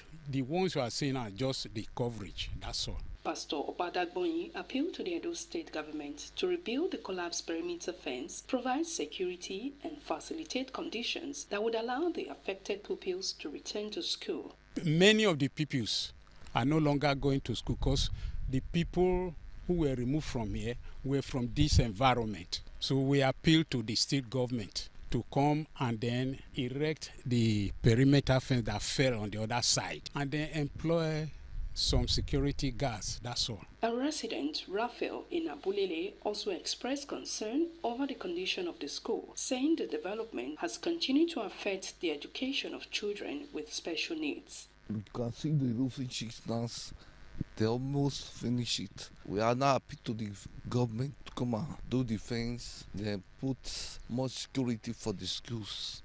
With the damage now exposed, the focus is on restoring the facilities and strengthening security to prevent a recurrence. From Benin, Ofure and Neto, ITV News.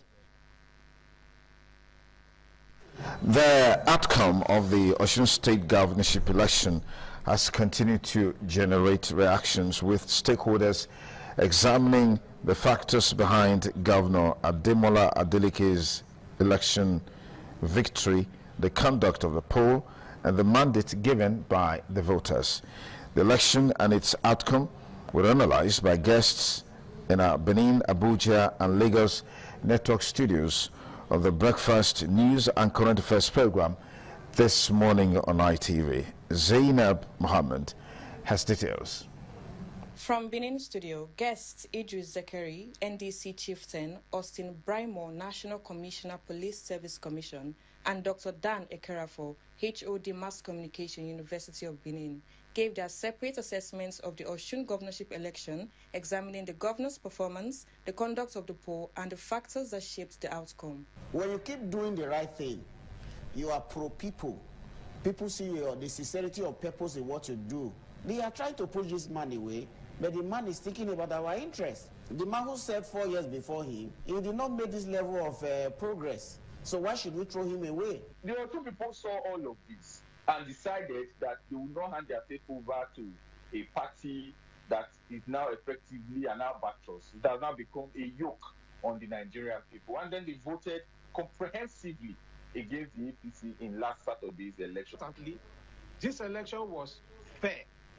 He did well, and then the people had to go with him because we're not going to pin his victory down to one thing. From Abuja studio, public affairs analyst Comrade Gerald Kachi said the outcome showed that the people of Osun stood up to protect their votes, making it difficult for electoral manipulation to take place. 2 days to the election, where they were sharing a cup of garri and rice, because they have weaponized poverty, So I think what we can take from that election is that Nigeria should bottle up. Meanwhile, from Lagos studio, political analyst Tonuwaji attributed Adeleke's victory to his popularity among the people, saying the electorate's support for the governor was reflected in the results. Again, I said, we saw what happened. We saw before now. We saw what happened. Opposition party are still holding on to local government. Maybe now that they won, they may leave it. You saw what EFCC did before the election. But guys stood his ground because the people love him. Zainab Mohammed, ITV News. A former Kaduna State Governor, Nasser El-Rufai, has filed a fresh 10 billion naira suit against the Independent Corrupt Practices and Other Related Offences Commission over the alleged denial of access to his wife and son while in custody. The suit filed at the Federal High Court in Abuja by his lawyer, Ubong Akman, also lists the ICPC chairman and the Attorney General of the Federation as defendants. El-Rufai is asking the court to declare that his fundamental rights remain enforceable despite his detention by the commission. According to the suit, the former governor alleges that the ICPC repeatedly prevented his wife, Aishatu Asabe, and son, Abba El-Rufai, from visiting him.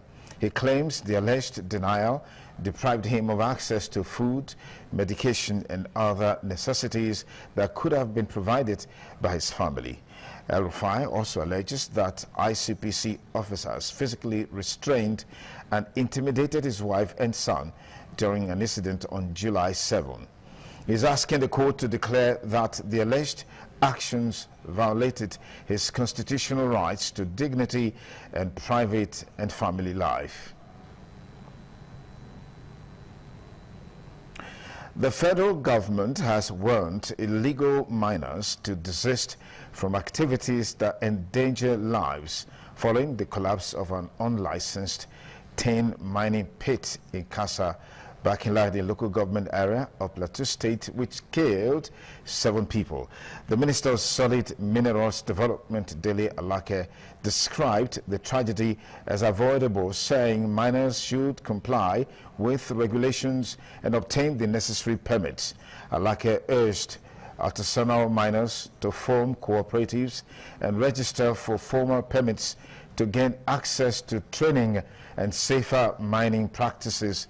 The minister also called for private sector investment to rehabilitate and repurpose thousands of abandoned mining pits across the north.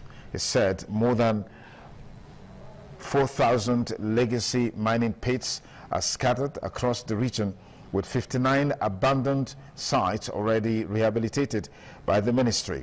According to Alake, the government is seeking partnerships to transform the remaining sites into productive ventures, including fishery, energy, and tourism hubs.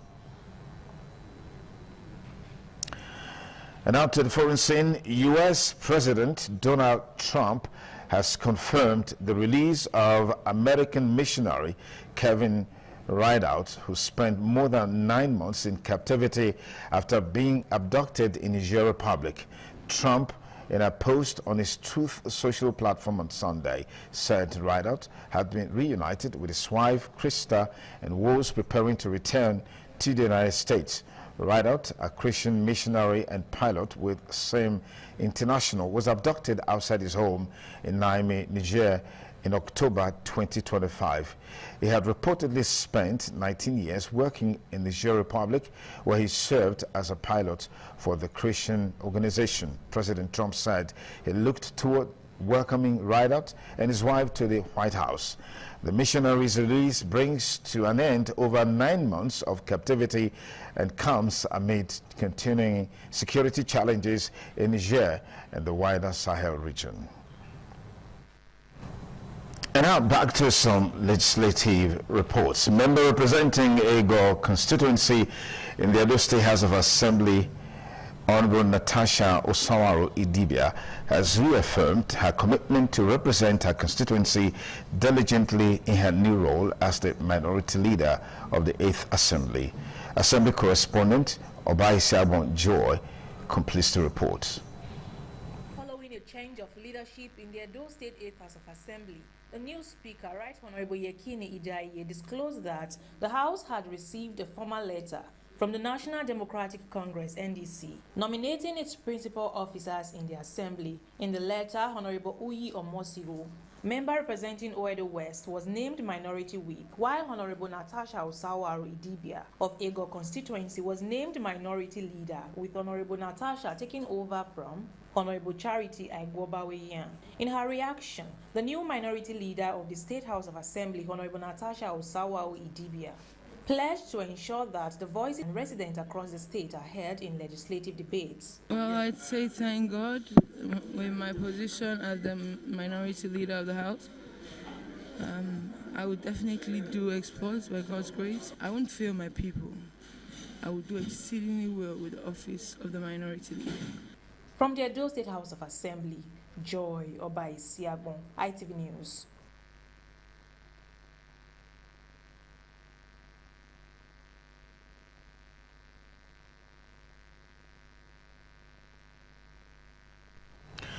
And now talking business, bilateral trade between Nigeria and India rose by 26% to about $9 billion in 2025-2026, up from $7.13 billion recorded the previous year. The growth reflects deepening economic ties between the two countries, with cooperation expanding beyond oil and commodities to manufacturing, healthcare, energy, technology, and job creation. India's High Commissioner to Nigeria, Abhishek Singh, says more than 200 Indian companies currently operate in Nigeria and have created nearly 100,000 jobs. He said Indian businesses are increasingly shifting from an export-driven model to local production, with investments in pharmaceuticals, power, construction, consumer goods, and healthcare. India's Deputy High Commissioner to Nigeria, Vetika Rawat, disclosed that Indian pharmaceutical exports to Nigeria reached $315 million in 2024. On entertainment, opening arguments are expected to begin in the trial of former gang leader Dwan Keffi D. Davis, who is accused of orchestrating the 1996 murder of American rapper Tupac Amaru Shakur. The trial, coming 30 years after the hip-hop star was gunned down in Las Vegas, is expected to last more than a month. Prosecutors allege that Davis ordered the killing and supplied the gun used in the drive-by shooting. Davis, 63, has pleaded not guilty and faces life imprisonment without parole if convicted. Shakur, popularly known as Tupac, was shot on September 7, 1996, shortly after attending a Mike Tyson boxing match in Las Vegas. He died 6 days later at the age of 25. The murder became one of the most prominent unsolved cases in American music history, fueling decades of speculation over who killed the rapper and why. And on the foreign scene, the Ebola outbreak in the Democratic Republic of Congo has become the deadliest in the country's history, with more than 2,300 deaths reported since the outbreak was declared in May. Health authorities say 4,945 confirmed cases have been recorded, including 101 new cases in a single 24-hour period. The virus has spread to 6 of the country's 26 provinces, raising concerns over the rapid pace of transmission. The outbreak is being caused by the Budimbugo strain of Ebola, a rare variant with only 2 previously recorded outbreaks. Unlike the Zaire strain responsible for several major Ebola epidemics, there is currently no approved vaccine specifically for the Budimbugo strain. The United Nations has warned of the severity of the outbreak, with humanitarian officials saying the epidemic was killing approximately 1 person every 13 minutes at its peak. Efforts are underway to contain the virus, with the World Health Organization targeting a significant reduction in transmission within 3 months.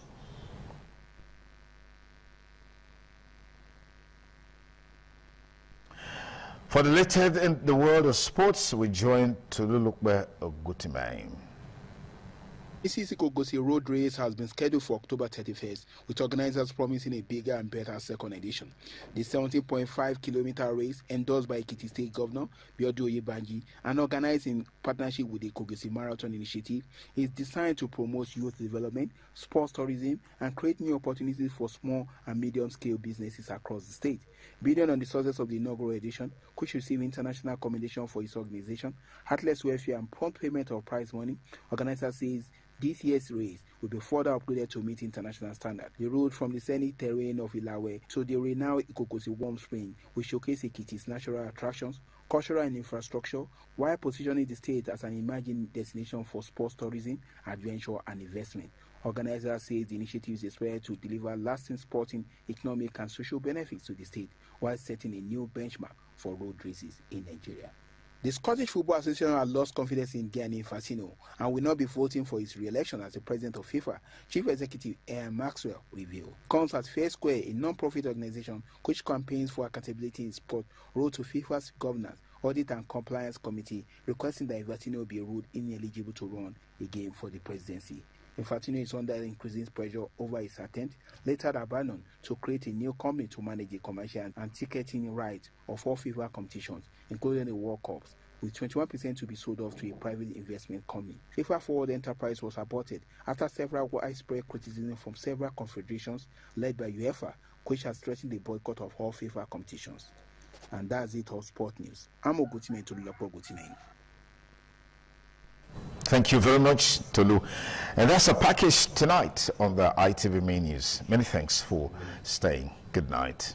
ITV, certainly the best.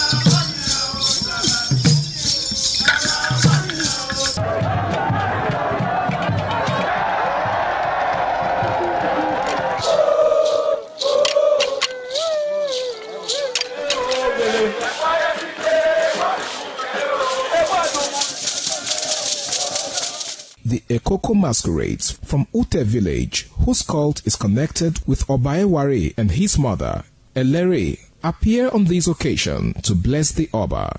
Ekoko is a ritual masquerade that dances to please the guests and the Oba.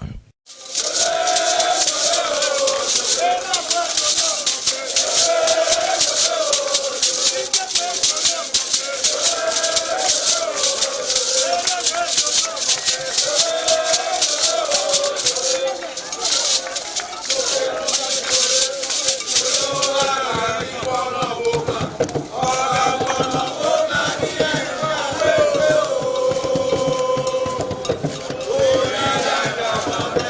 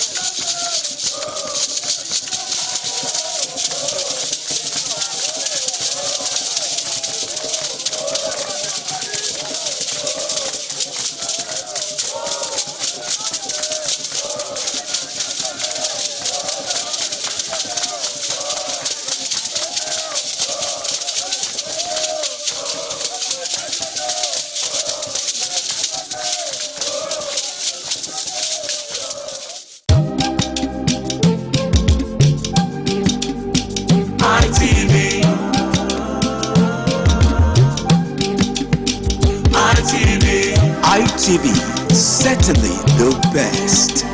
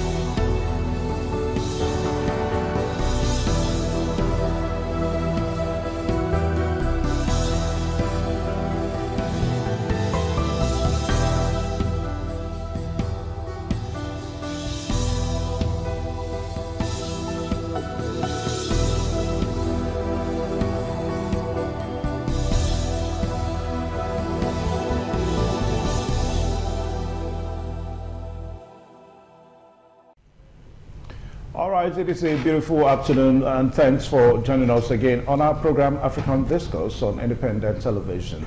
My name is Evan Sunokuge. Well, today on the program African Discourse, we may not be doing the regular political talk shows and talking about leaders in Africa and all that, but we're going to have a little digression to talk about petroleum in Africa and even in West Africa.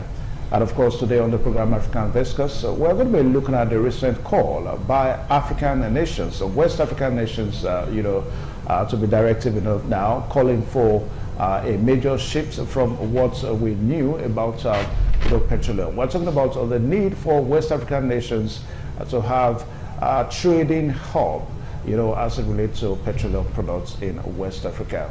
And of course, to be our guests on the program today is somebody that knows his audience when it comes to petroleum issues, when it comes to energy issues in Nigeria, and of course, when it comes to distribution chain mechanism as far as petroleum products are concerned in Nigeria, and of course, even in Africa. Anyway, let's quickly take a short pause before we bring our guest in so that we can start the discussion proper. We'll be right back. Please stay tuned.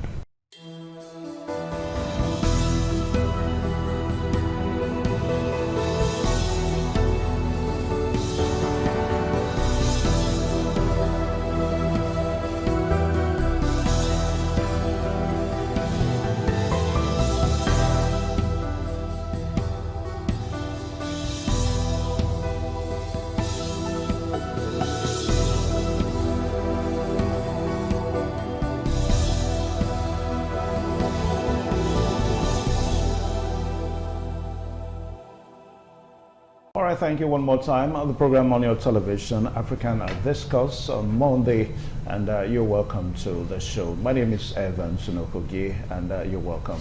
Well, I told you that we're going to be looking at something different, unlike our regular talk shows, our regular topics on this program, where we'll talk about political issues and the need for African leaders to set up with leadership in other continents. Well, somehow we may also be digressing a bit into that today, because what we are looking at today is something that has to do with,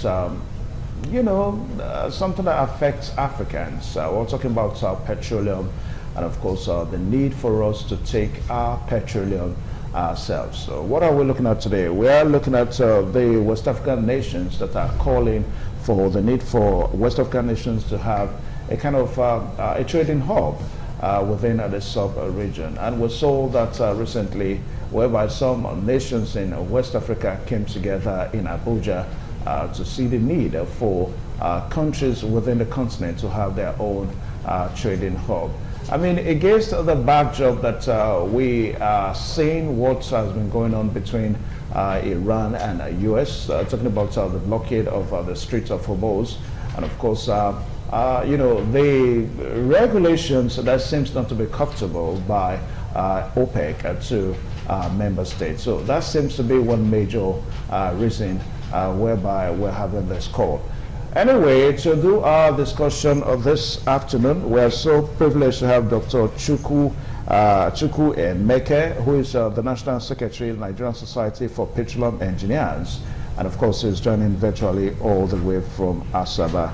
And Dr. Chukwu Emeke is also a board member of SPE, that's Society of Petroleum Engineers, Lagos section. Doctor, you're welcome to the program African Discourse. Thank you, Vincent. Good afternoon all. Please confirm you can hear me. Okay, yeah, well, I can hear you loud and clear. You're welcome to the show.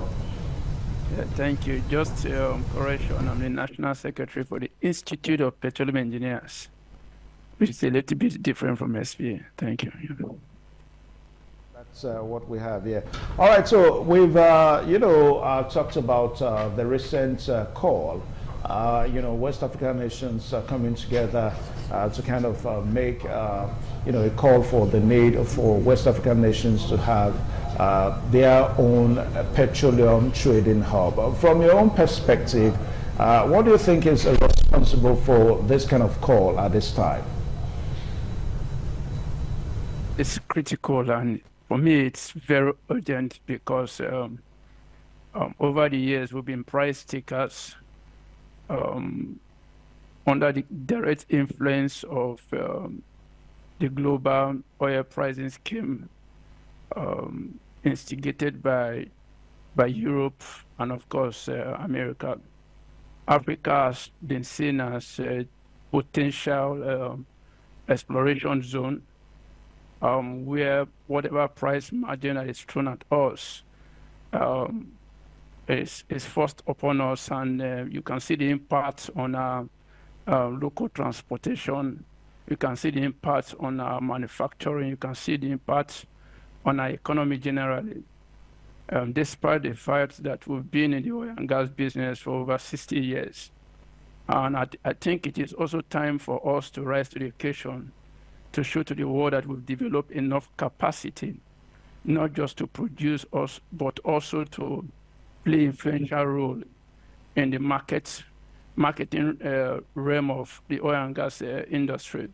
Take, for example, before Dangote came into the space with the largest refinery, we've always relied on imported fuel, but now we've become a strong regional hub exporting even petroleum products to Europe.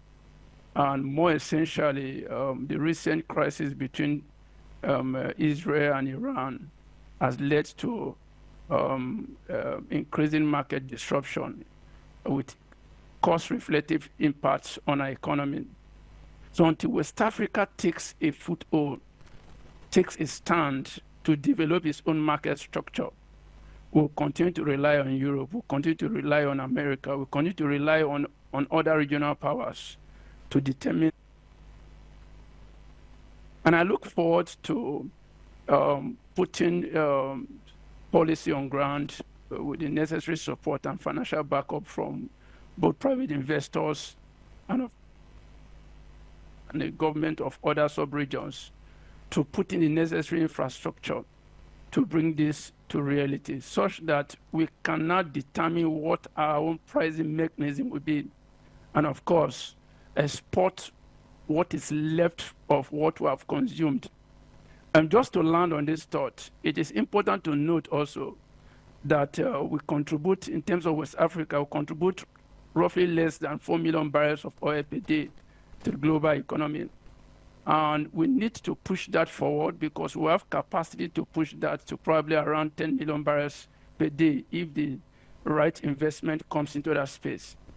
It is also worthy to note that with Dangote playing in that role, we will continue to determine what the finished product is going to look like, both within the African sub-region and the globe at large. And it's going to be an interesting time for every one of us. Very soon, we should be able to also determine our manufacturing destiny with less cost of energy within the African sub-region, less dependency on what comes in from Europe and America, and then we'll now begin to see some kind of internal economic boom with less reliance on imported products. Thank you.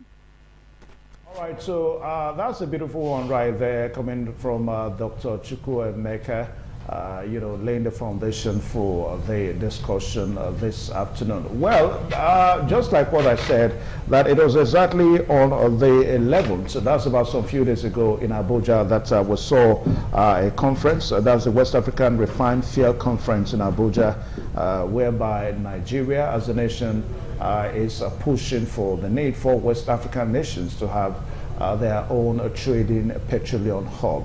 Now, Doctor, tell us, because some persons have the opinion that perhaps Nigeria may not be the country that ought to be, calling for this trading hub at this time. I mean, our petroleum production seems to have reduced. So take, for example, we understand that we produce a little above 650,000 barrel per day. That's what we have here. So is it right? Nigeria may be the giants of Africa, the giants of West Africa too. But do you think Nigeria is in the right position to be calling for this kind of trading hub at this time?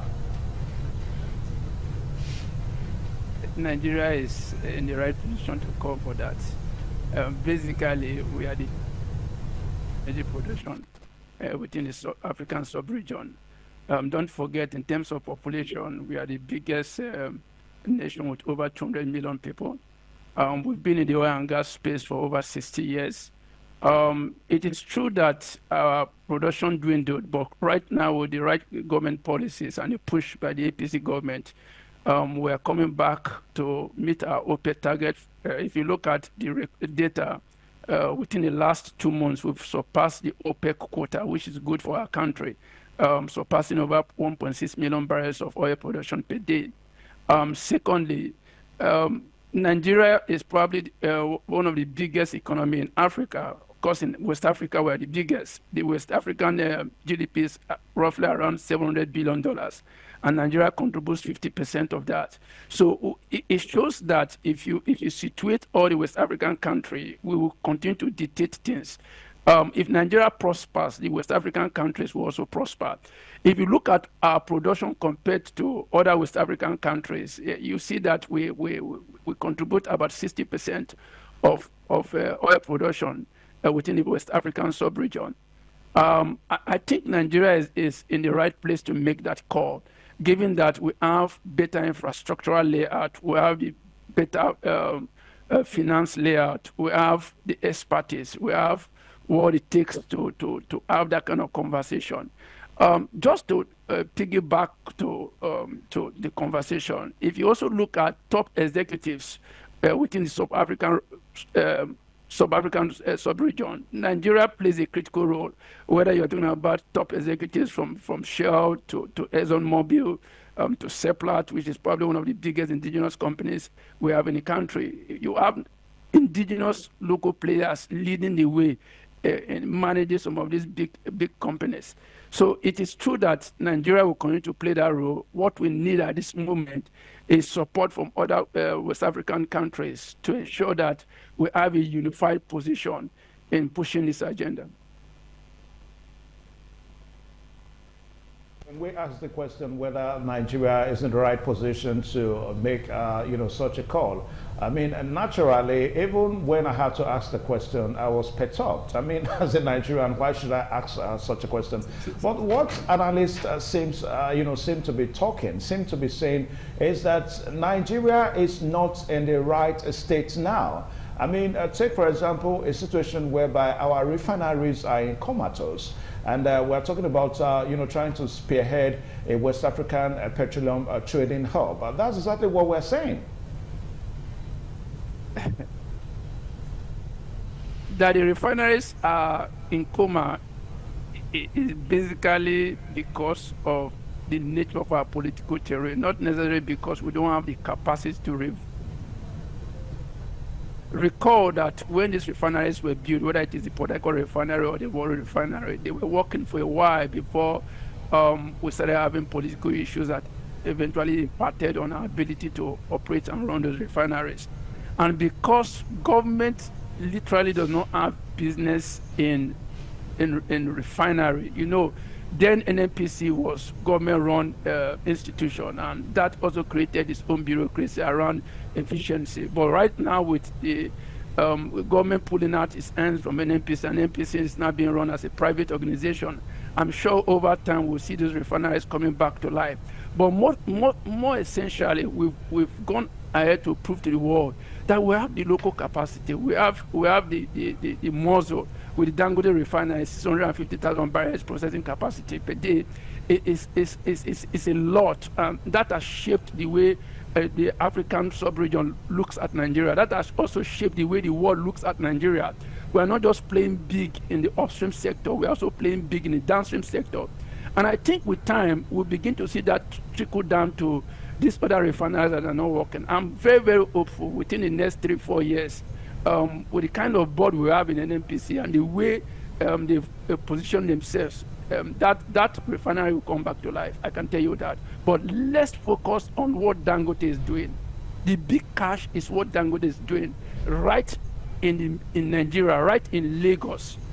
Look at how that is shaping the way the downstream sector is being run. Look at the way we're able to distribute finished product to other West African market and of course to Europe. That should be the focus for me. Thank you.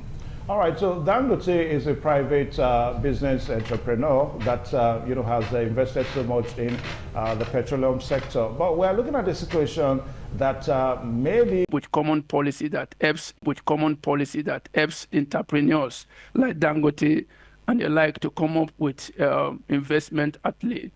I think we have enough capacity domicile within West African sub-region to invest in this energy sector. Recall also that Dangote is also making an inroad to Kenya within the East African bloc. What that tells me is that we have enough capacity in-house. BOA also is also making an inroad. If the West African sub-region can create the enabling environment from Nigeria to Togo, to Cote d'Ivoire, to Sierra Leone, to all the way down to Mauritius, I can tell you that we will be able to sufficiently satisfy the demand for finished product within the West African sub-region, of course, move on to the entire African sub-region. And who knows, also satisfy demands to Europe, because Europe is pushing strongly and aggressively towards renewables. Until they attend to that level, they will continue to rely on finished product that's going to come from the Middle East and Africa. And Africa is well positioned to also meet those demands. All right, so let us look at the economic stability of some nations, and then again we may also have to bring the economic stability of Nigeria on board. Now, before this time, we understand that Ghana has also pushed for this kind of situation, but right now Nigeria seems to be spearheading it. So don't you think eventually, if we eventually have it, I mean, if we have the petroleum trading hub within West African nations, now if we take the economies of these West African nations side by side, our own country, our economy is not palatable, Doctor. Again, in terms, Ghana is a very it's a small country. So if we look at the entire Ghana country, we're talking about dense population, maybe Lagos. So Nigeria, given its strength, will continue to play that role. We know Ghana knows that we are their big brother, right? And in terms of energy sufficiency, we are able to meet the West African demand as we ramp up production. And of course, with Dangote refinery coming to play, like I said, we can meet both the West African demand and of course extend to Europe. But more importantly, if you say in terms of GDP per capita, yes, our GDP per capita is probably around $8,800. Compared to Ghana, they are doing a little bit better because they have a smaller population. But in terms of our capacity, in-house capacity, like I told you earlier on, if you look at the top executives around the oil and gas industry, not just in Nigeria, you see Nigerians playing critical role, leading some of these heavyweight companies to ensure that there's energy sufficiency.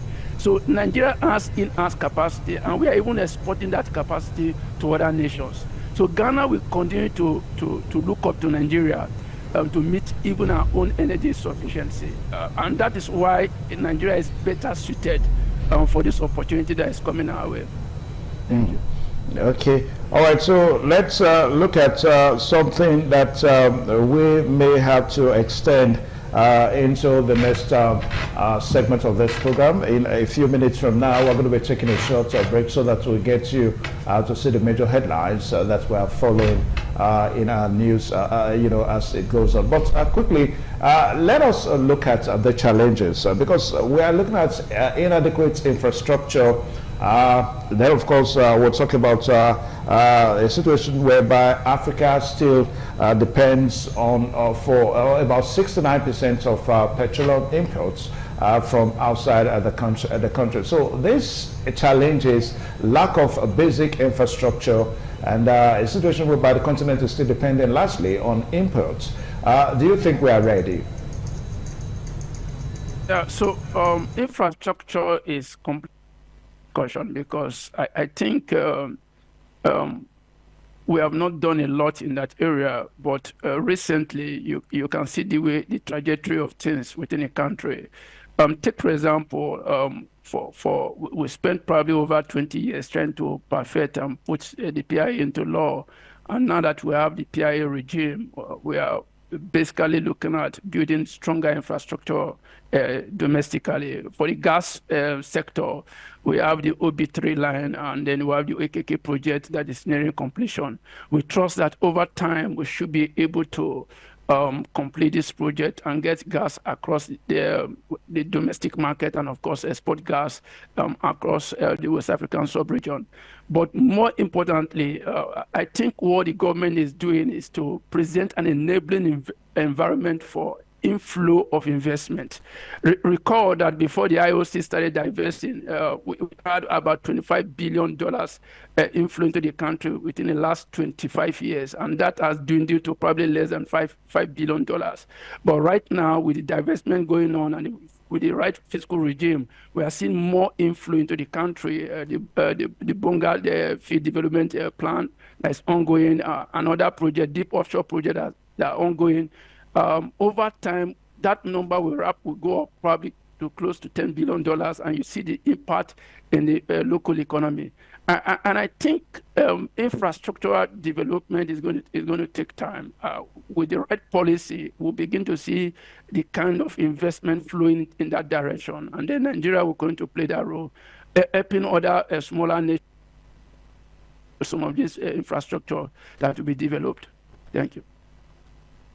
All right, so the program Still African Discourse on Independent Television, and we are looking at the call for African nations and West African nations, to precise now, the call and the need for them to have their own trading hub in petroleum products. I mean, a situation whereby OPEC seems to be in charge of everything, to the extent that OPEC sets the benchmark of price in petroleum products, for African nations. So African nations are calling for their own trading hub this time, so that they can actually control petroleum, as it were, within the sub-region. We'll take a short breakdown. When we return, we're also going to be having our guest on the program today, Dr. Chukwuemeka, who is a special guest on the program today in terms of the contributions that he's making on the show today. He's the National Secretary of the Nigerian Society of Petroleum Engineers, and is joining virtually all the way from Asaba this afternoon. We'll be right back. Please stay tuned.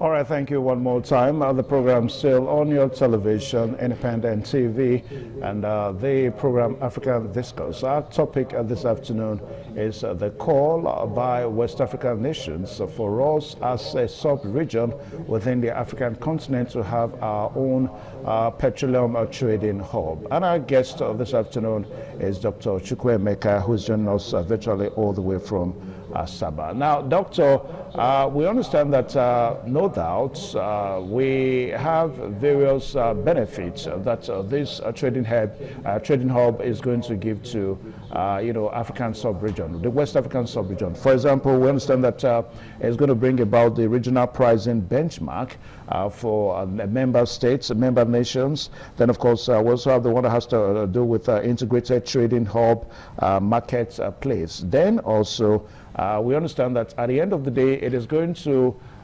improve petroleum infrastructure. It is going to build on them.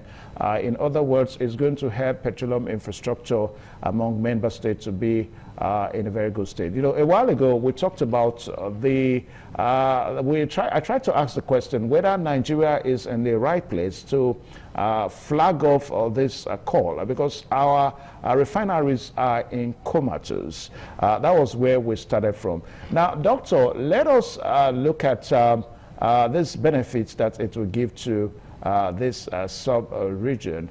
Do you think, because this whole thing, there's no way leadership cannot be brought into it. You know, there's no way you can do these things without bringing leadership and all that. Now, let us digress a little bit into leadership. Now, take, for example, our own country, Nigeria. I mean, we are on the verge of another election by next year.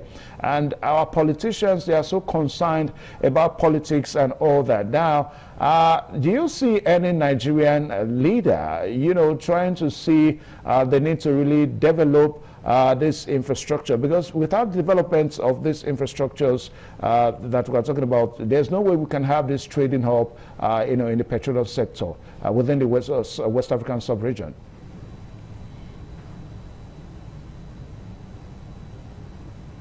Yeah, unfortunately, the Nigerian economy is deeply political sensitive, and I think what we need to do is to diverge or completely remove economic outlay from the political sensitivities, where leaders, whether it is the president or the governor, determine the economic lifespan of the nation is not attainable in this age. We should be able to have an economic roadmap that is self-sustainable. So, for example, you have a solid fiscal regime like the PIA. If we had passed that PIA say some 20 years ago, probably the story would have been different.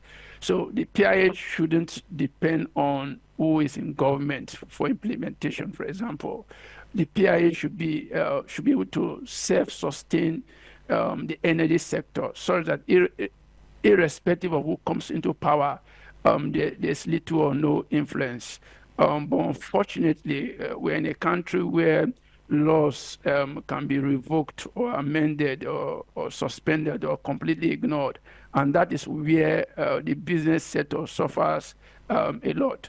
But I see something different with the current government. Take, for example, the NNPC that is now having its own board, that is being run as a private entity, is making a strong statement to the sector. We also see little or less interference with the current government in what what the market is. I think that is something that we need to build on. So successive governments must focus on governing and allow the economy to thrive. Economy that is built around institutions is what we hope to see going forward. That is what self-sustains an economy. We as a people also must rally around, and I love this conversation. We must bring to bear some of the silent issues that probably government take for granted. For instance, we must focus attention now on building the right infrastructural backbone to support the oil and gas development in Nigeria, especially in the age of energy transition. More essentially, I have a strong sentiment towards gas because Nigeria is a gas province with sprinkle of oil. We focus so much on oil at the expense of gas. The only way Nigeria can attain prosperity and have energy sustenance into the future is by developing its massive gas assets. Over 200 trillion scf of gas proven, and over 600 trillion scf of gas that is in for the taking. So you see that we need to be in a hurry to get this asset moving, attracting the right set of investment, building enough financial capacity, strengthening our banking systems, creating an enabling environment to attract investment into the country. And that should be the role of government.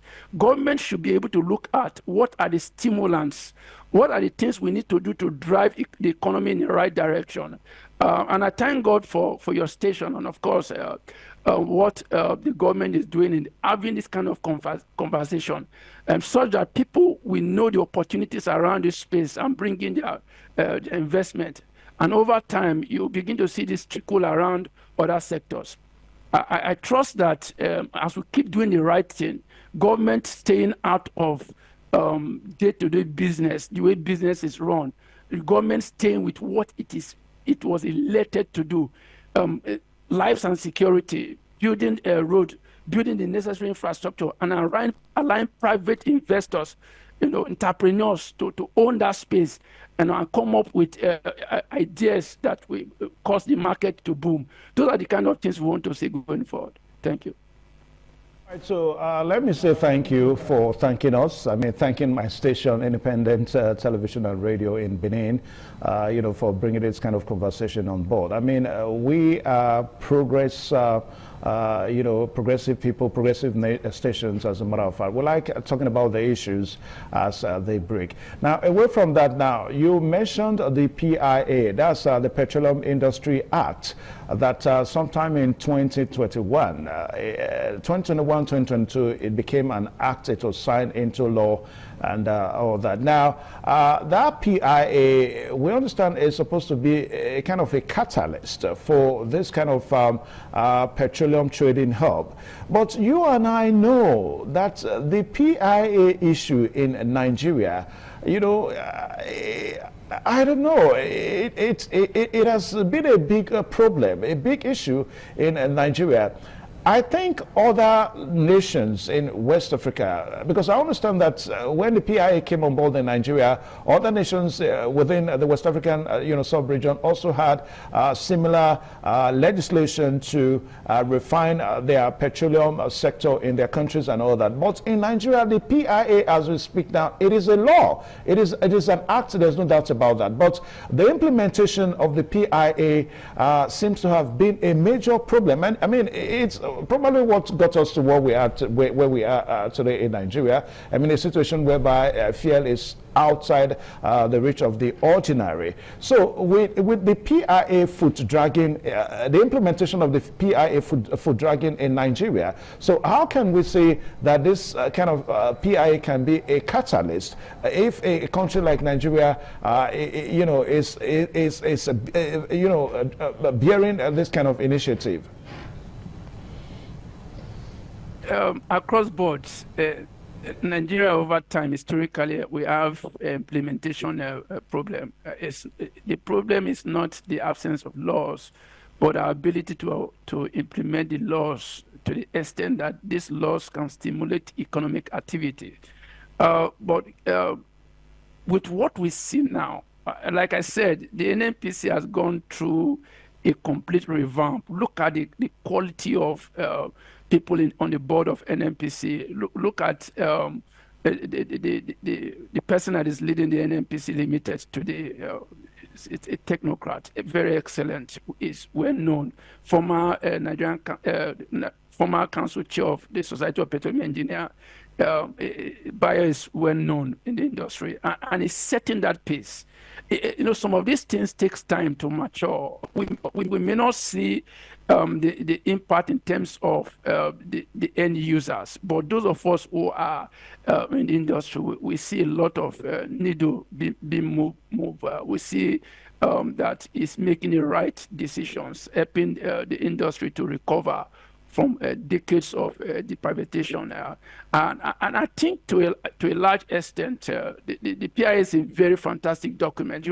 Like you rightly said, other nations are coming to even understand the framework and probably take a clue back to their country to implement. With time, we will see the regulators owning that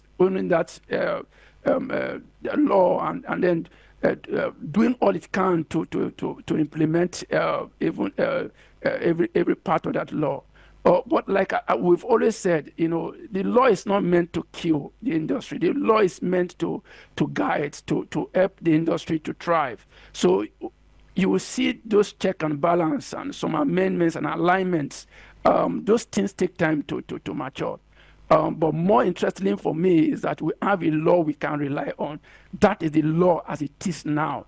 And I think the market has reacted rightly. You see the IOC's divestment. You see how the locals are picking up some of these assets. And you see what they are doing. Seplat, for example, is a case study. Look at the kind of inroad Seplat is making. Massive. Probably one of the biggest indigenous company we have in the country. It's listed both in Nigerian Stock Exchange and London Stock Exchange.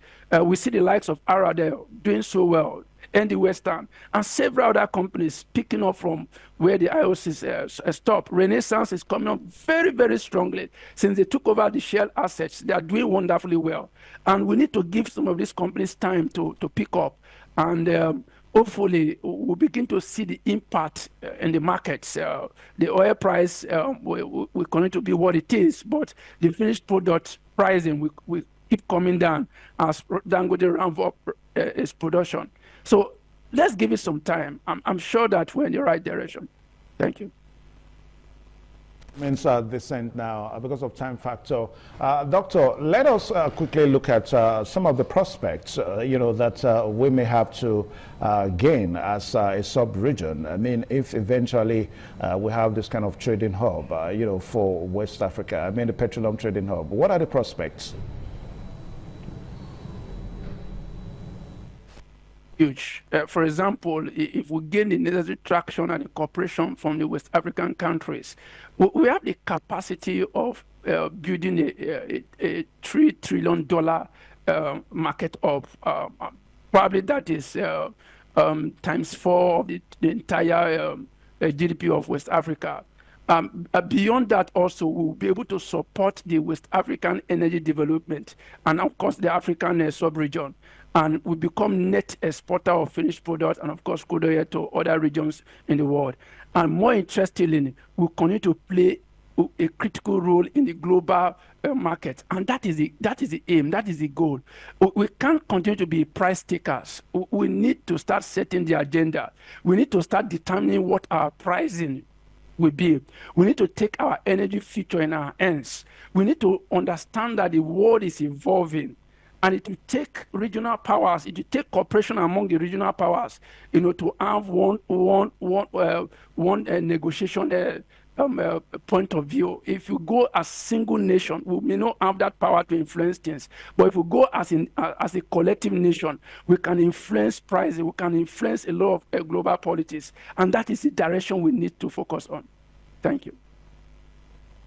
Then again, there's no way we will not bring leadership issues into all this conversation because some of the challenges that we see, that may emanate with this kind of initiative is when we begin to have wrong persons in leadership in Africa. And that seems to be a major problem within the sub-region.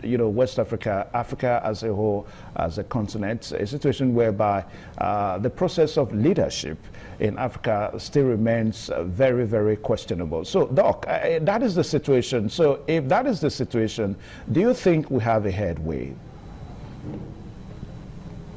Power is in the hands of the followers. And if we have the right, it will produce the right leaders. And what we've seen over time is that leaders seems to have a cabal where the elites determine the political future of any nation. But with this age, with the age of social media, with this Gen Z age, things are going to change. We cannot continue to rely on the old horse to determine the political future of the new generation. I can tell you that the future of Africa looks very positive, and we've seen the impacts across the globe.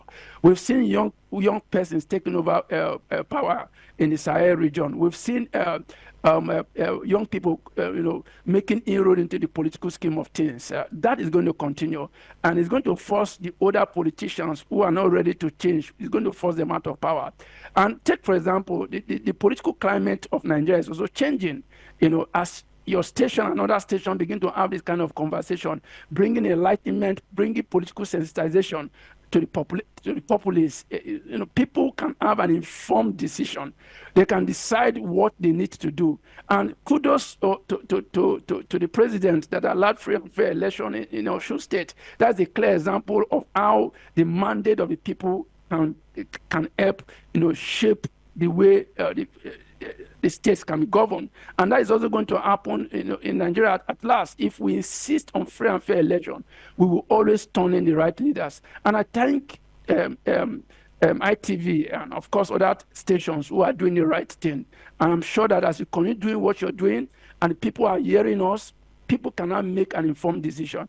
And then over time, we can start electing the right leaders, not just in Nigeria, but across the African state. Thank you.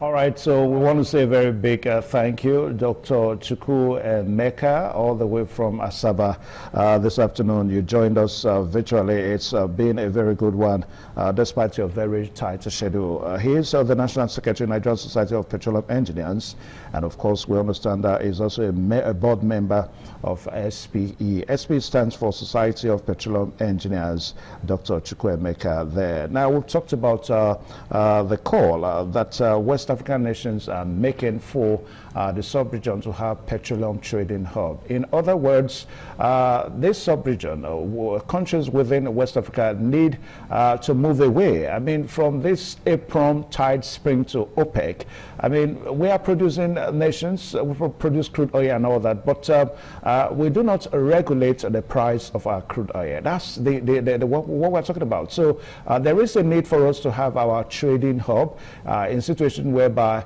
it will now make us to peg our benchmark price and also do other things that we help us to enhance our petroleum productivity in the country. But one problem that seems to be a major issue is the issue of leadership. And we talked about the need for us to improve our infrastructure as it relates to the petroleum sector and all that. Take, for example, Nigeria. As we speak now, our refineries are in comatose. So that's just the truth. It only took the effort of the president about a few days ago, 2 days ago to precise, that he has reassured Nigerians that the refineries will be built. And that has been a major thing. I mean, we've had successive government comes in and government goes out. They tell us that they rebuild, our refineries. The big question that Nigerians are asking is when our refineries are going to be eventually built. And Nigeria seems to be one major country in West Africa that seems to be facing this problem. If you go to Ghana, I think their refineries are in top-notch. You go to other nations in West Africa, their refineries are in top-notch. So there's no way we can have a trading petroleum hub when our refineries are not in order. That's just the basis of what we're saying. So we'll leave the conversation here today so that same time next week, by the special grace of God, we should be able to bring another guest and with another topic so that we can do the program together. My name is Evan Sunokugi, and a very big thank you to our guest, Dr. Chukwu Emeka, all the way from Asaba, for joining us. A very big thank you, Doc. Thank you. Okay. All right, now, so we'll take a short, we'll just pause the program here until same time next week. Goodbye, and God bless you.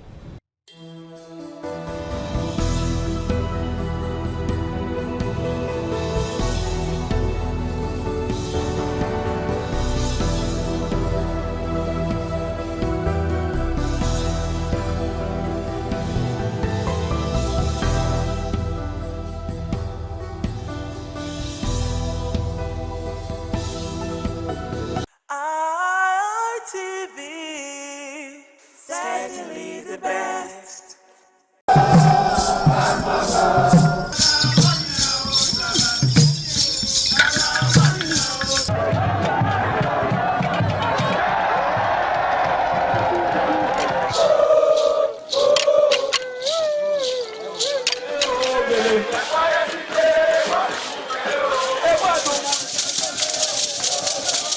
The new Edion expressed excitement as he danced and rejoiced before the Esama of Benin, Sir Chief Dr. Gabriel Osawari Igbinedion, who also joined in the dance.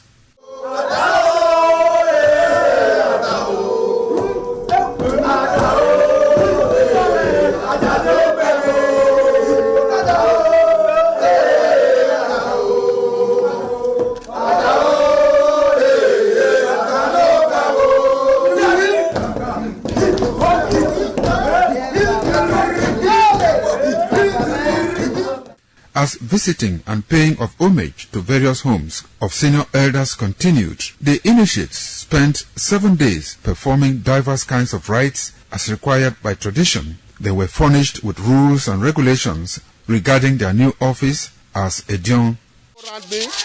That I grew up in this community to the point that they have now also chosen me as an elder in this community.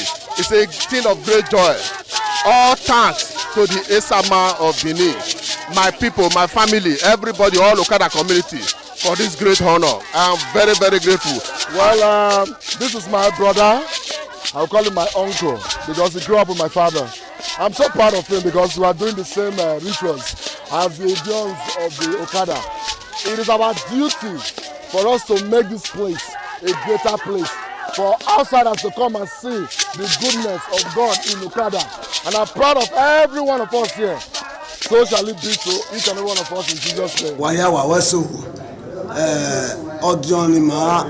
Okada zima Esama zima dion Bona zima dion Obala zima dion Malawe Mahari Esama dion na Nimado Pom Esama Nimado Beken Esama Emana dio Warena Esama Magbeken Osaba Obuyo Bitone no get Tony Maga not Yami Magame Manido Beken na Ima Yafe Ima Ato Ima Agmo Arokbai Wuduri Ima Adia Wogene all the Tiagmoyano Emi Magame and just question on me in this summer in our father's house in respect of our initiation to elders Edion level. As tradition demands, we are here today to come and also pay our homage to him, for him to also pray for long life and prosperity. The climax after 7 days was paying of homage again to the Edion way, where he gave the initiates the full rights to function and to henceforth participate in meetings with Edion. It will go down in the history and minds of Okada community, Ovia people, Edo State, and Nigeria in general. The ambience, style, and the colorful ceremony associated with the 2025 initiation into the Edion Council of former Governor of Edo State, Chief Lucky Nosakari Igbinedion, his brothers Bright Ayamakwe Igbinedion, Honorable Charles Osenwige Igbinedion, Peter Osawari Igbinedion, Dr. Fred Osanwi Igbinedion, Barrister Mike Osane Igbinedion, Executive Director Operations, ITV and Radio, Chief Elder Gwede Onwonse, Honorable Efosa Douglas Igbinedion, Ukponwa Igbinedion, Osawe Igbinedion, Edosa Igbinedion, Dr. Daniel Omorige Igbinedion, as well as Agbong Steve Igbinedion, among other sons of Okada.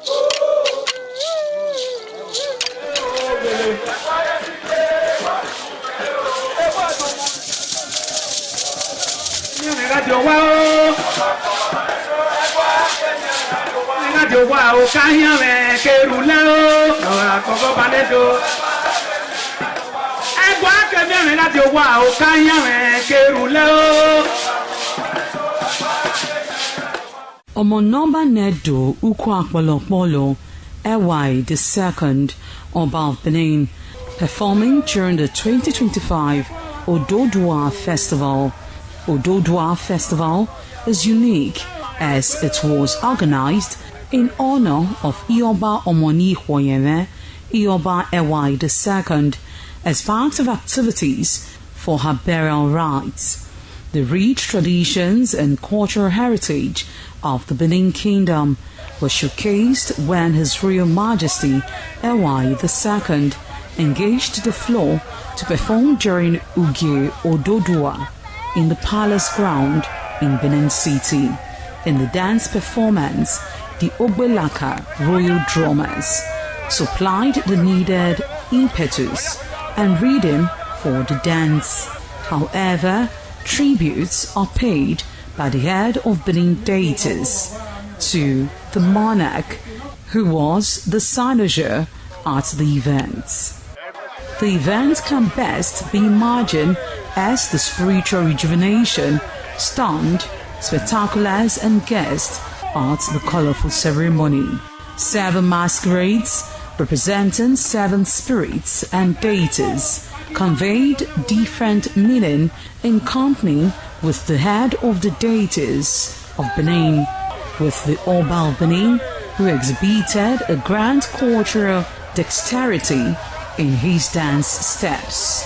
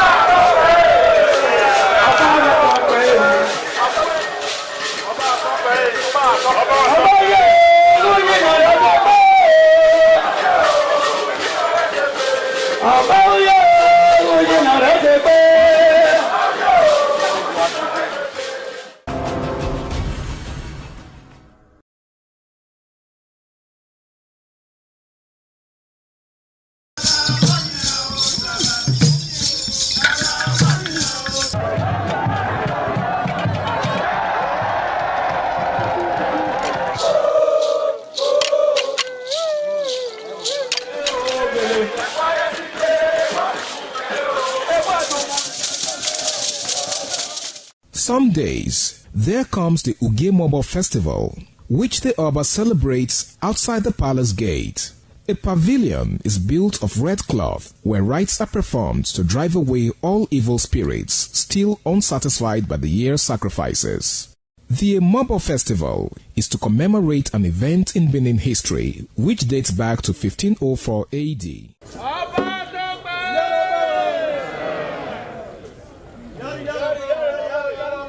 Yari yari, Oba Tope. Yari yari.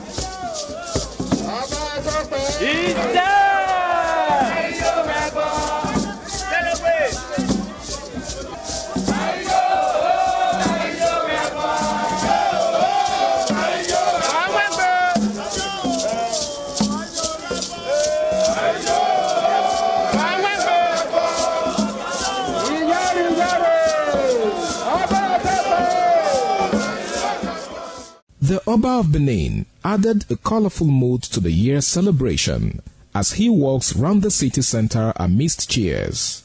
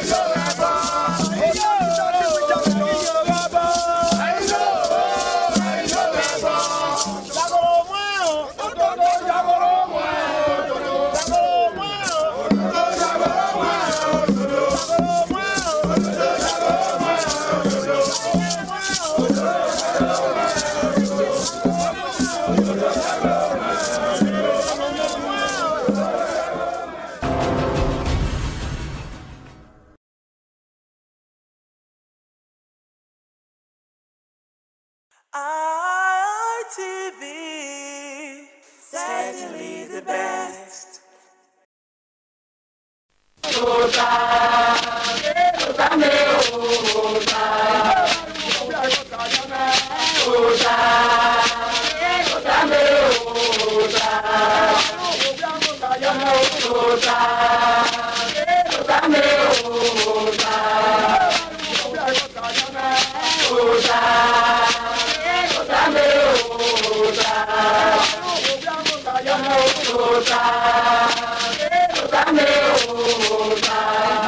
Waya bota now.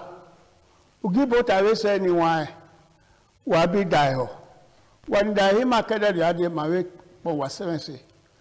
Ke wa so no we zadia we team awe. Even ma wata ni o wa we de yo. O saloba no ri again ni ma ya fe. Ibota wuna we politics. Wuna ugi na ya temata. Ma ya le ruye do me no keke no o ya ye. Ibota hin. O haredo, areoredo, evinori dekan, ohare uma keya o bota ma rugenede egeni ege na yena eni wa ye ba ne ariye aruya ne aiviemo atuha maya oha ata bota e ma yewe ta na ni wa edere na nya eni ma gwa kan oko age igiogbe ewi na igiogbe wedo oke de kan okuna ga esoro ma yunu ikani wa ona ogun egwan ye na ore wa na o te Victor Ibizugbo obokan ye baba bota aduna wa de na uzomo kwala jawi ye wa bitota wa bere na ge ka wa wa ka bo gbe hokoto wa do he ma kan agbon na hu da na te mo no manya me ari nu na ri e ke na tai mo na ya wi ni yori e wuku owa he me nwa bo wa yo pin o na la ho wo emi na agbon na we ga ho ya wi ni hu da uvun ko bo ma gun oru mo pa ma wo ri ekesu ge wa wa hu la ba no kun emi yo to owo se o ma ri o pale le gbe na ri e wuku wewe o to awa rugba ma o sa gba ru du we si oge ode itore oba atokpe ise ni wa ya iwadan he matana ugi bota no me no be gwana ore o sayo wa bo o se mi ge ero no ri edo ba yo ka ore do ya fe ina be o kagbe ori yo ya worldwide o saro gba ola wo no gumento no le duwa no da hime mana meto ni wa zero time ba emi giogbe oyesu fun awoto ezo bu no yere court ba me giogbe igbina yero ni ara gwo igbo are mo ni ase oku ayo to eri no sofa yare opa ye pase ama ugwe no ri ewuku era ya se me bo wa ye moto zero salbo hai no uku na ga o me no ye bedo o teme bo uku na ga edo owa o ma na to so na wese o mo so esu lapa mami ewe owo no bie o ma wu to fi ya hu da we de agbo ya wo do pa agbon re garo ana te we no ma wu e o dari abeyi owo na gba ona ya ha ewe wo nwini nwina sa bo age ni ba gbon mi no yo boru no wu yo to e mo no se ai owe ugbo ni ro ma gbe ebon wa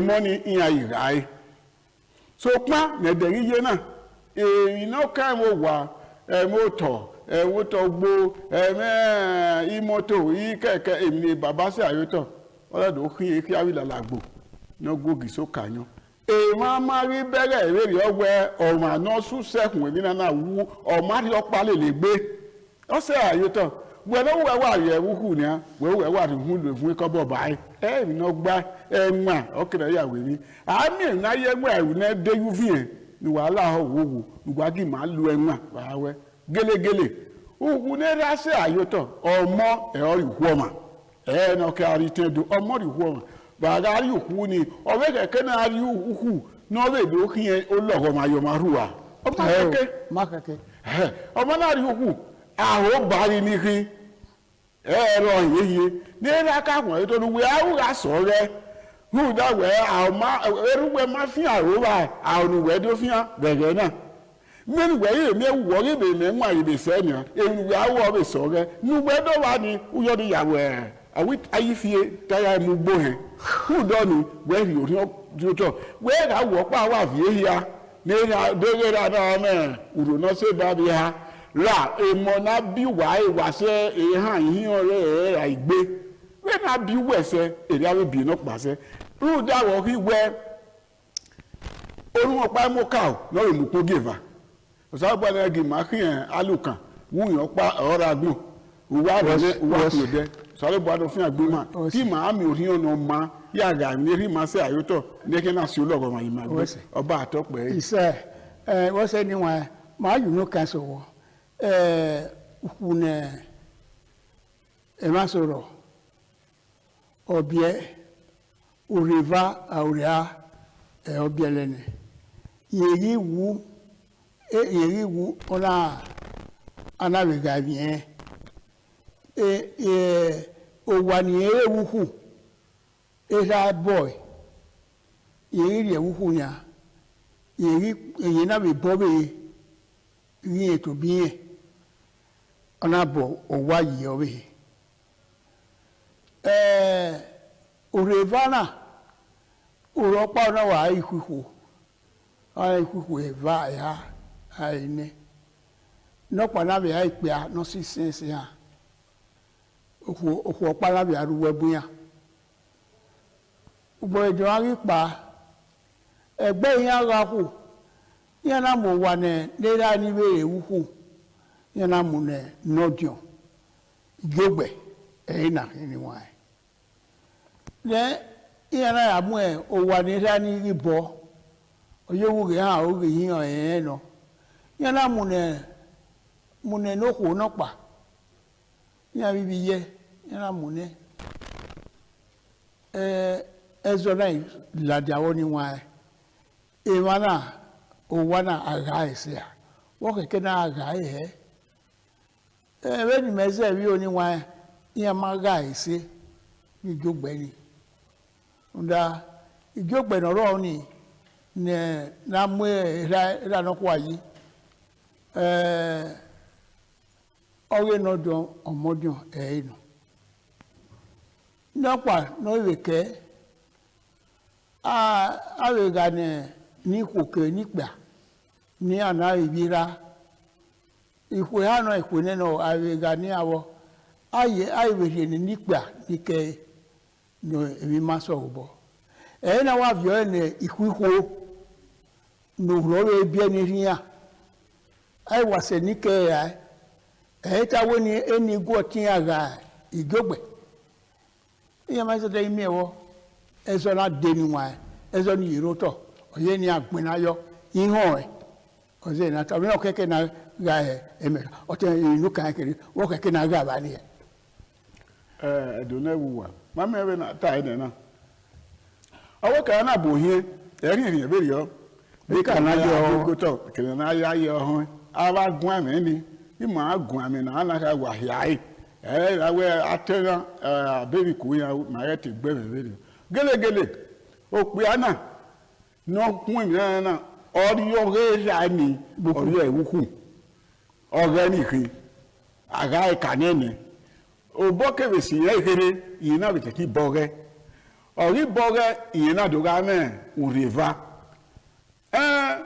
ni e bo mi ana fi ane manike na ga ni organic oni wa gu ene oni virus me na ado we gbe ra ni ewu ne I ga ni organic wa kin ni e bo na de wu we gbe no we ne no we han no yen ga ri e bo o wa ne na we wa be ye mi wi mo gba we mu na nu da wo pala mo na wo pa mo na ya fefe we ma mu hu ta gun ya o na ri e bo o ti e ti o ni ke na ure me ke na ga ru wepo yo na wa who we vana we vio no zeka a grace who we vana we vio o ti o ni ere me no be pe akra no be o ko woge abiri ahi ni iye ya be me kere wo ne ge na wa gbi ho we emi ni to boy ye o boy ni ra wi to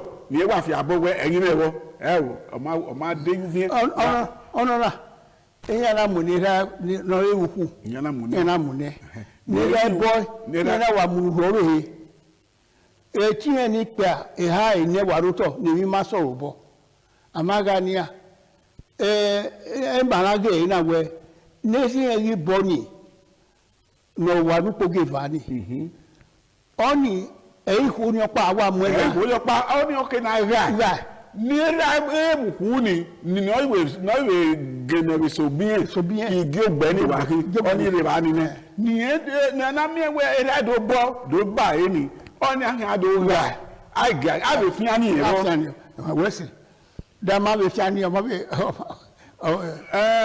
me ma fi ani o do ye be oku era imari bo e so pa ne era e ri ri wa e wa da e matana ọwọ́ èmi rọ̀ ní àwọn àwẹ̀ kan yìí ọwọ́ ayé o yóò wà lé o àwọn ọmọ ọ̀rọ̀ pọ̀ ogé yìí o àlè òkò àlè o yóò wà lé o àwọn ọmọ ọ̀rọ̀ pọ̀ ogé yìí o àlè o yóò wà lé o àwọn ọmọ ọ̀rọ̀ pọ̀ ogé yìí o àlè yóò wà lé o ọmọ ànàmọ́ ọ̀pọ̀n òjẹ́ yóò ọ̀nàmọ́ ìmàyà nẹ́rù ọ̀nàmọ́ ìmàyà fẹ́ ọmọ àrùwà yàfẹ́ wà nídà yìí mà náà ọmọ pẹ́ ọmọ mọ́kòrò ìyàn adé àrùwà ìwẹ̀ àbètọ́ wà yàtọ̀ ẹ̀dùnú pẹ́ o rí náà gẹ̀ nọ́wé ṣẹ́zọ́rì ní àwẹ́yé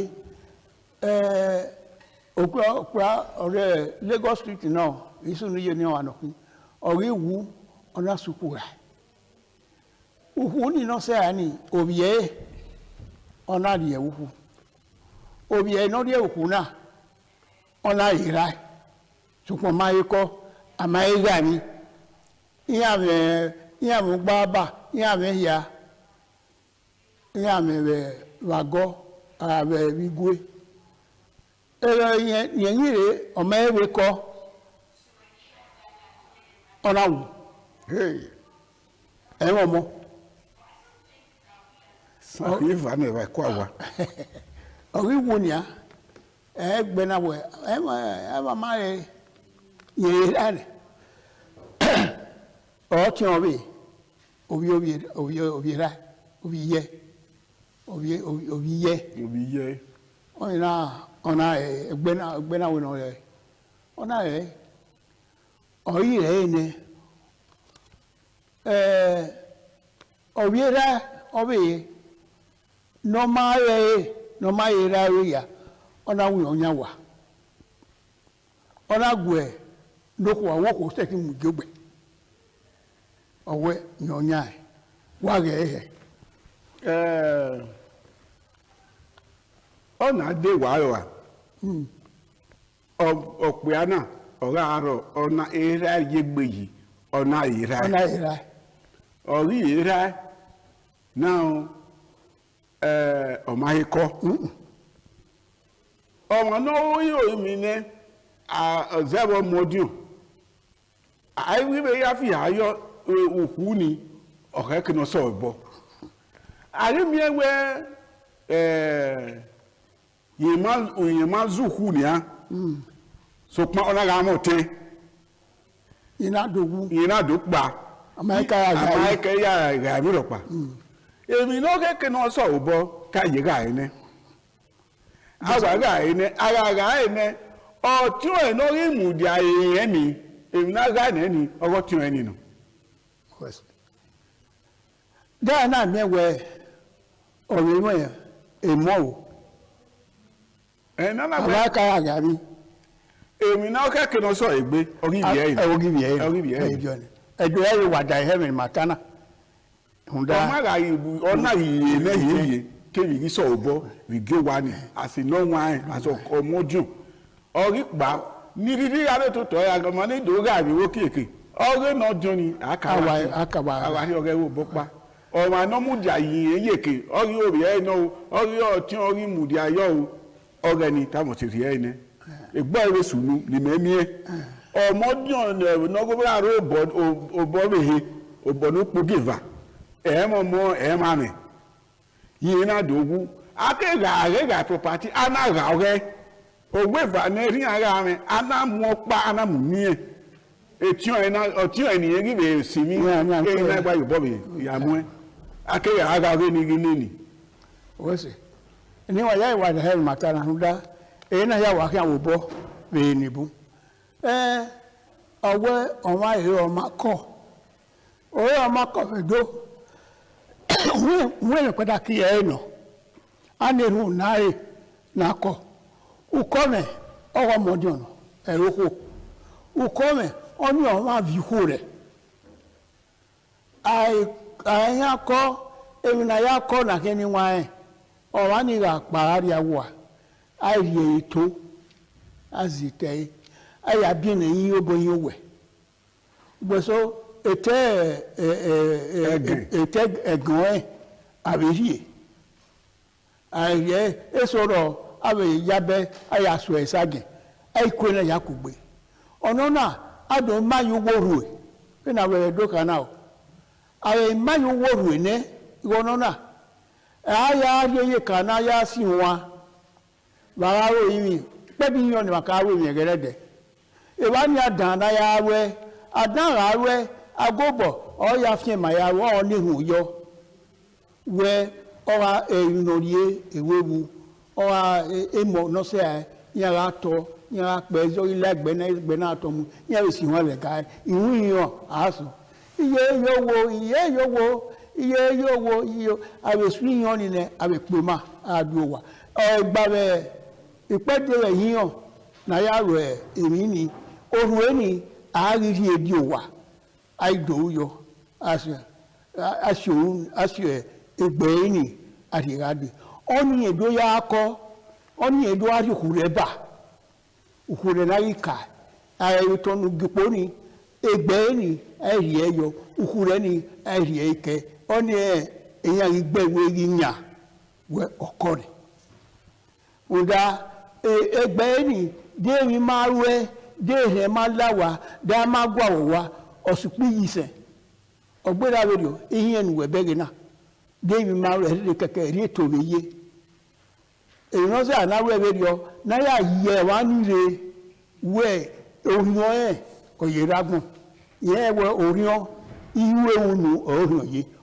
iwe unu onye orion le o ma ra wu orion ri pa iwe re o pa unu re onye spirit ni ma bege ni ma bege orion ni ma be hion ina we bege be to deku yin ona o wege ewe na ya yon òfin no genu sarubo ya iye oni aye we ga ba aweri iro ni wa oni we ne ukome ye ekara o be we ro ge egbe ni makata ba eri awu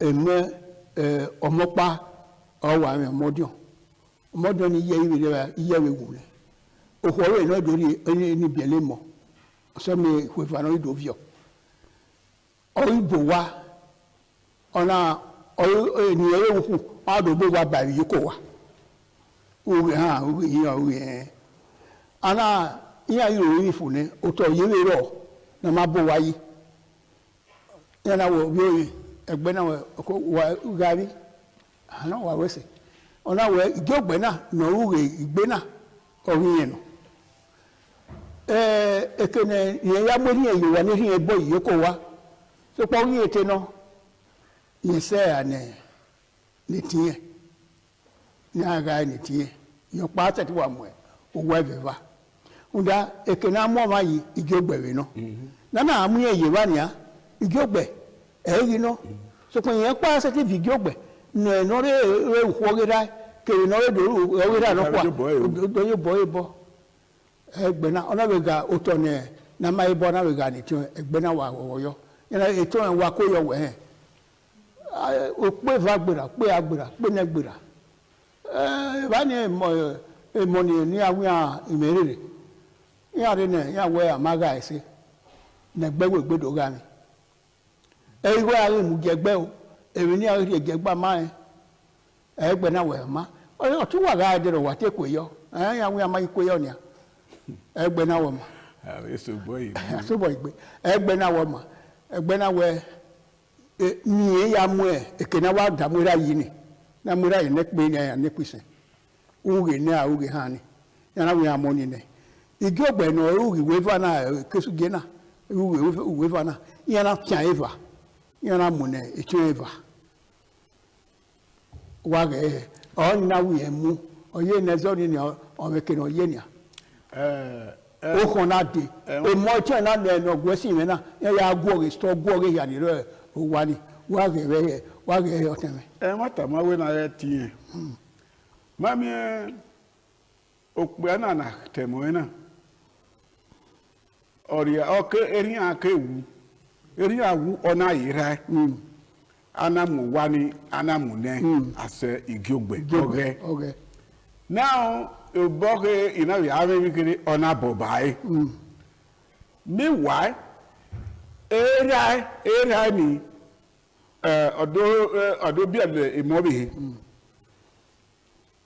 we awe na tawe na wata oto mi wiro pa ye ni o ke na ri ni e ma ni ke ya ni ke ni dori ni e bo ni keke we no ewuku ni o wa yo bo mu empty land no to ke kana ma be mi ni ro ni a kan ri ni e ma ni ke ti e ga me ko no ma olawo ma wa do mu bo na wa mu ba wa ga ni ra do bo yi ko wa ni bo yi ko wa ni ina imoge o ri ra no ri ra mu yo to ina gi mu ni o ri ana wa la de wa go ru na wa yo bo mu ana ya fi ni abuto kan emi no ma e wa ti wu ara mi wo ka gbe na bi egbe won bo yo boye gbe iberi o were gbe do fi ewere do mi wo wa de kere na ya papa gina ike ari do mu na omojo a do me ne gede gbe o da ra ira mo nebuti aberration o ma de yuvi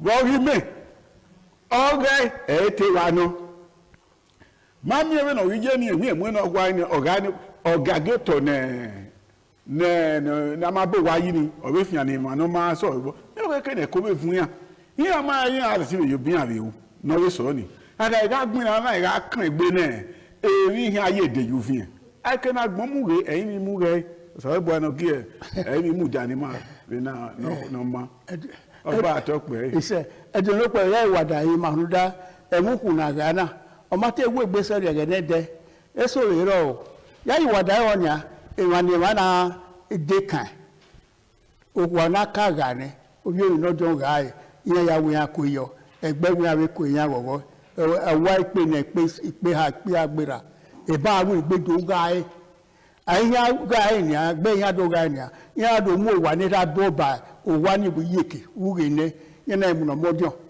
yẹn àdó gà áyè nọ̀wá ìgbègbè ní wà máa dàpọ̀ nọ̀rọ̀ yẹn àdó gà áyè nìbíẹ̀ ká ẹ̀dọ̀ ló pẹ̀ wá hìrì ní ìhẹ́ roda amúra yẹ òwà orí ẹkọ wa ẹ o ìjọgbẹ nínú wa dé ni ẹ̀rín ọ̀sẹ̀ ọwọ́ mọ́jọ nínú nígbà náà yà amúra yìí ọ̀rẹ́ tẹ̀wé náà sọ̀pọ̀ yẹn pa wà fíye ìfá anáyẹ̀wò sẹ́ àná ìyá ẹ̀ ní àníkẹ́ aná ìkún èèyàn ní rẹ̀ àwọn iná ọ̀gá ìjọgbẹ ẹgbẹ́ náà wé mi ní yà yìí wà máa hìyà sí dọ́ọ̀mẹ̀ wà gún rẹ̀ ẹmọni ìmáyẹ o ǹda ọgbẹ́ra rẹ̀ wà yà mí wẹ̀ ọ̀rẹ́yẹ ọkọ ọ̀rẹ́yẹra ìbá wà yà ká yẹn ẹ̀rọ bìí ẹ̀yà déèdì ọ̀rẹ́ náà wọ́n rẹ̀ ọkọ nì ọgbẹ́ra pọ́pá ọgbẹ́ra pẹ́fà ọgbẹ́ra pẹ́yà ìbá wà yà bẹ̀rẹ̀ yà yí òbí ẹ̀yà wọ́n máa yà rẹ̀ dẹ́rẹ́ sẹ́dá ẹ̀rọ bìí ẹ̀yà àṣẹ́dá ẹ̀rẹ́ náà yẹ yẹ ayàrí náà pa ní. ní wọ́n má tiẹ̀ bọ̀ àti yóò eri ma ya ga o ni wan so de yo we ro ni mama en bi ni ma o la we no keke na ga wa ni na eni ni bu ro be voto ni wan o ye o ri ho gbe ni maka beta ma oni ro o go na oro o ni a emi na we ga o we na we o we ro egbe na o ri po wa mate na ko ọmọ bọ yìí máa mọ náà yóò wẹ ukọmẹ ọkẹkẹ àbọwá wẹ ìlélẹ ukọmẹ ni ọ ẹgbẹni tábà nànárí ẹgbẹ nànárí ẹ èmìrè gbọ òyìn mi nàrí lò nọọsẹ nìmọ̀náyà gbogbo ayé yòókù wa yẹ ẹ̀yẹkẹ àdó a sì wọn bẹ́ẹ̀ ni màrọ̀ ẹ̀gẹ́ náà dẹ ẹ̀gẹ́ náà ó yí pẹ́ dín yàn ẹ̀bá náà fi máa yí. Mani asofi moyo we na no ye no ya hin e bo hin ayi ga wo wo wi me akoni ọ̀ràn no koi ọmọ ẹgbọ ni ma ti on me ke na do awe yi wo yi no ma ko ayawe yi wo pa anyway ma de je egewe gba ni ma de ma to e eri ma no ri awa eso ogbemuda Dr. eso ogbemuda no mo UBTH gbo in 1969 eri mare to Professor Greg Akezwa no we nwinawa nwune se so we nwuna ere no yarewa ere no Professor Dr.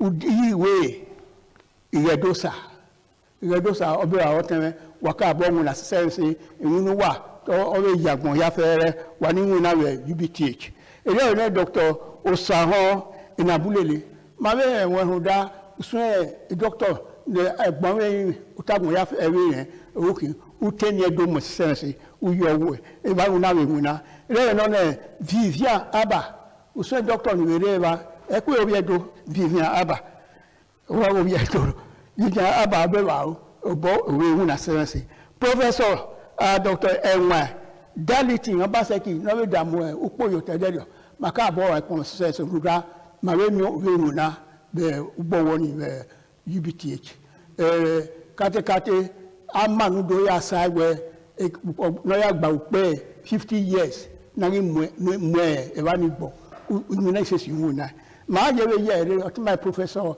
Idia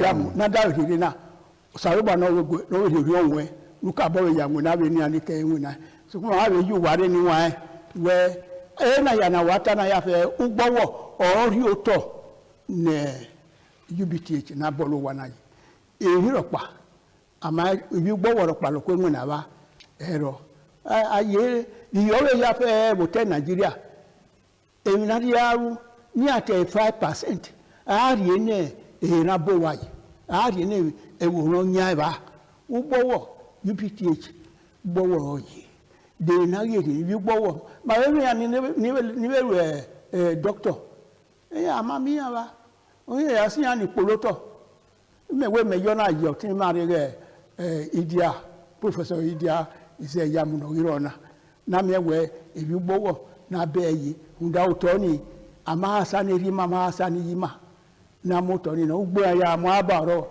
ogbemudia Dr. Gbomdo gwo ya fe be ni wa ya to wa pe e wa ni we yesi ni nwuna ima ya be ayi are me mana be to salo ba tenika e ma na mu gibo ta de na yoto no sa bo se nyi no jotu wa ya fe oteme we jotu na bu wa adona bu zo mo wa ya we se e ho wa ya dan he na sare bu wa ge golo ma lare wa we se ga to ipon mo de we no re eyin no ragbon o tare gbe yo no me ke na me we ni a bi se ya ma ala o da wa ya mi ni ko ya ke no wa ye ke ro wa ka ri si ọba ato pe ise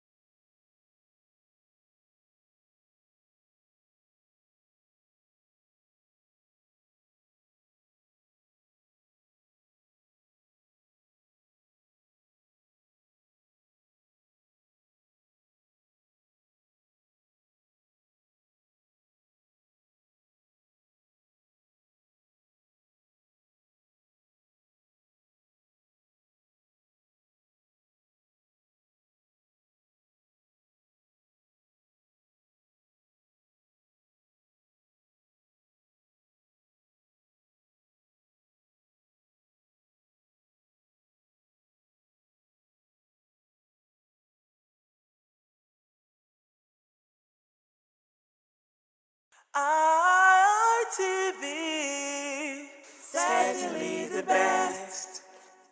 Hi, we expect that our vast viewership may have need for varying fitness concern, and in respect to these, we have made provisions for personal training sessions available for everyone, for we are poised to giving you a satisfactory one-on-one training. So, hire our service today and get a visible but lasting result. I am your host, Higato Destiny. You can call me the Man of Steel.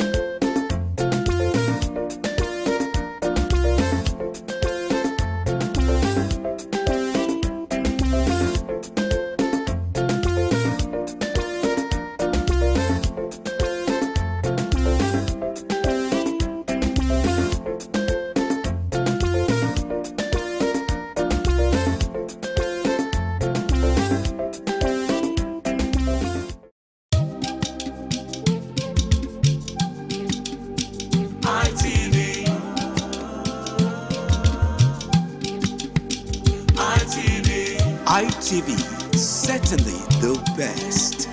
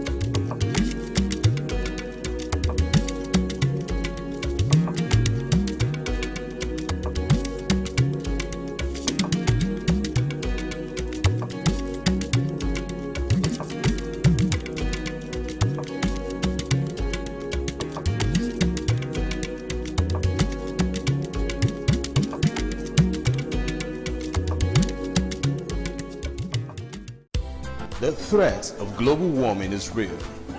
You have seen the destruction of lives and property as a result of incessant flooding.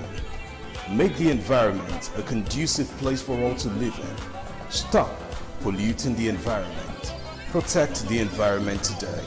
This message is brought to you courtesy Independent Television and Radio.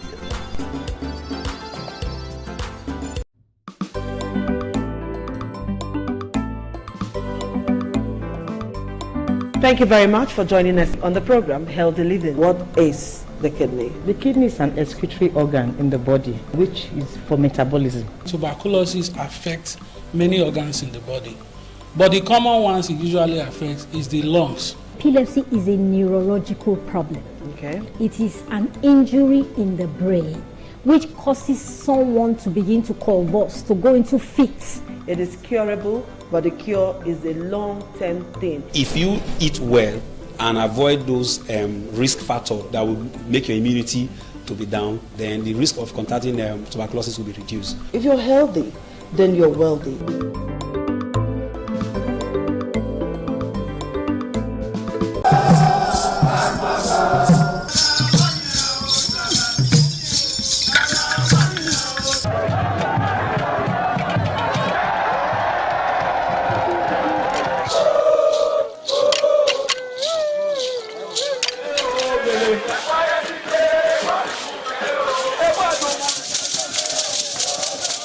This is Aqua Game, a popular game in Africa played by our ancestors to entertain themselves after each day of farming.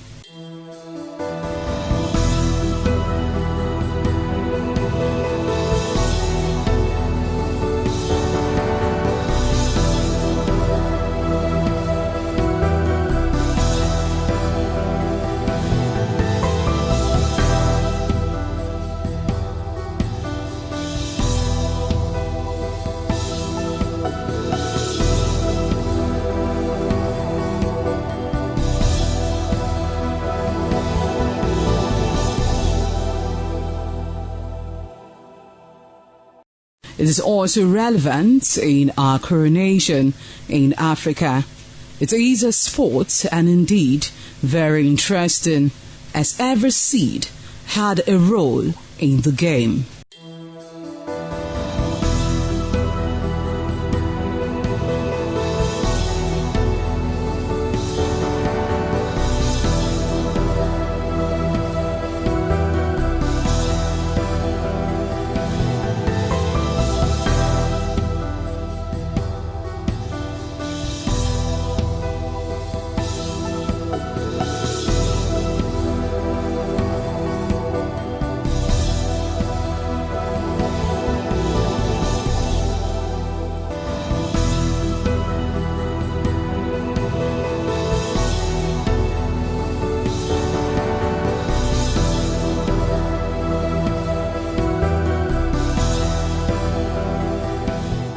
Playtime is 45 minutes per set. There is no age limit as long as you can spin Akwe seed. Ayo or Akwe game, known as the game of intellectual. This game requires a lot of mathematical skills. Akwe game is played with carved wooden box containing 12 holes.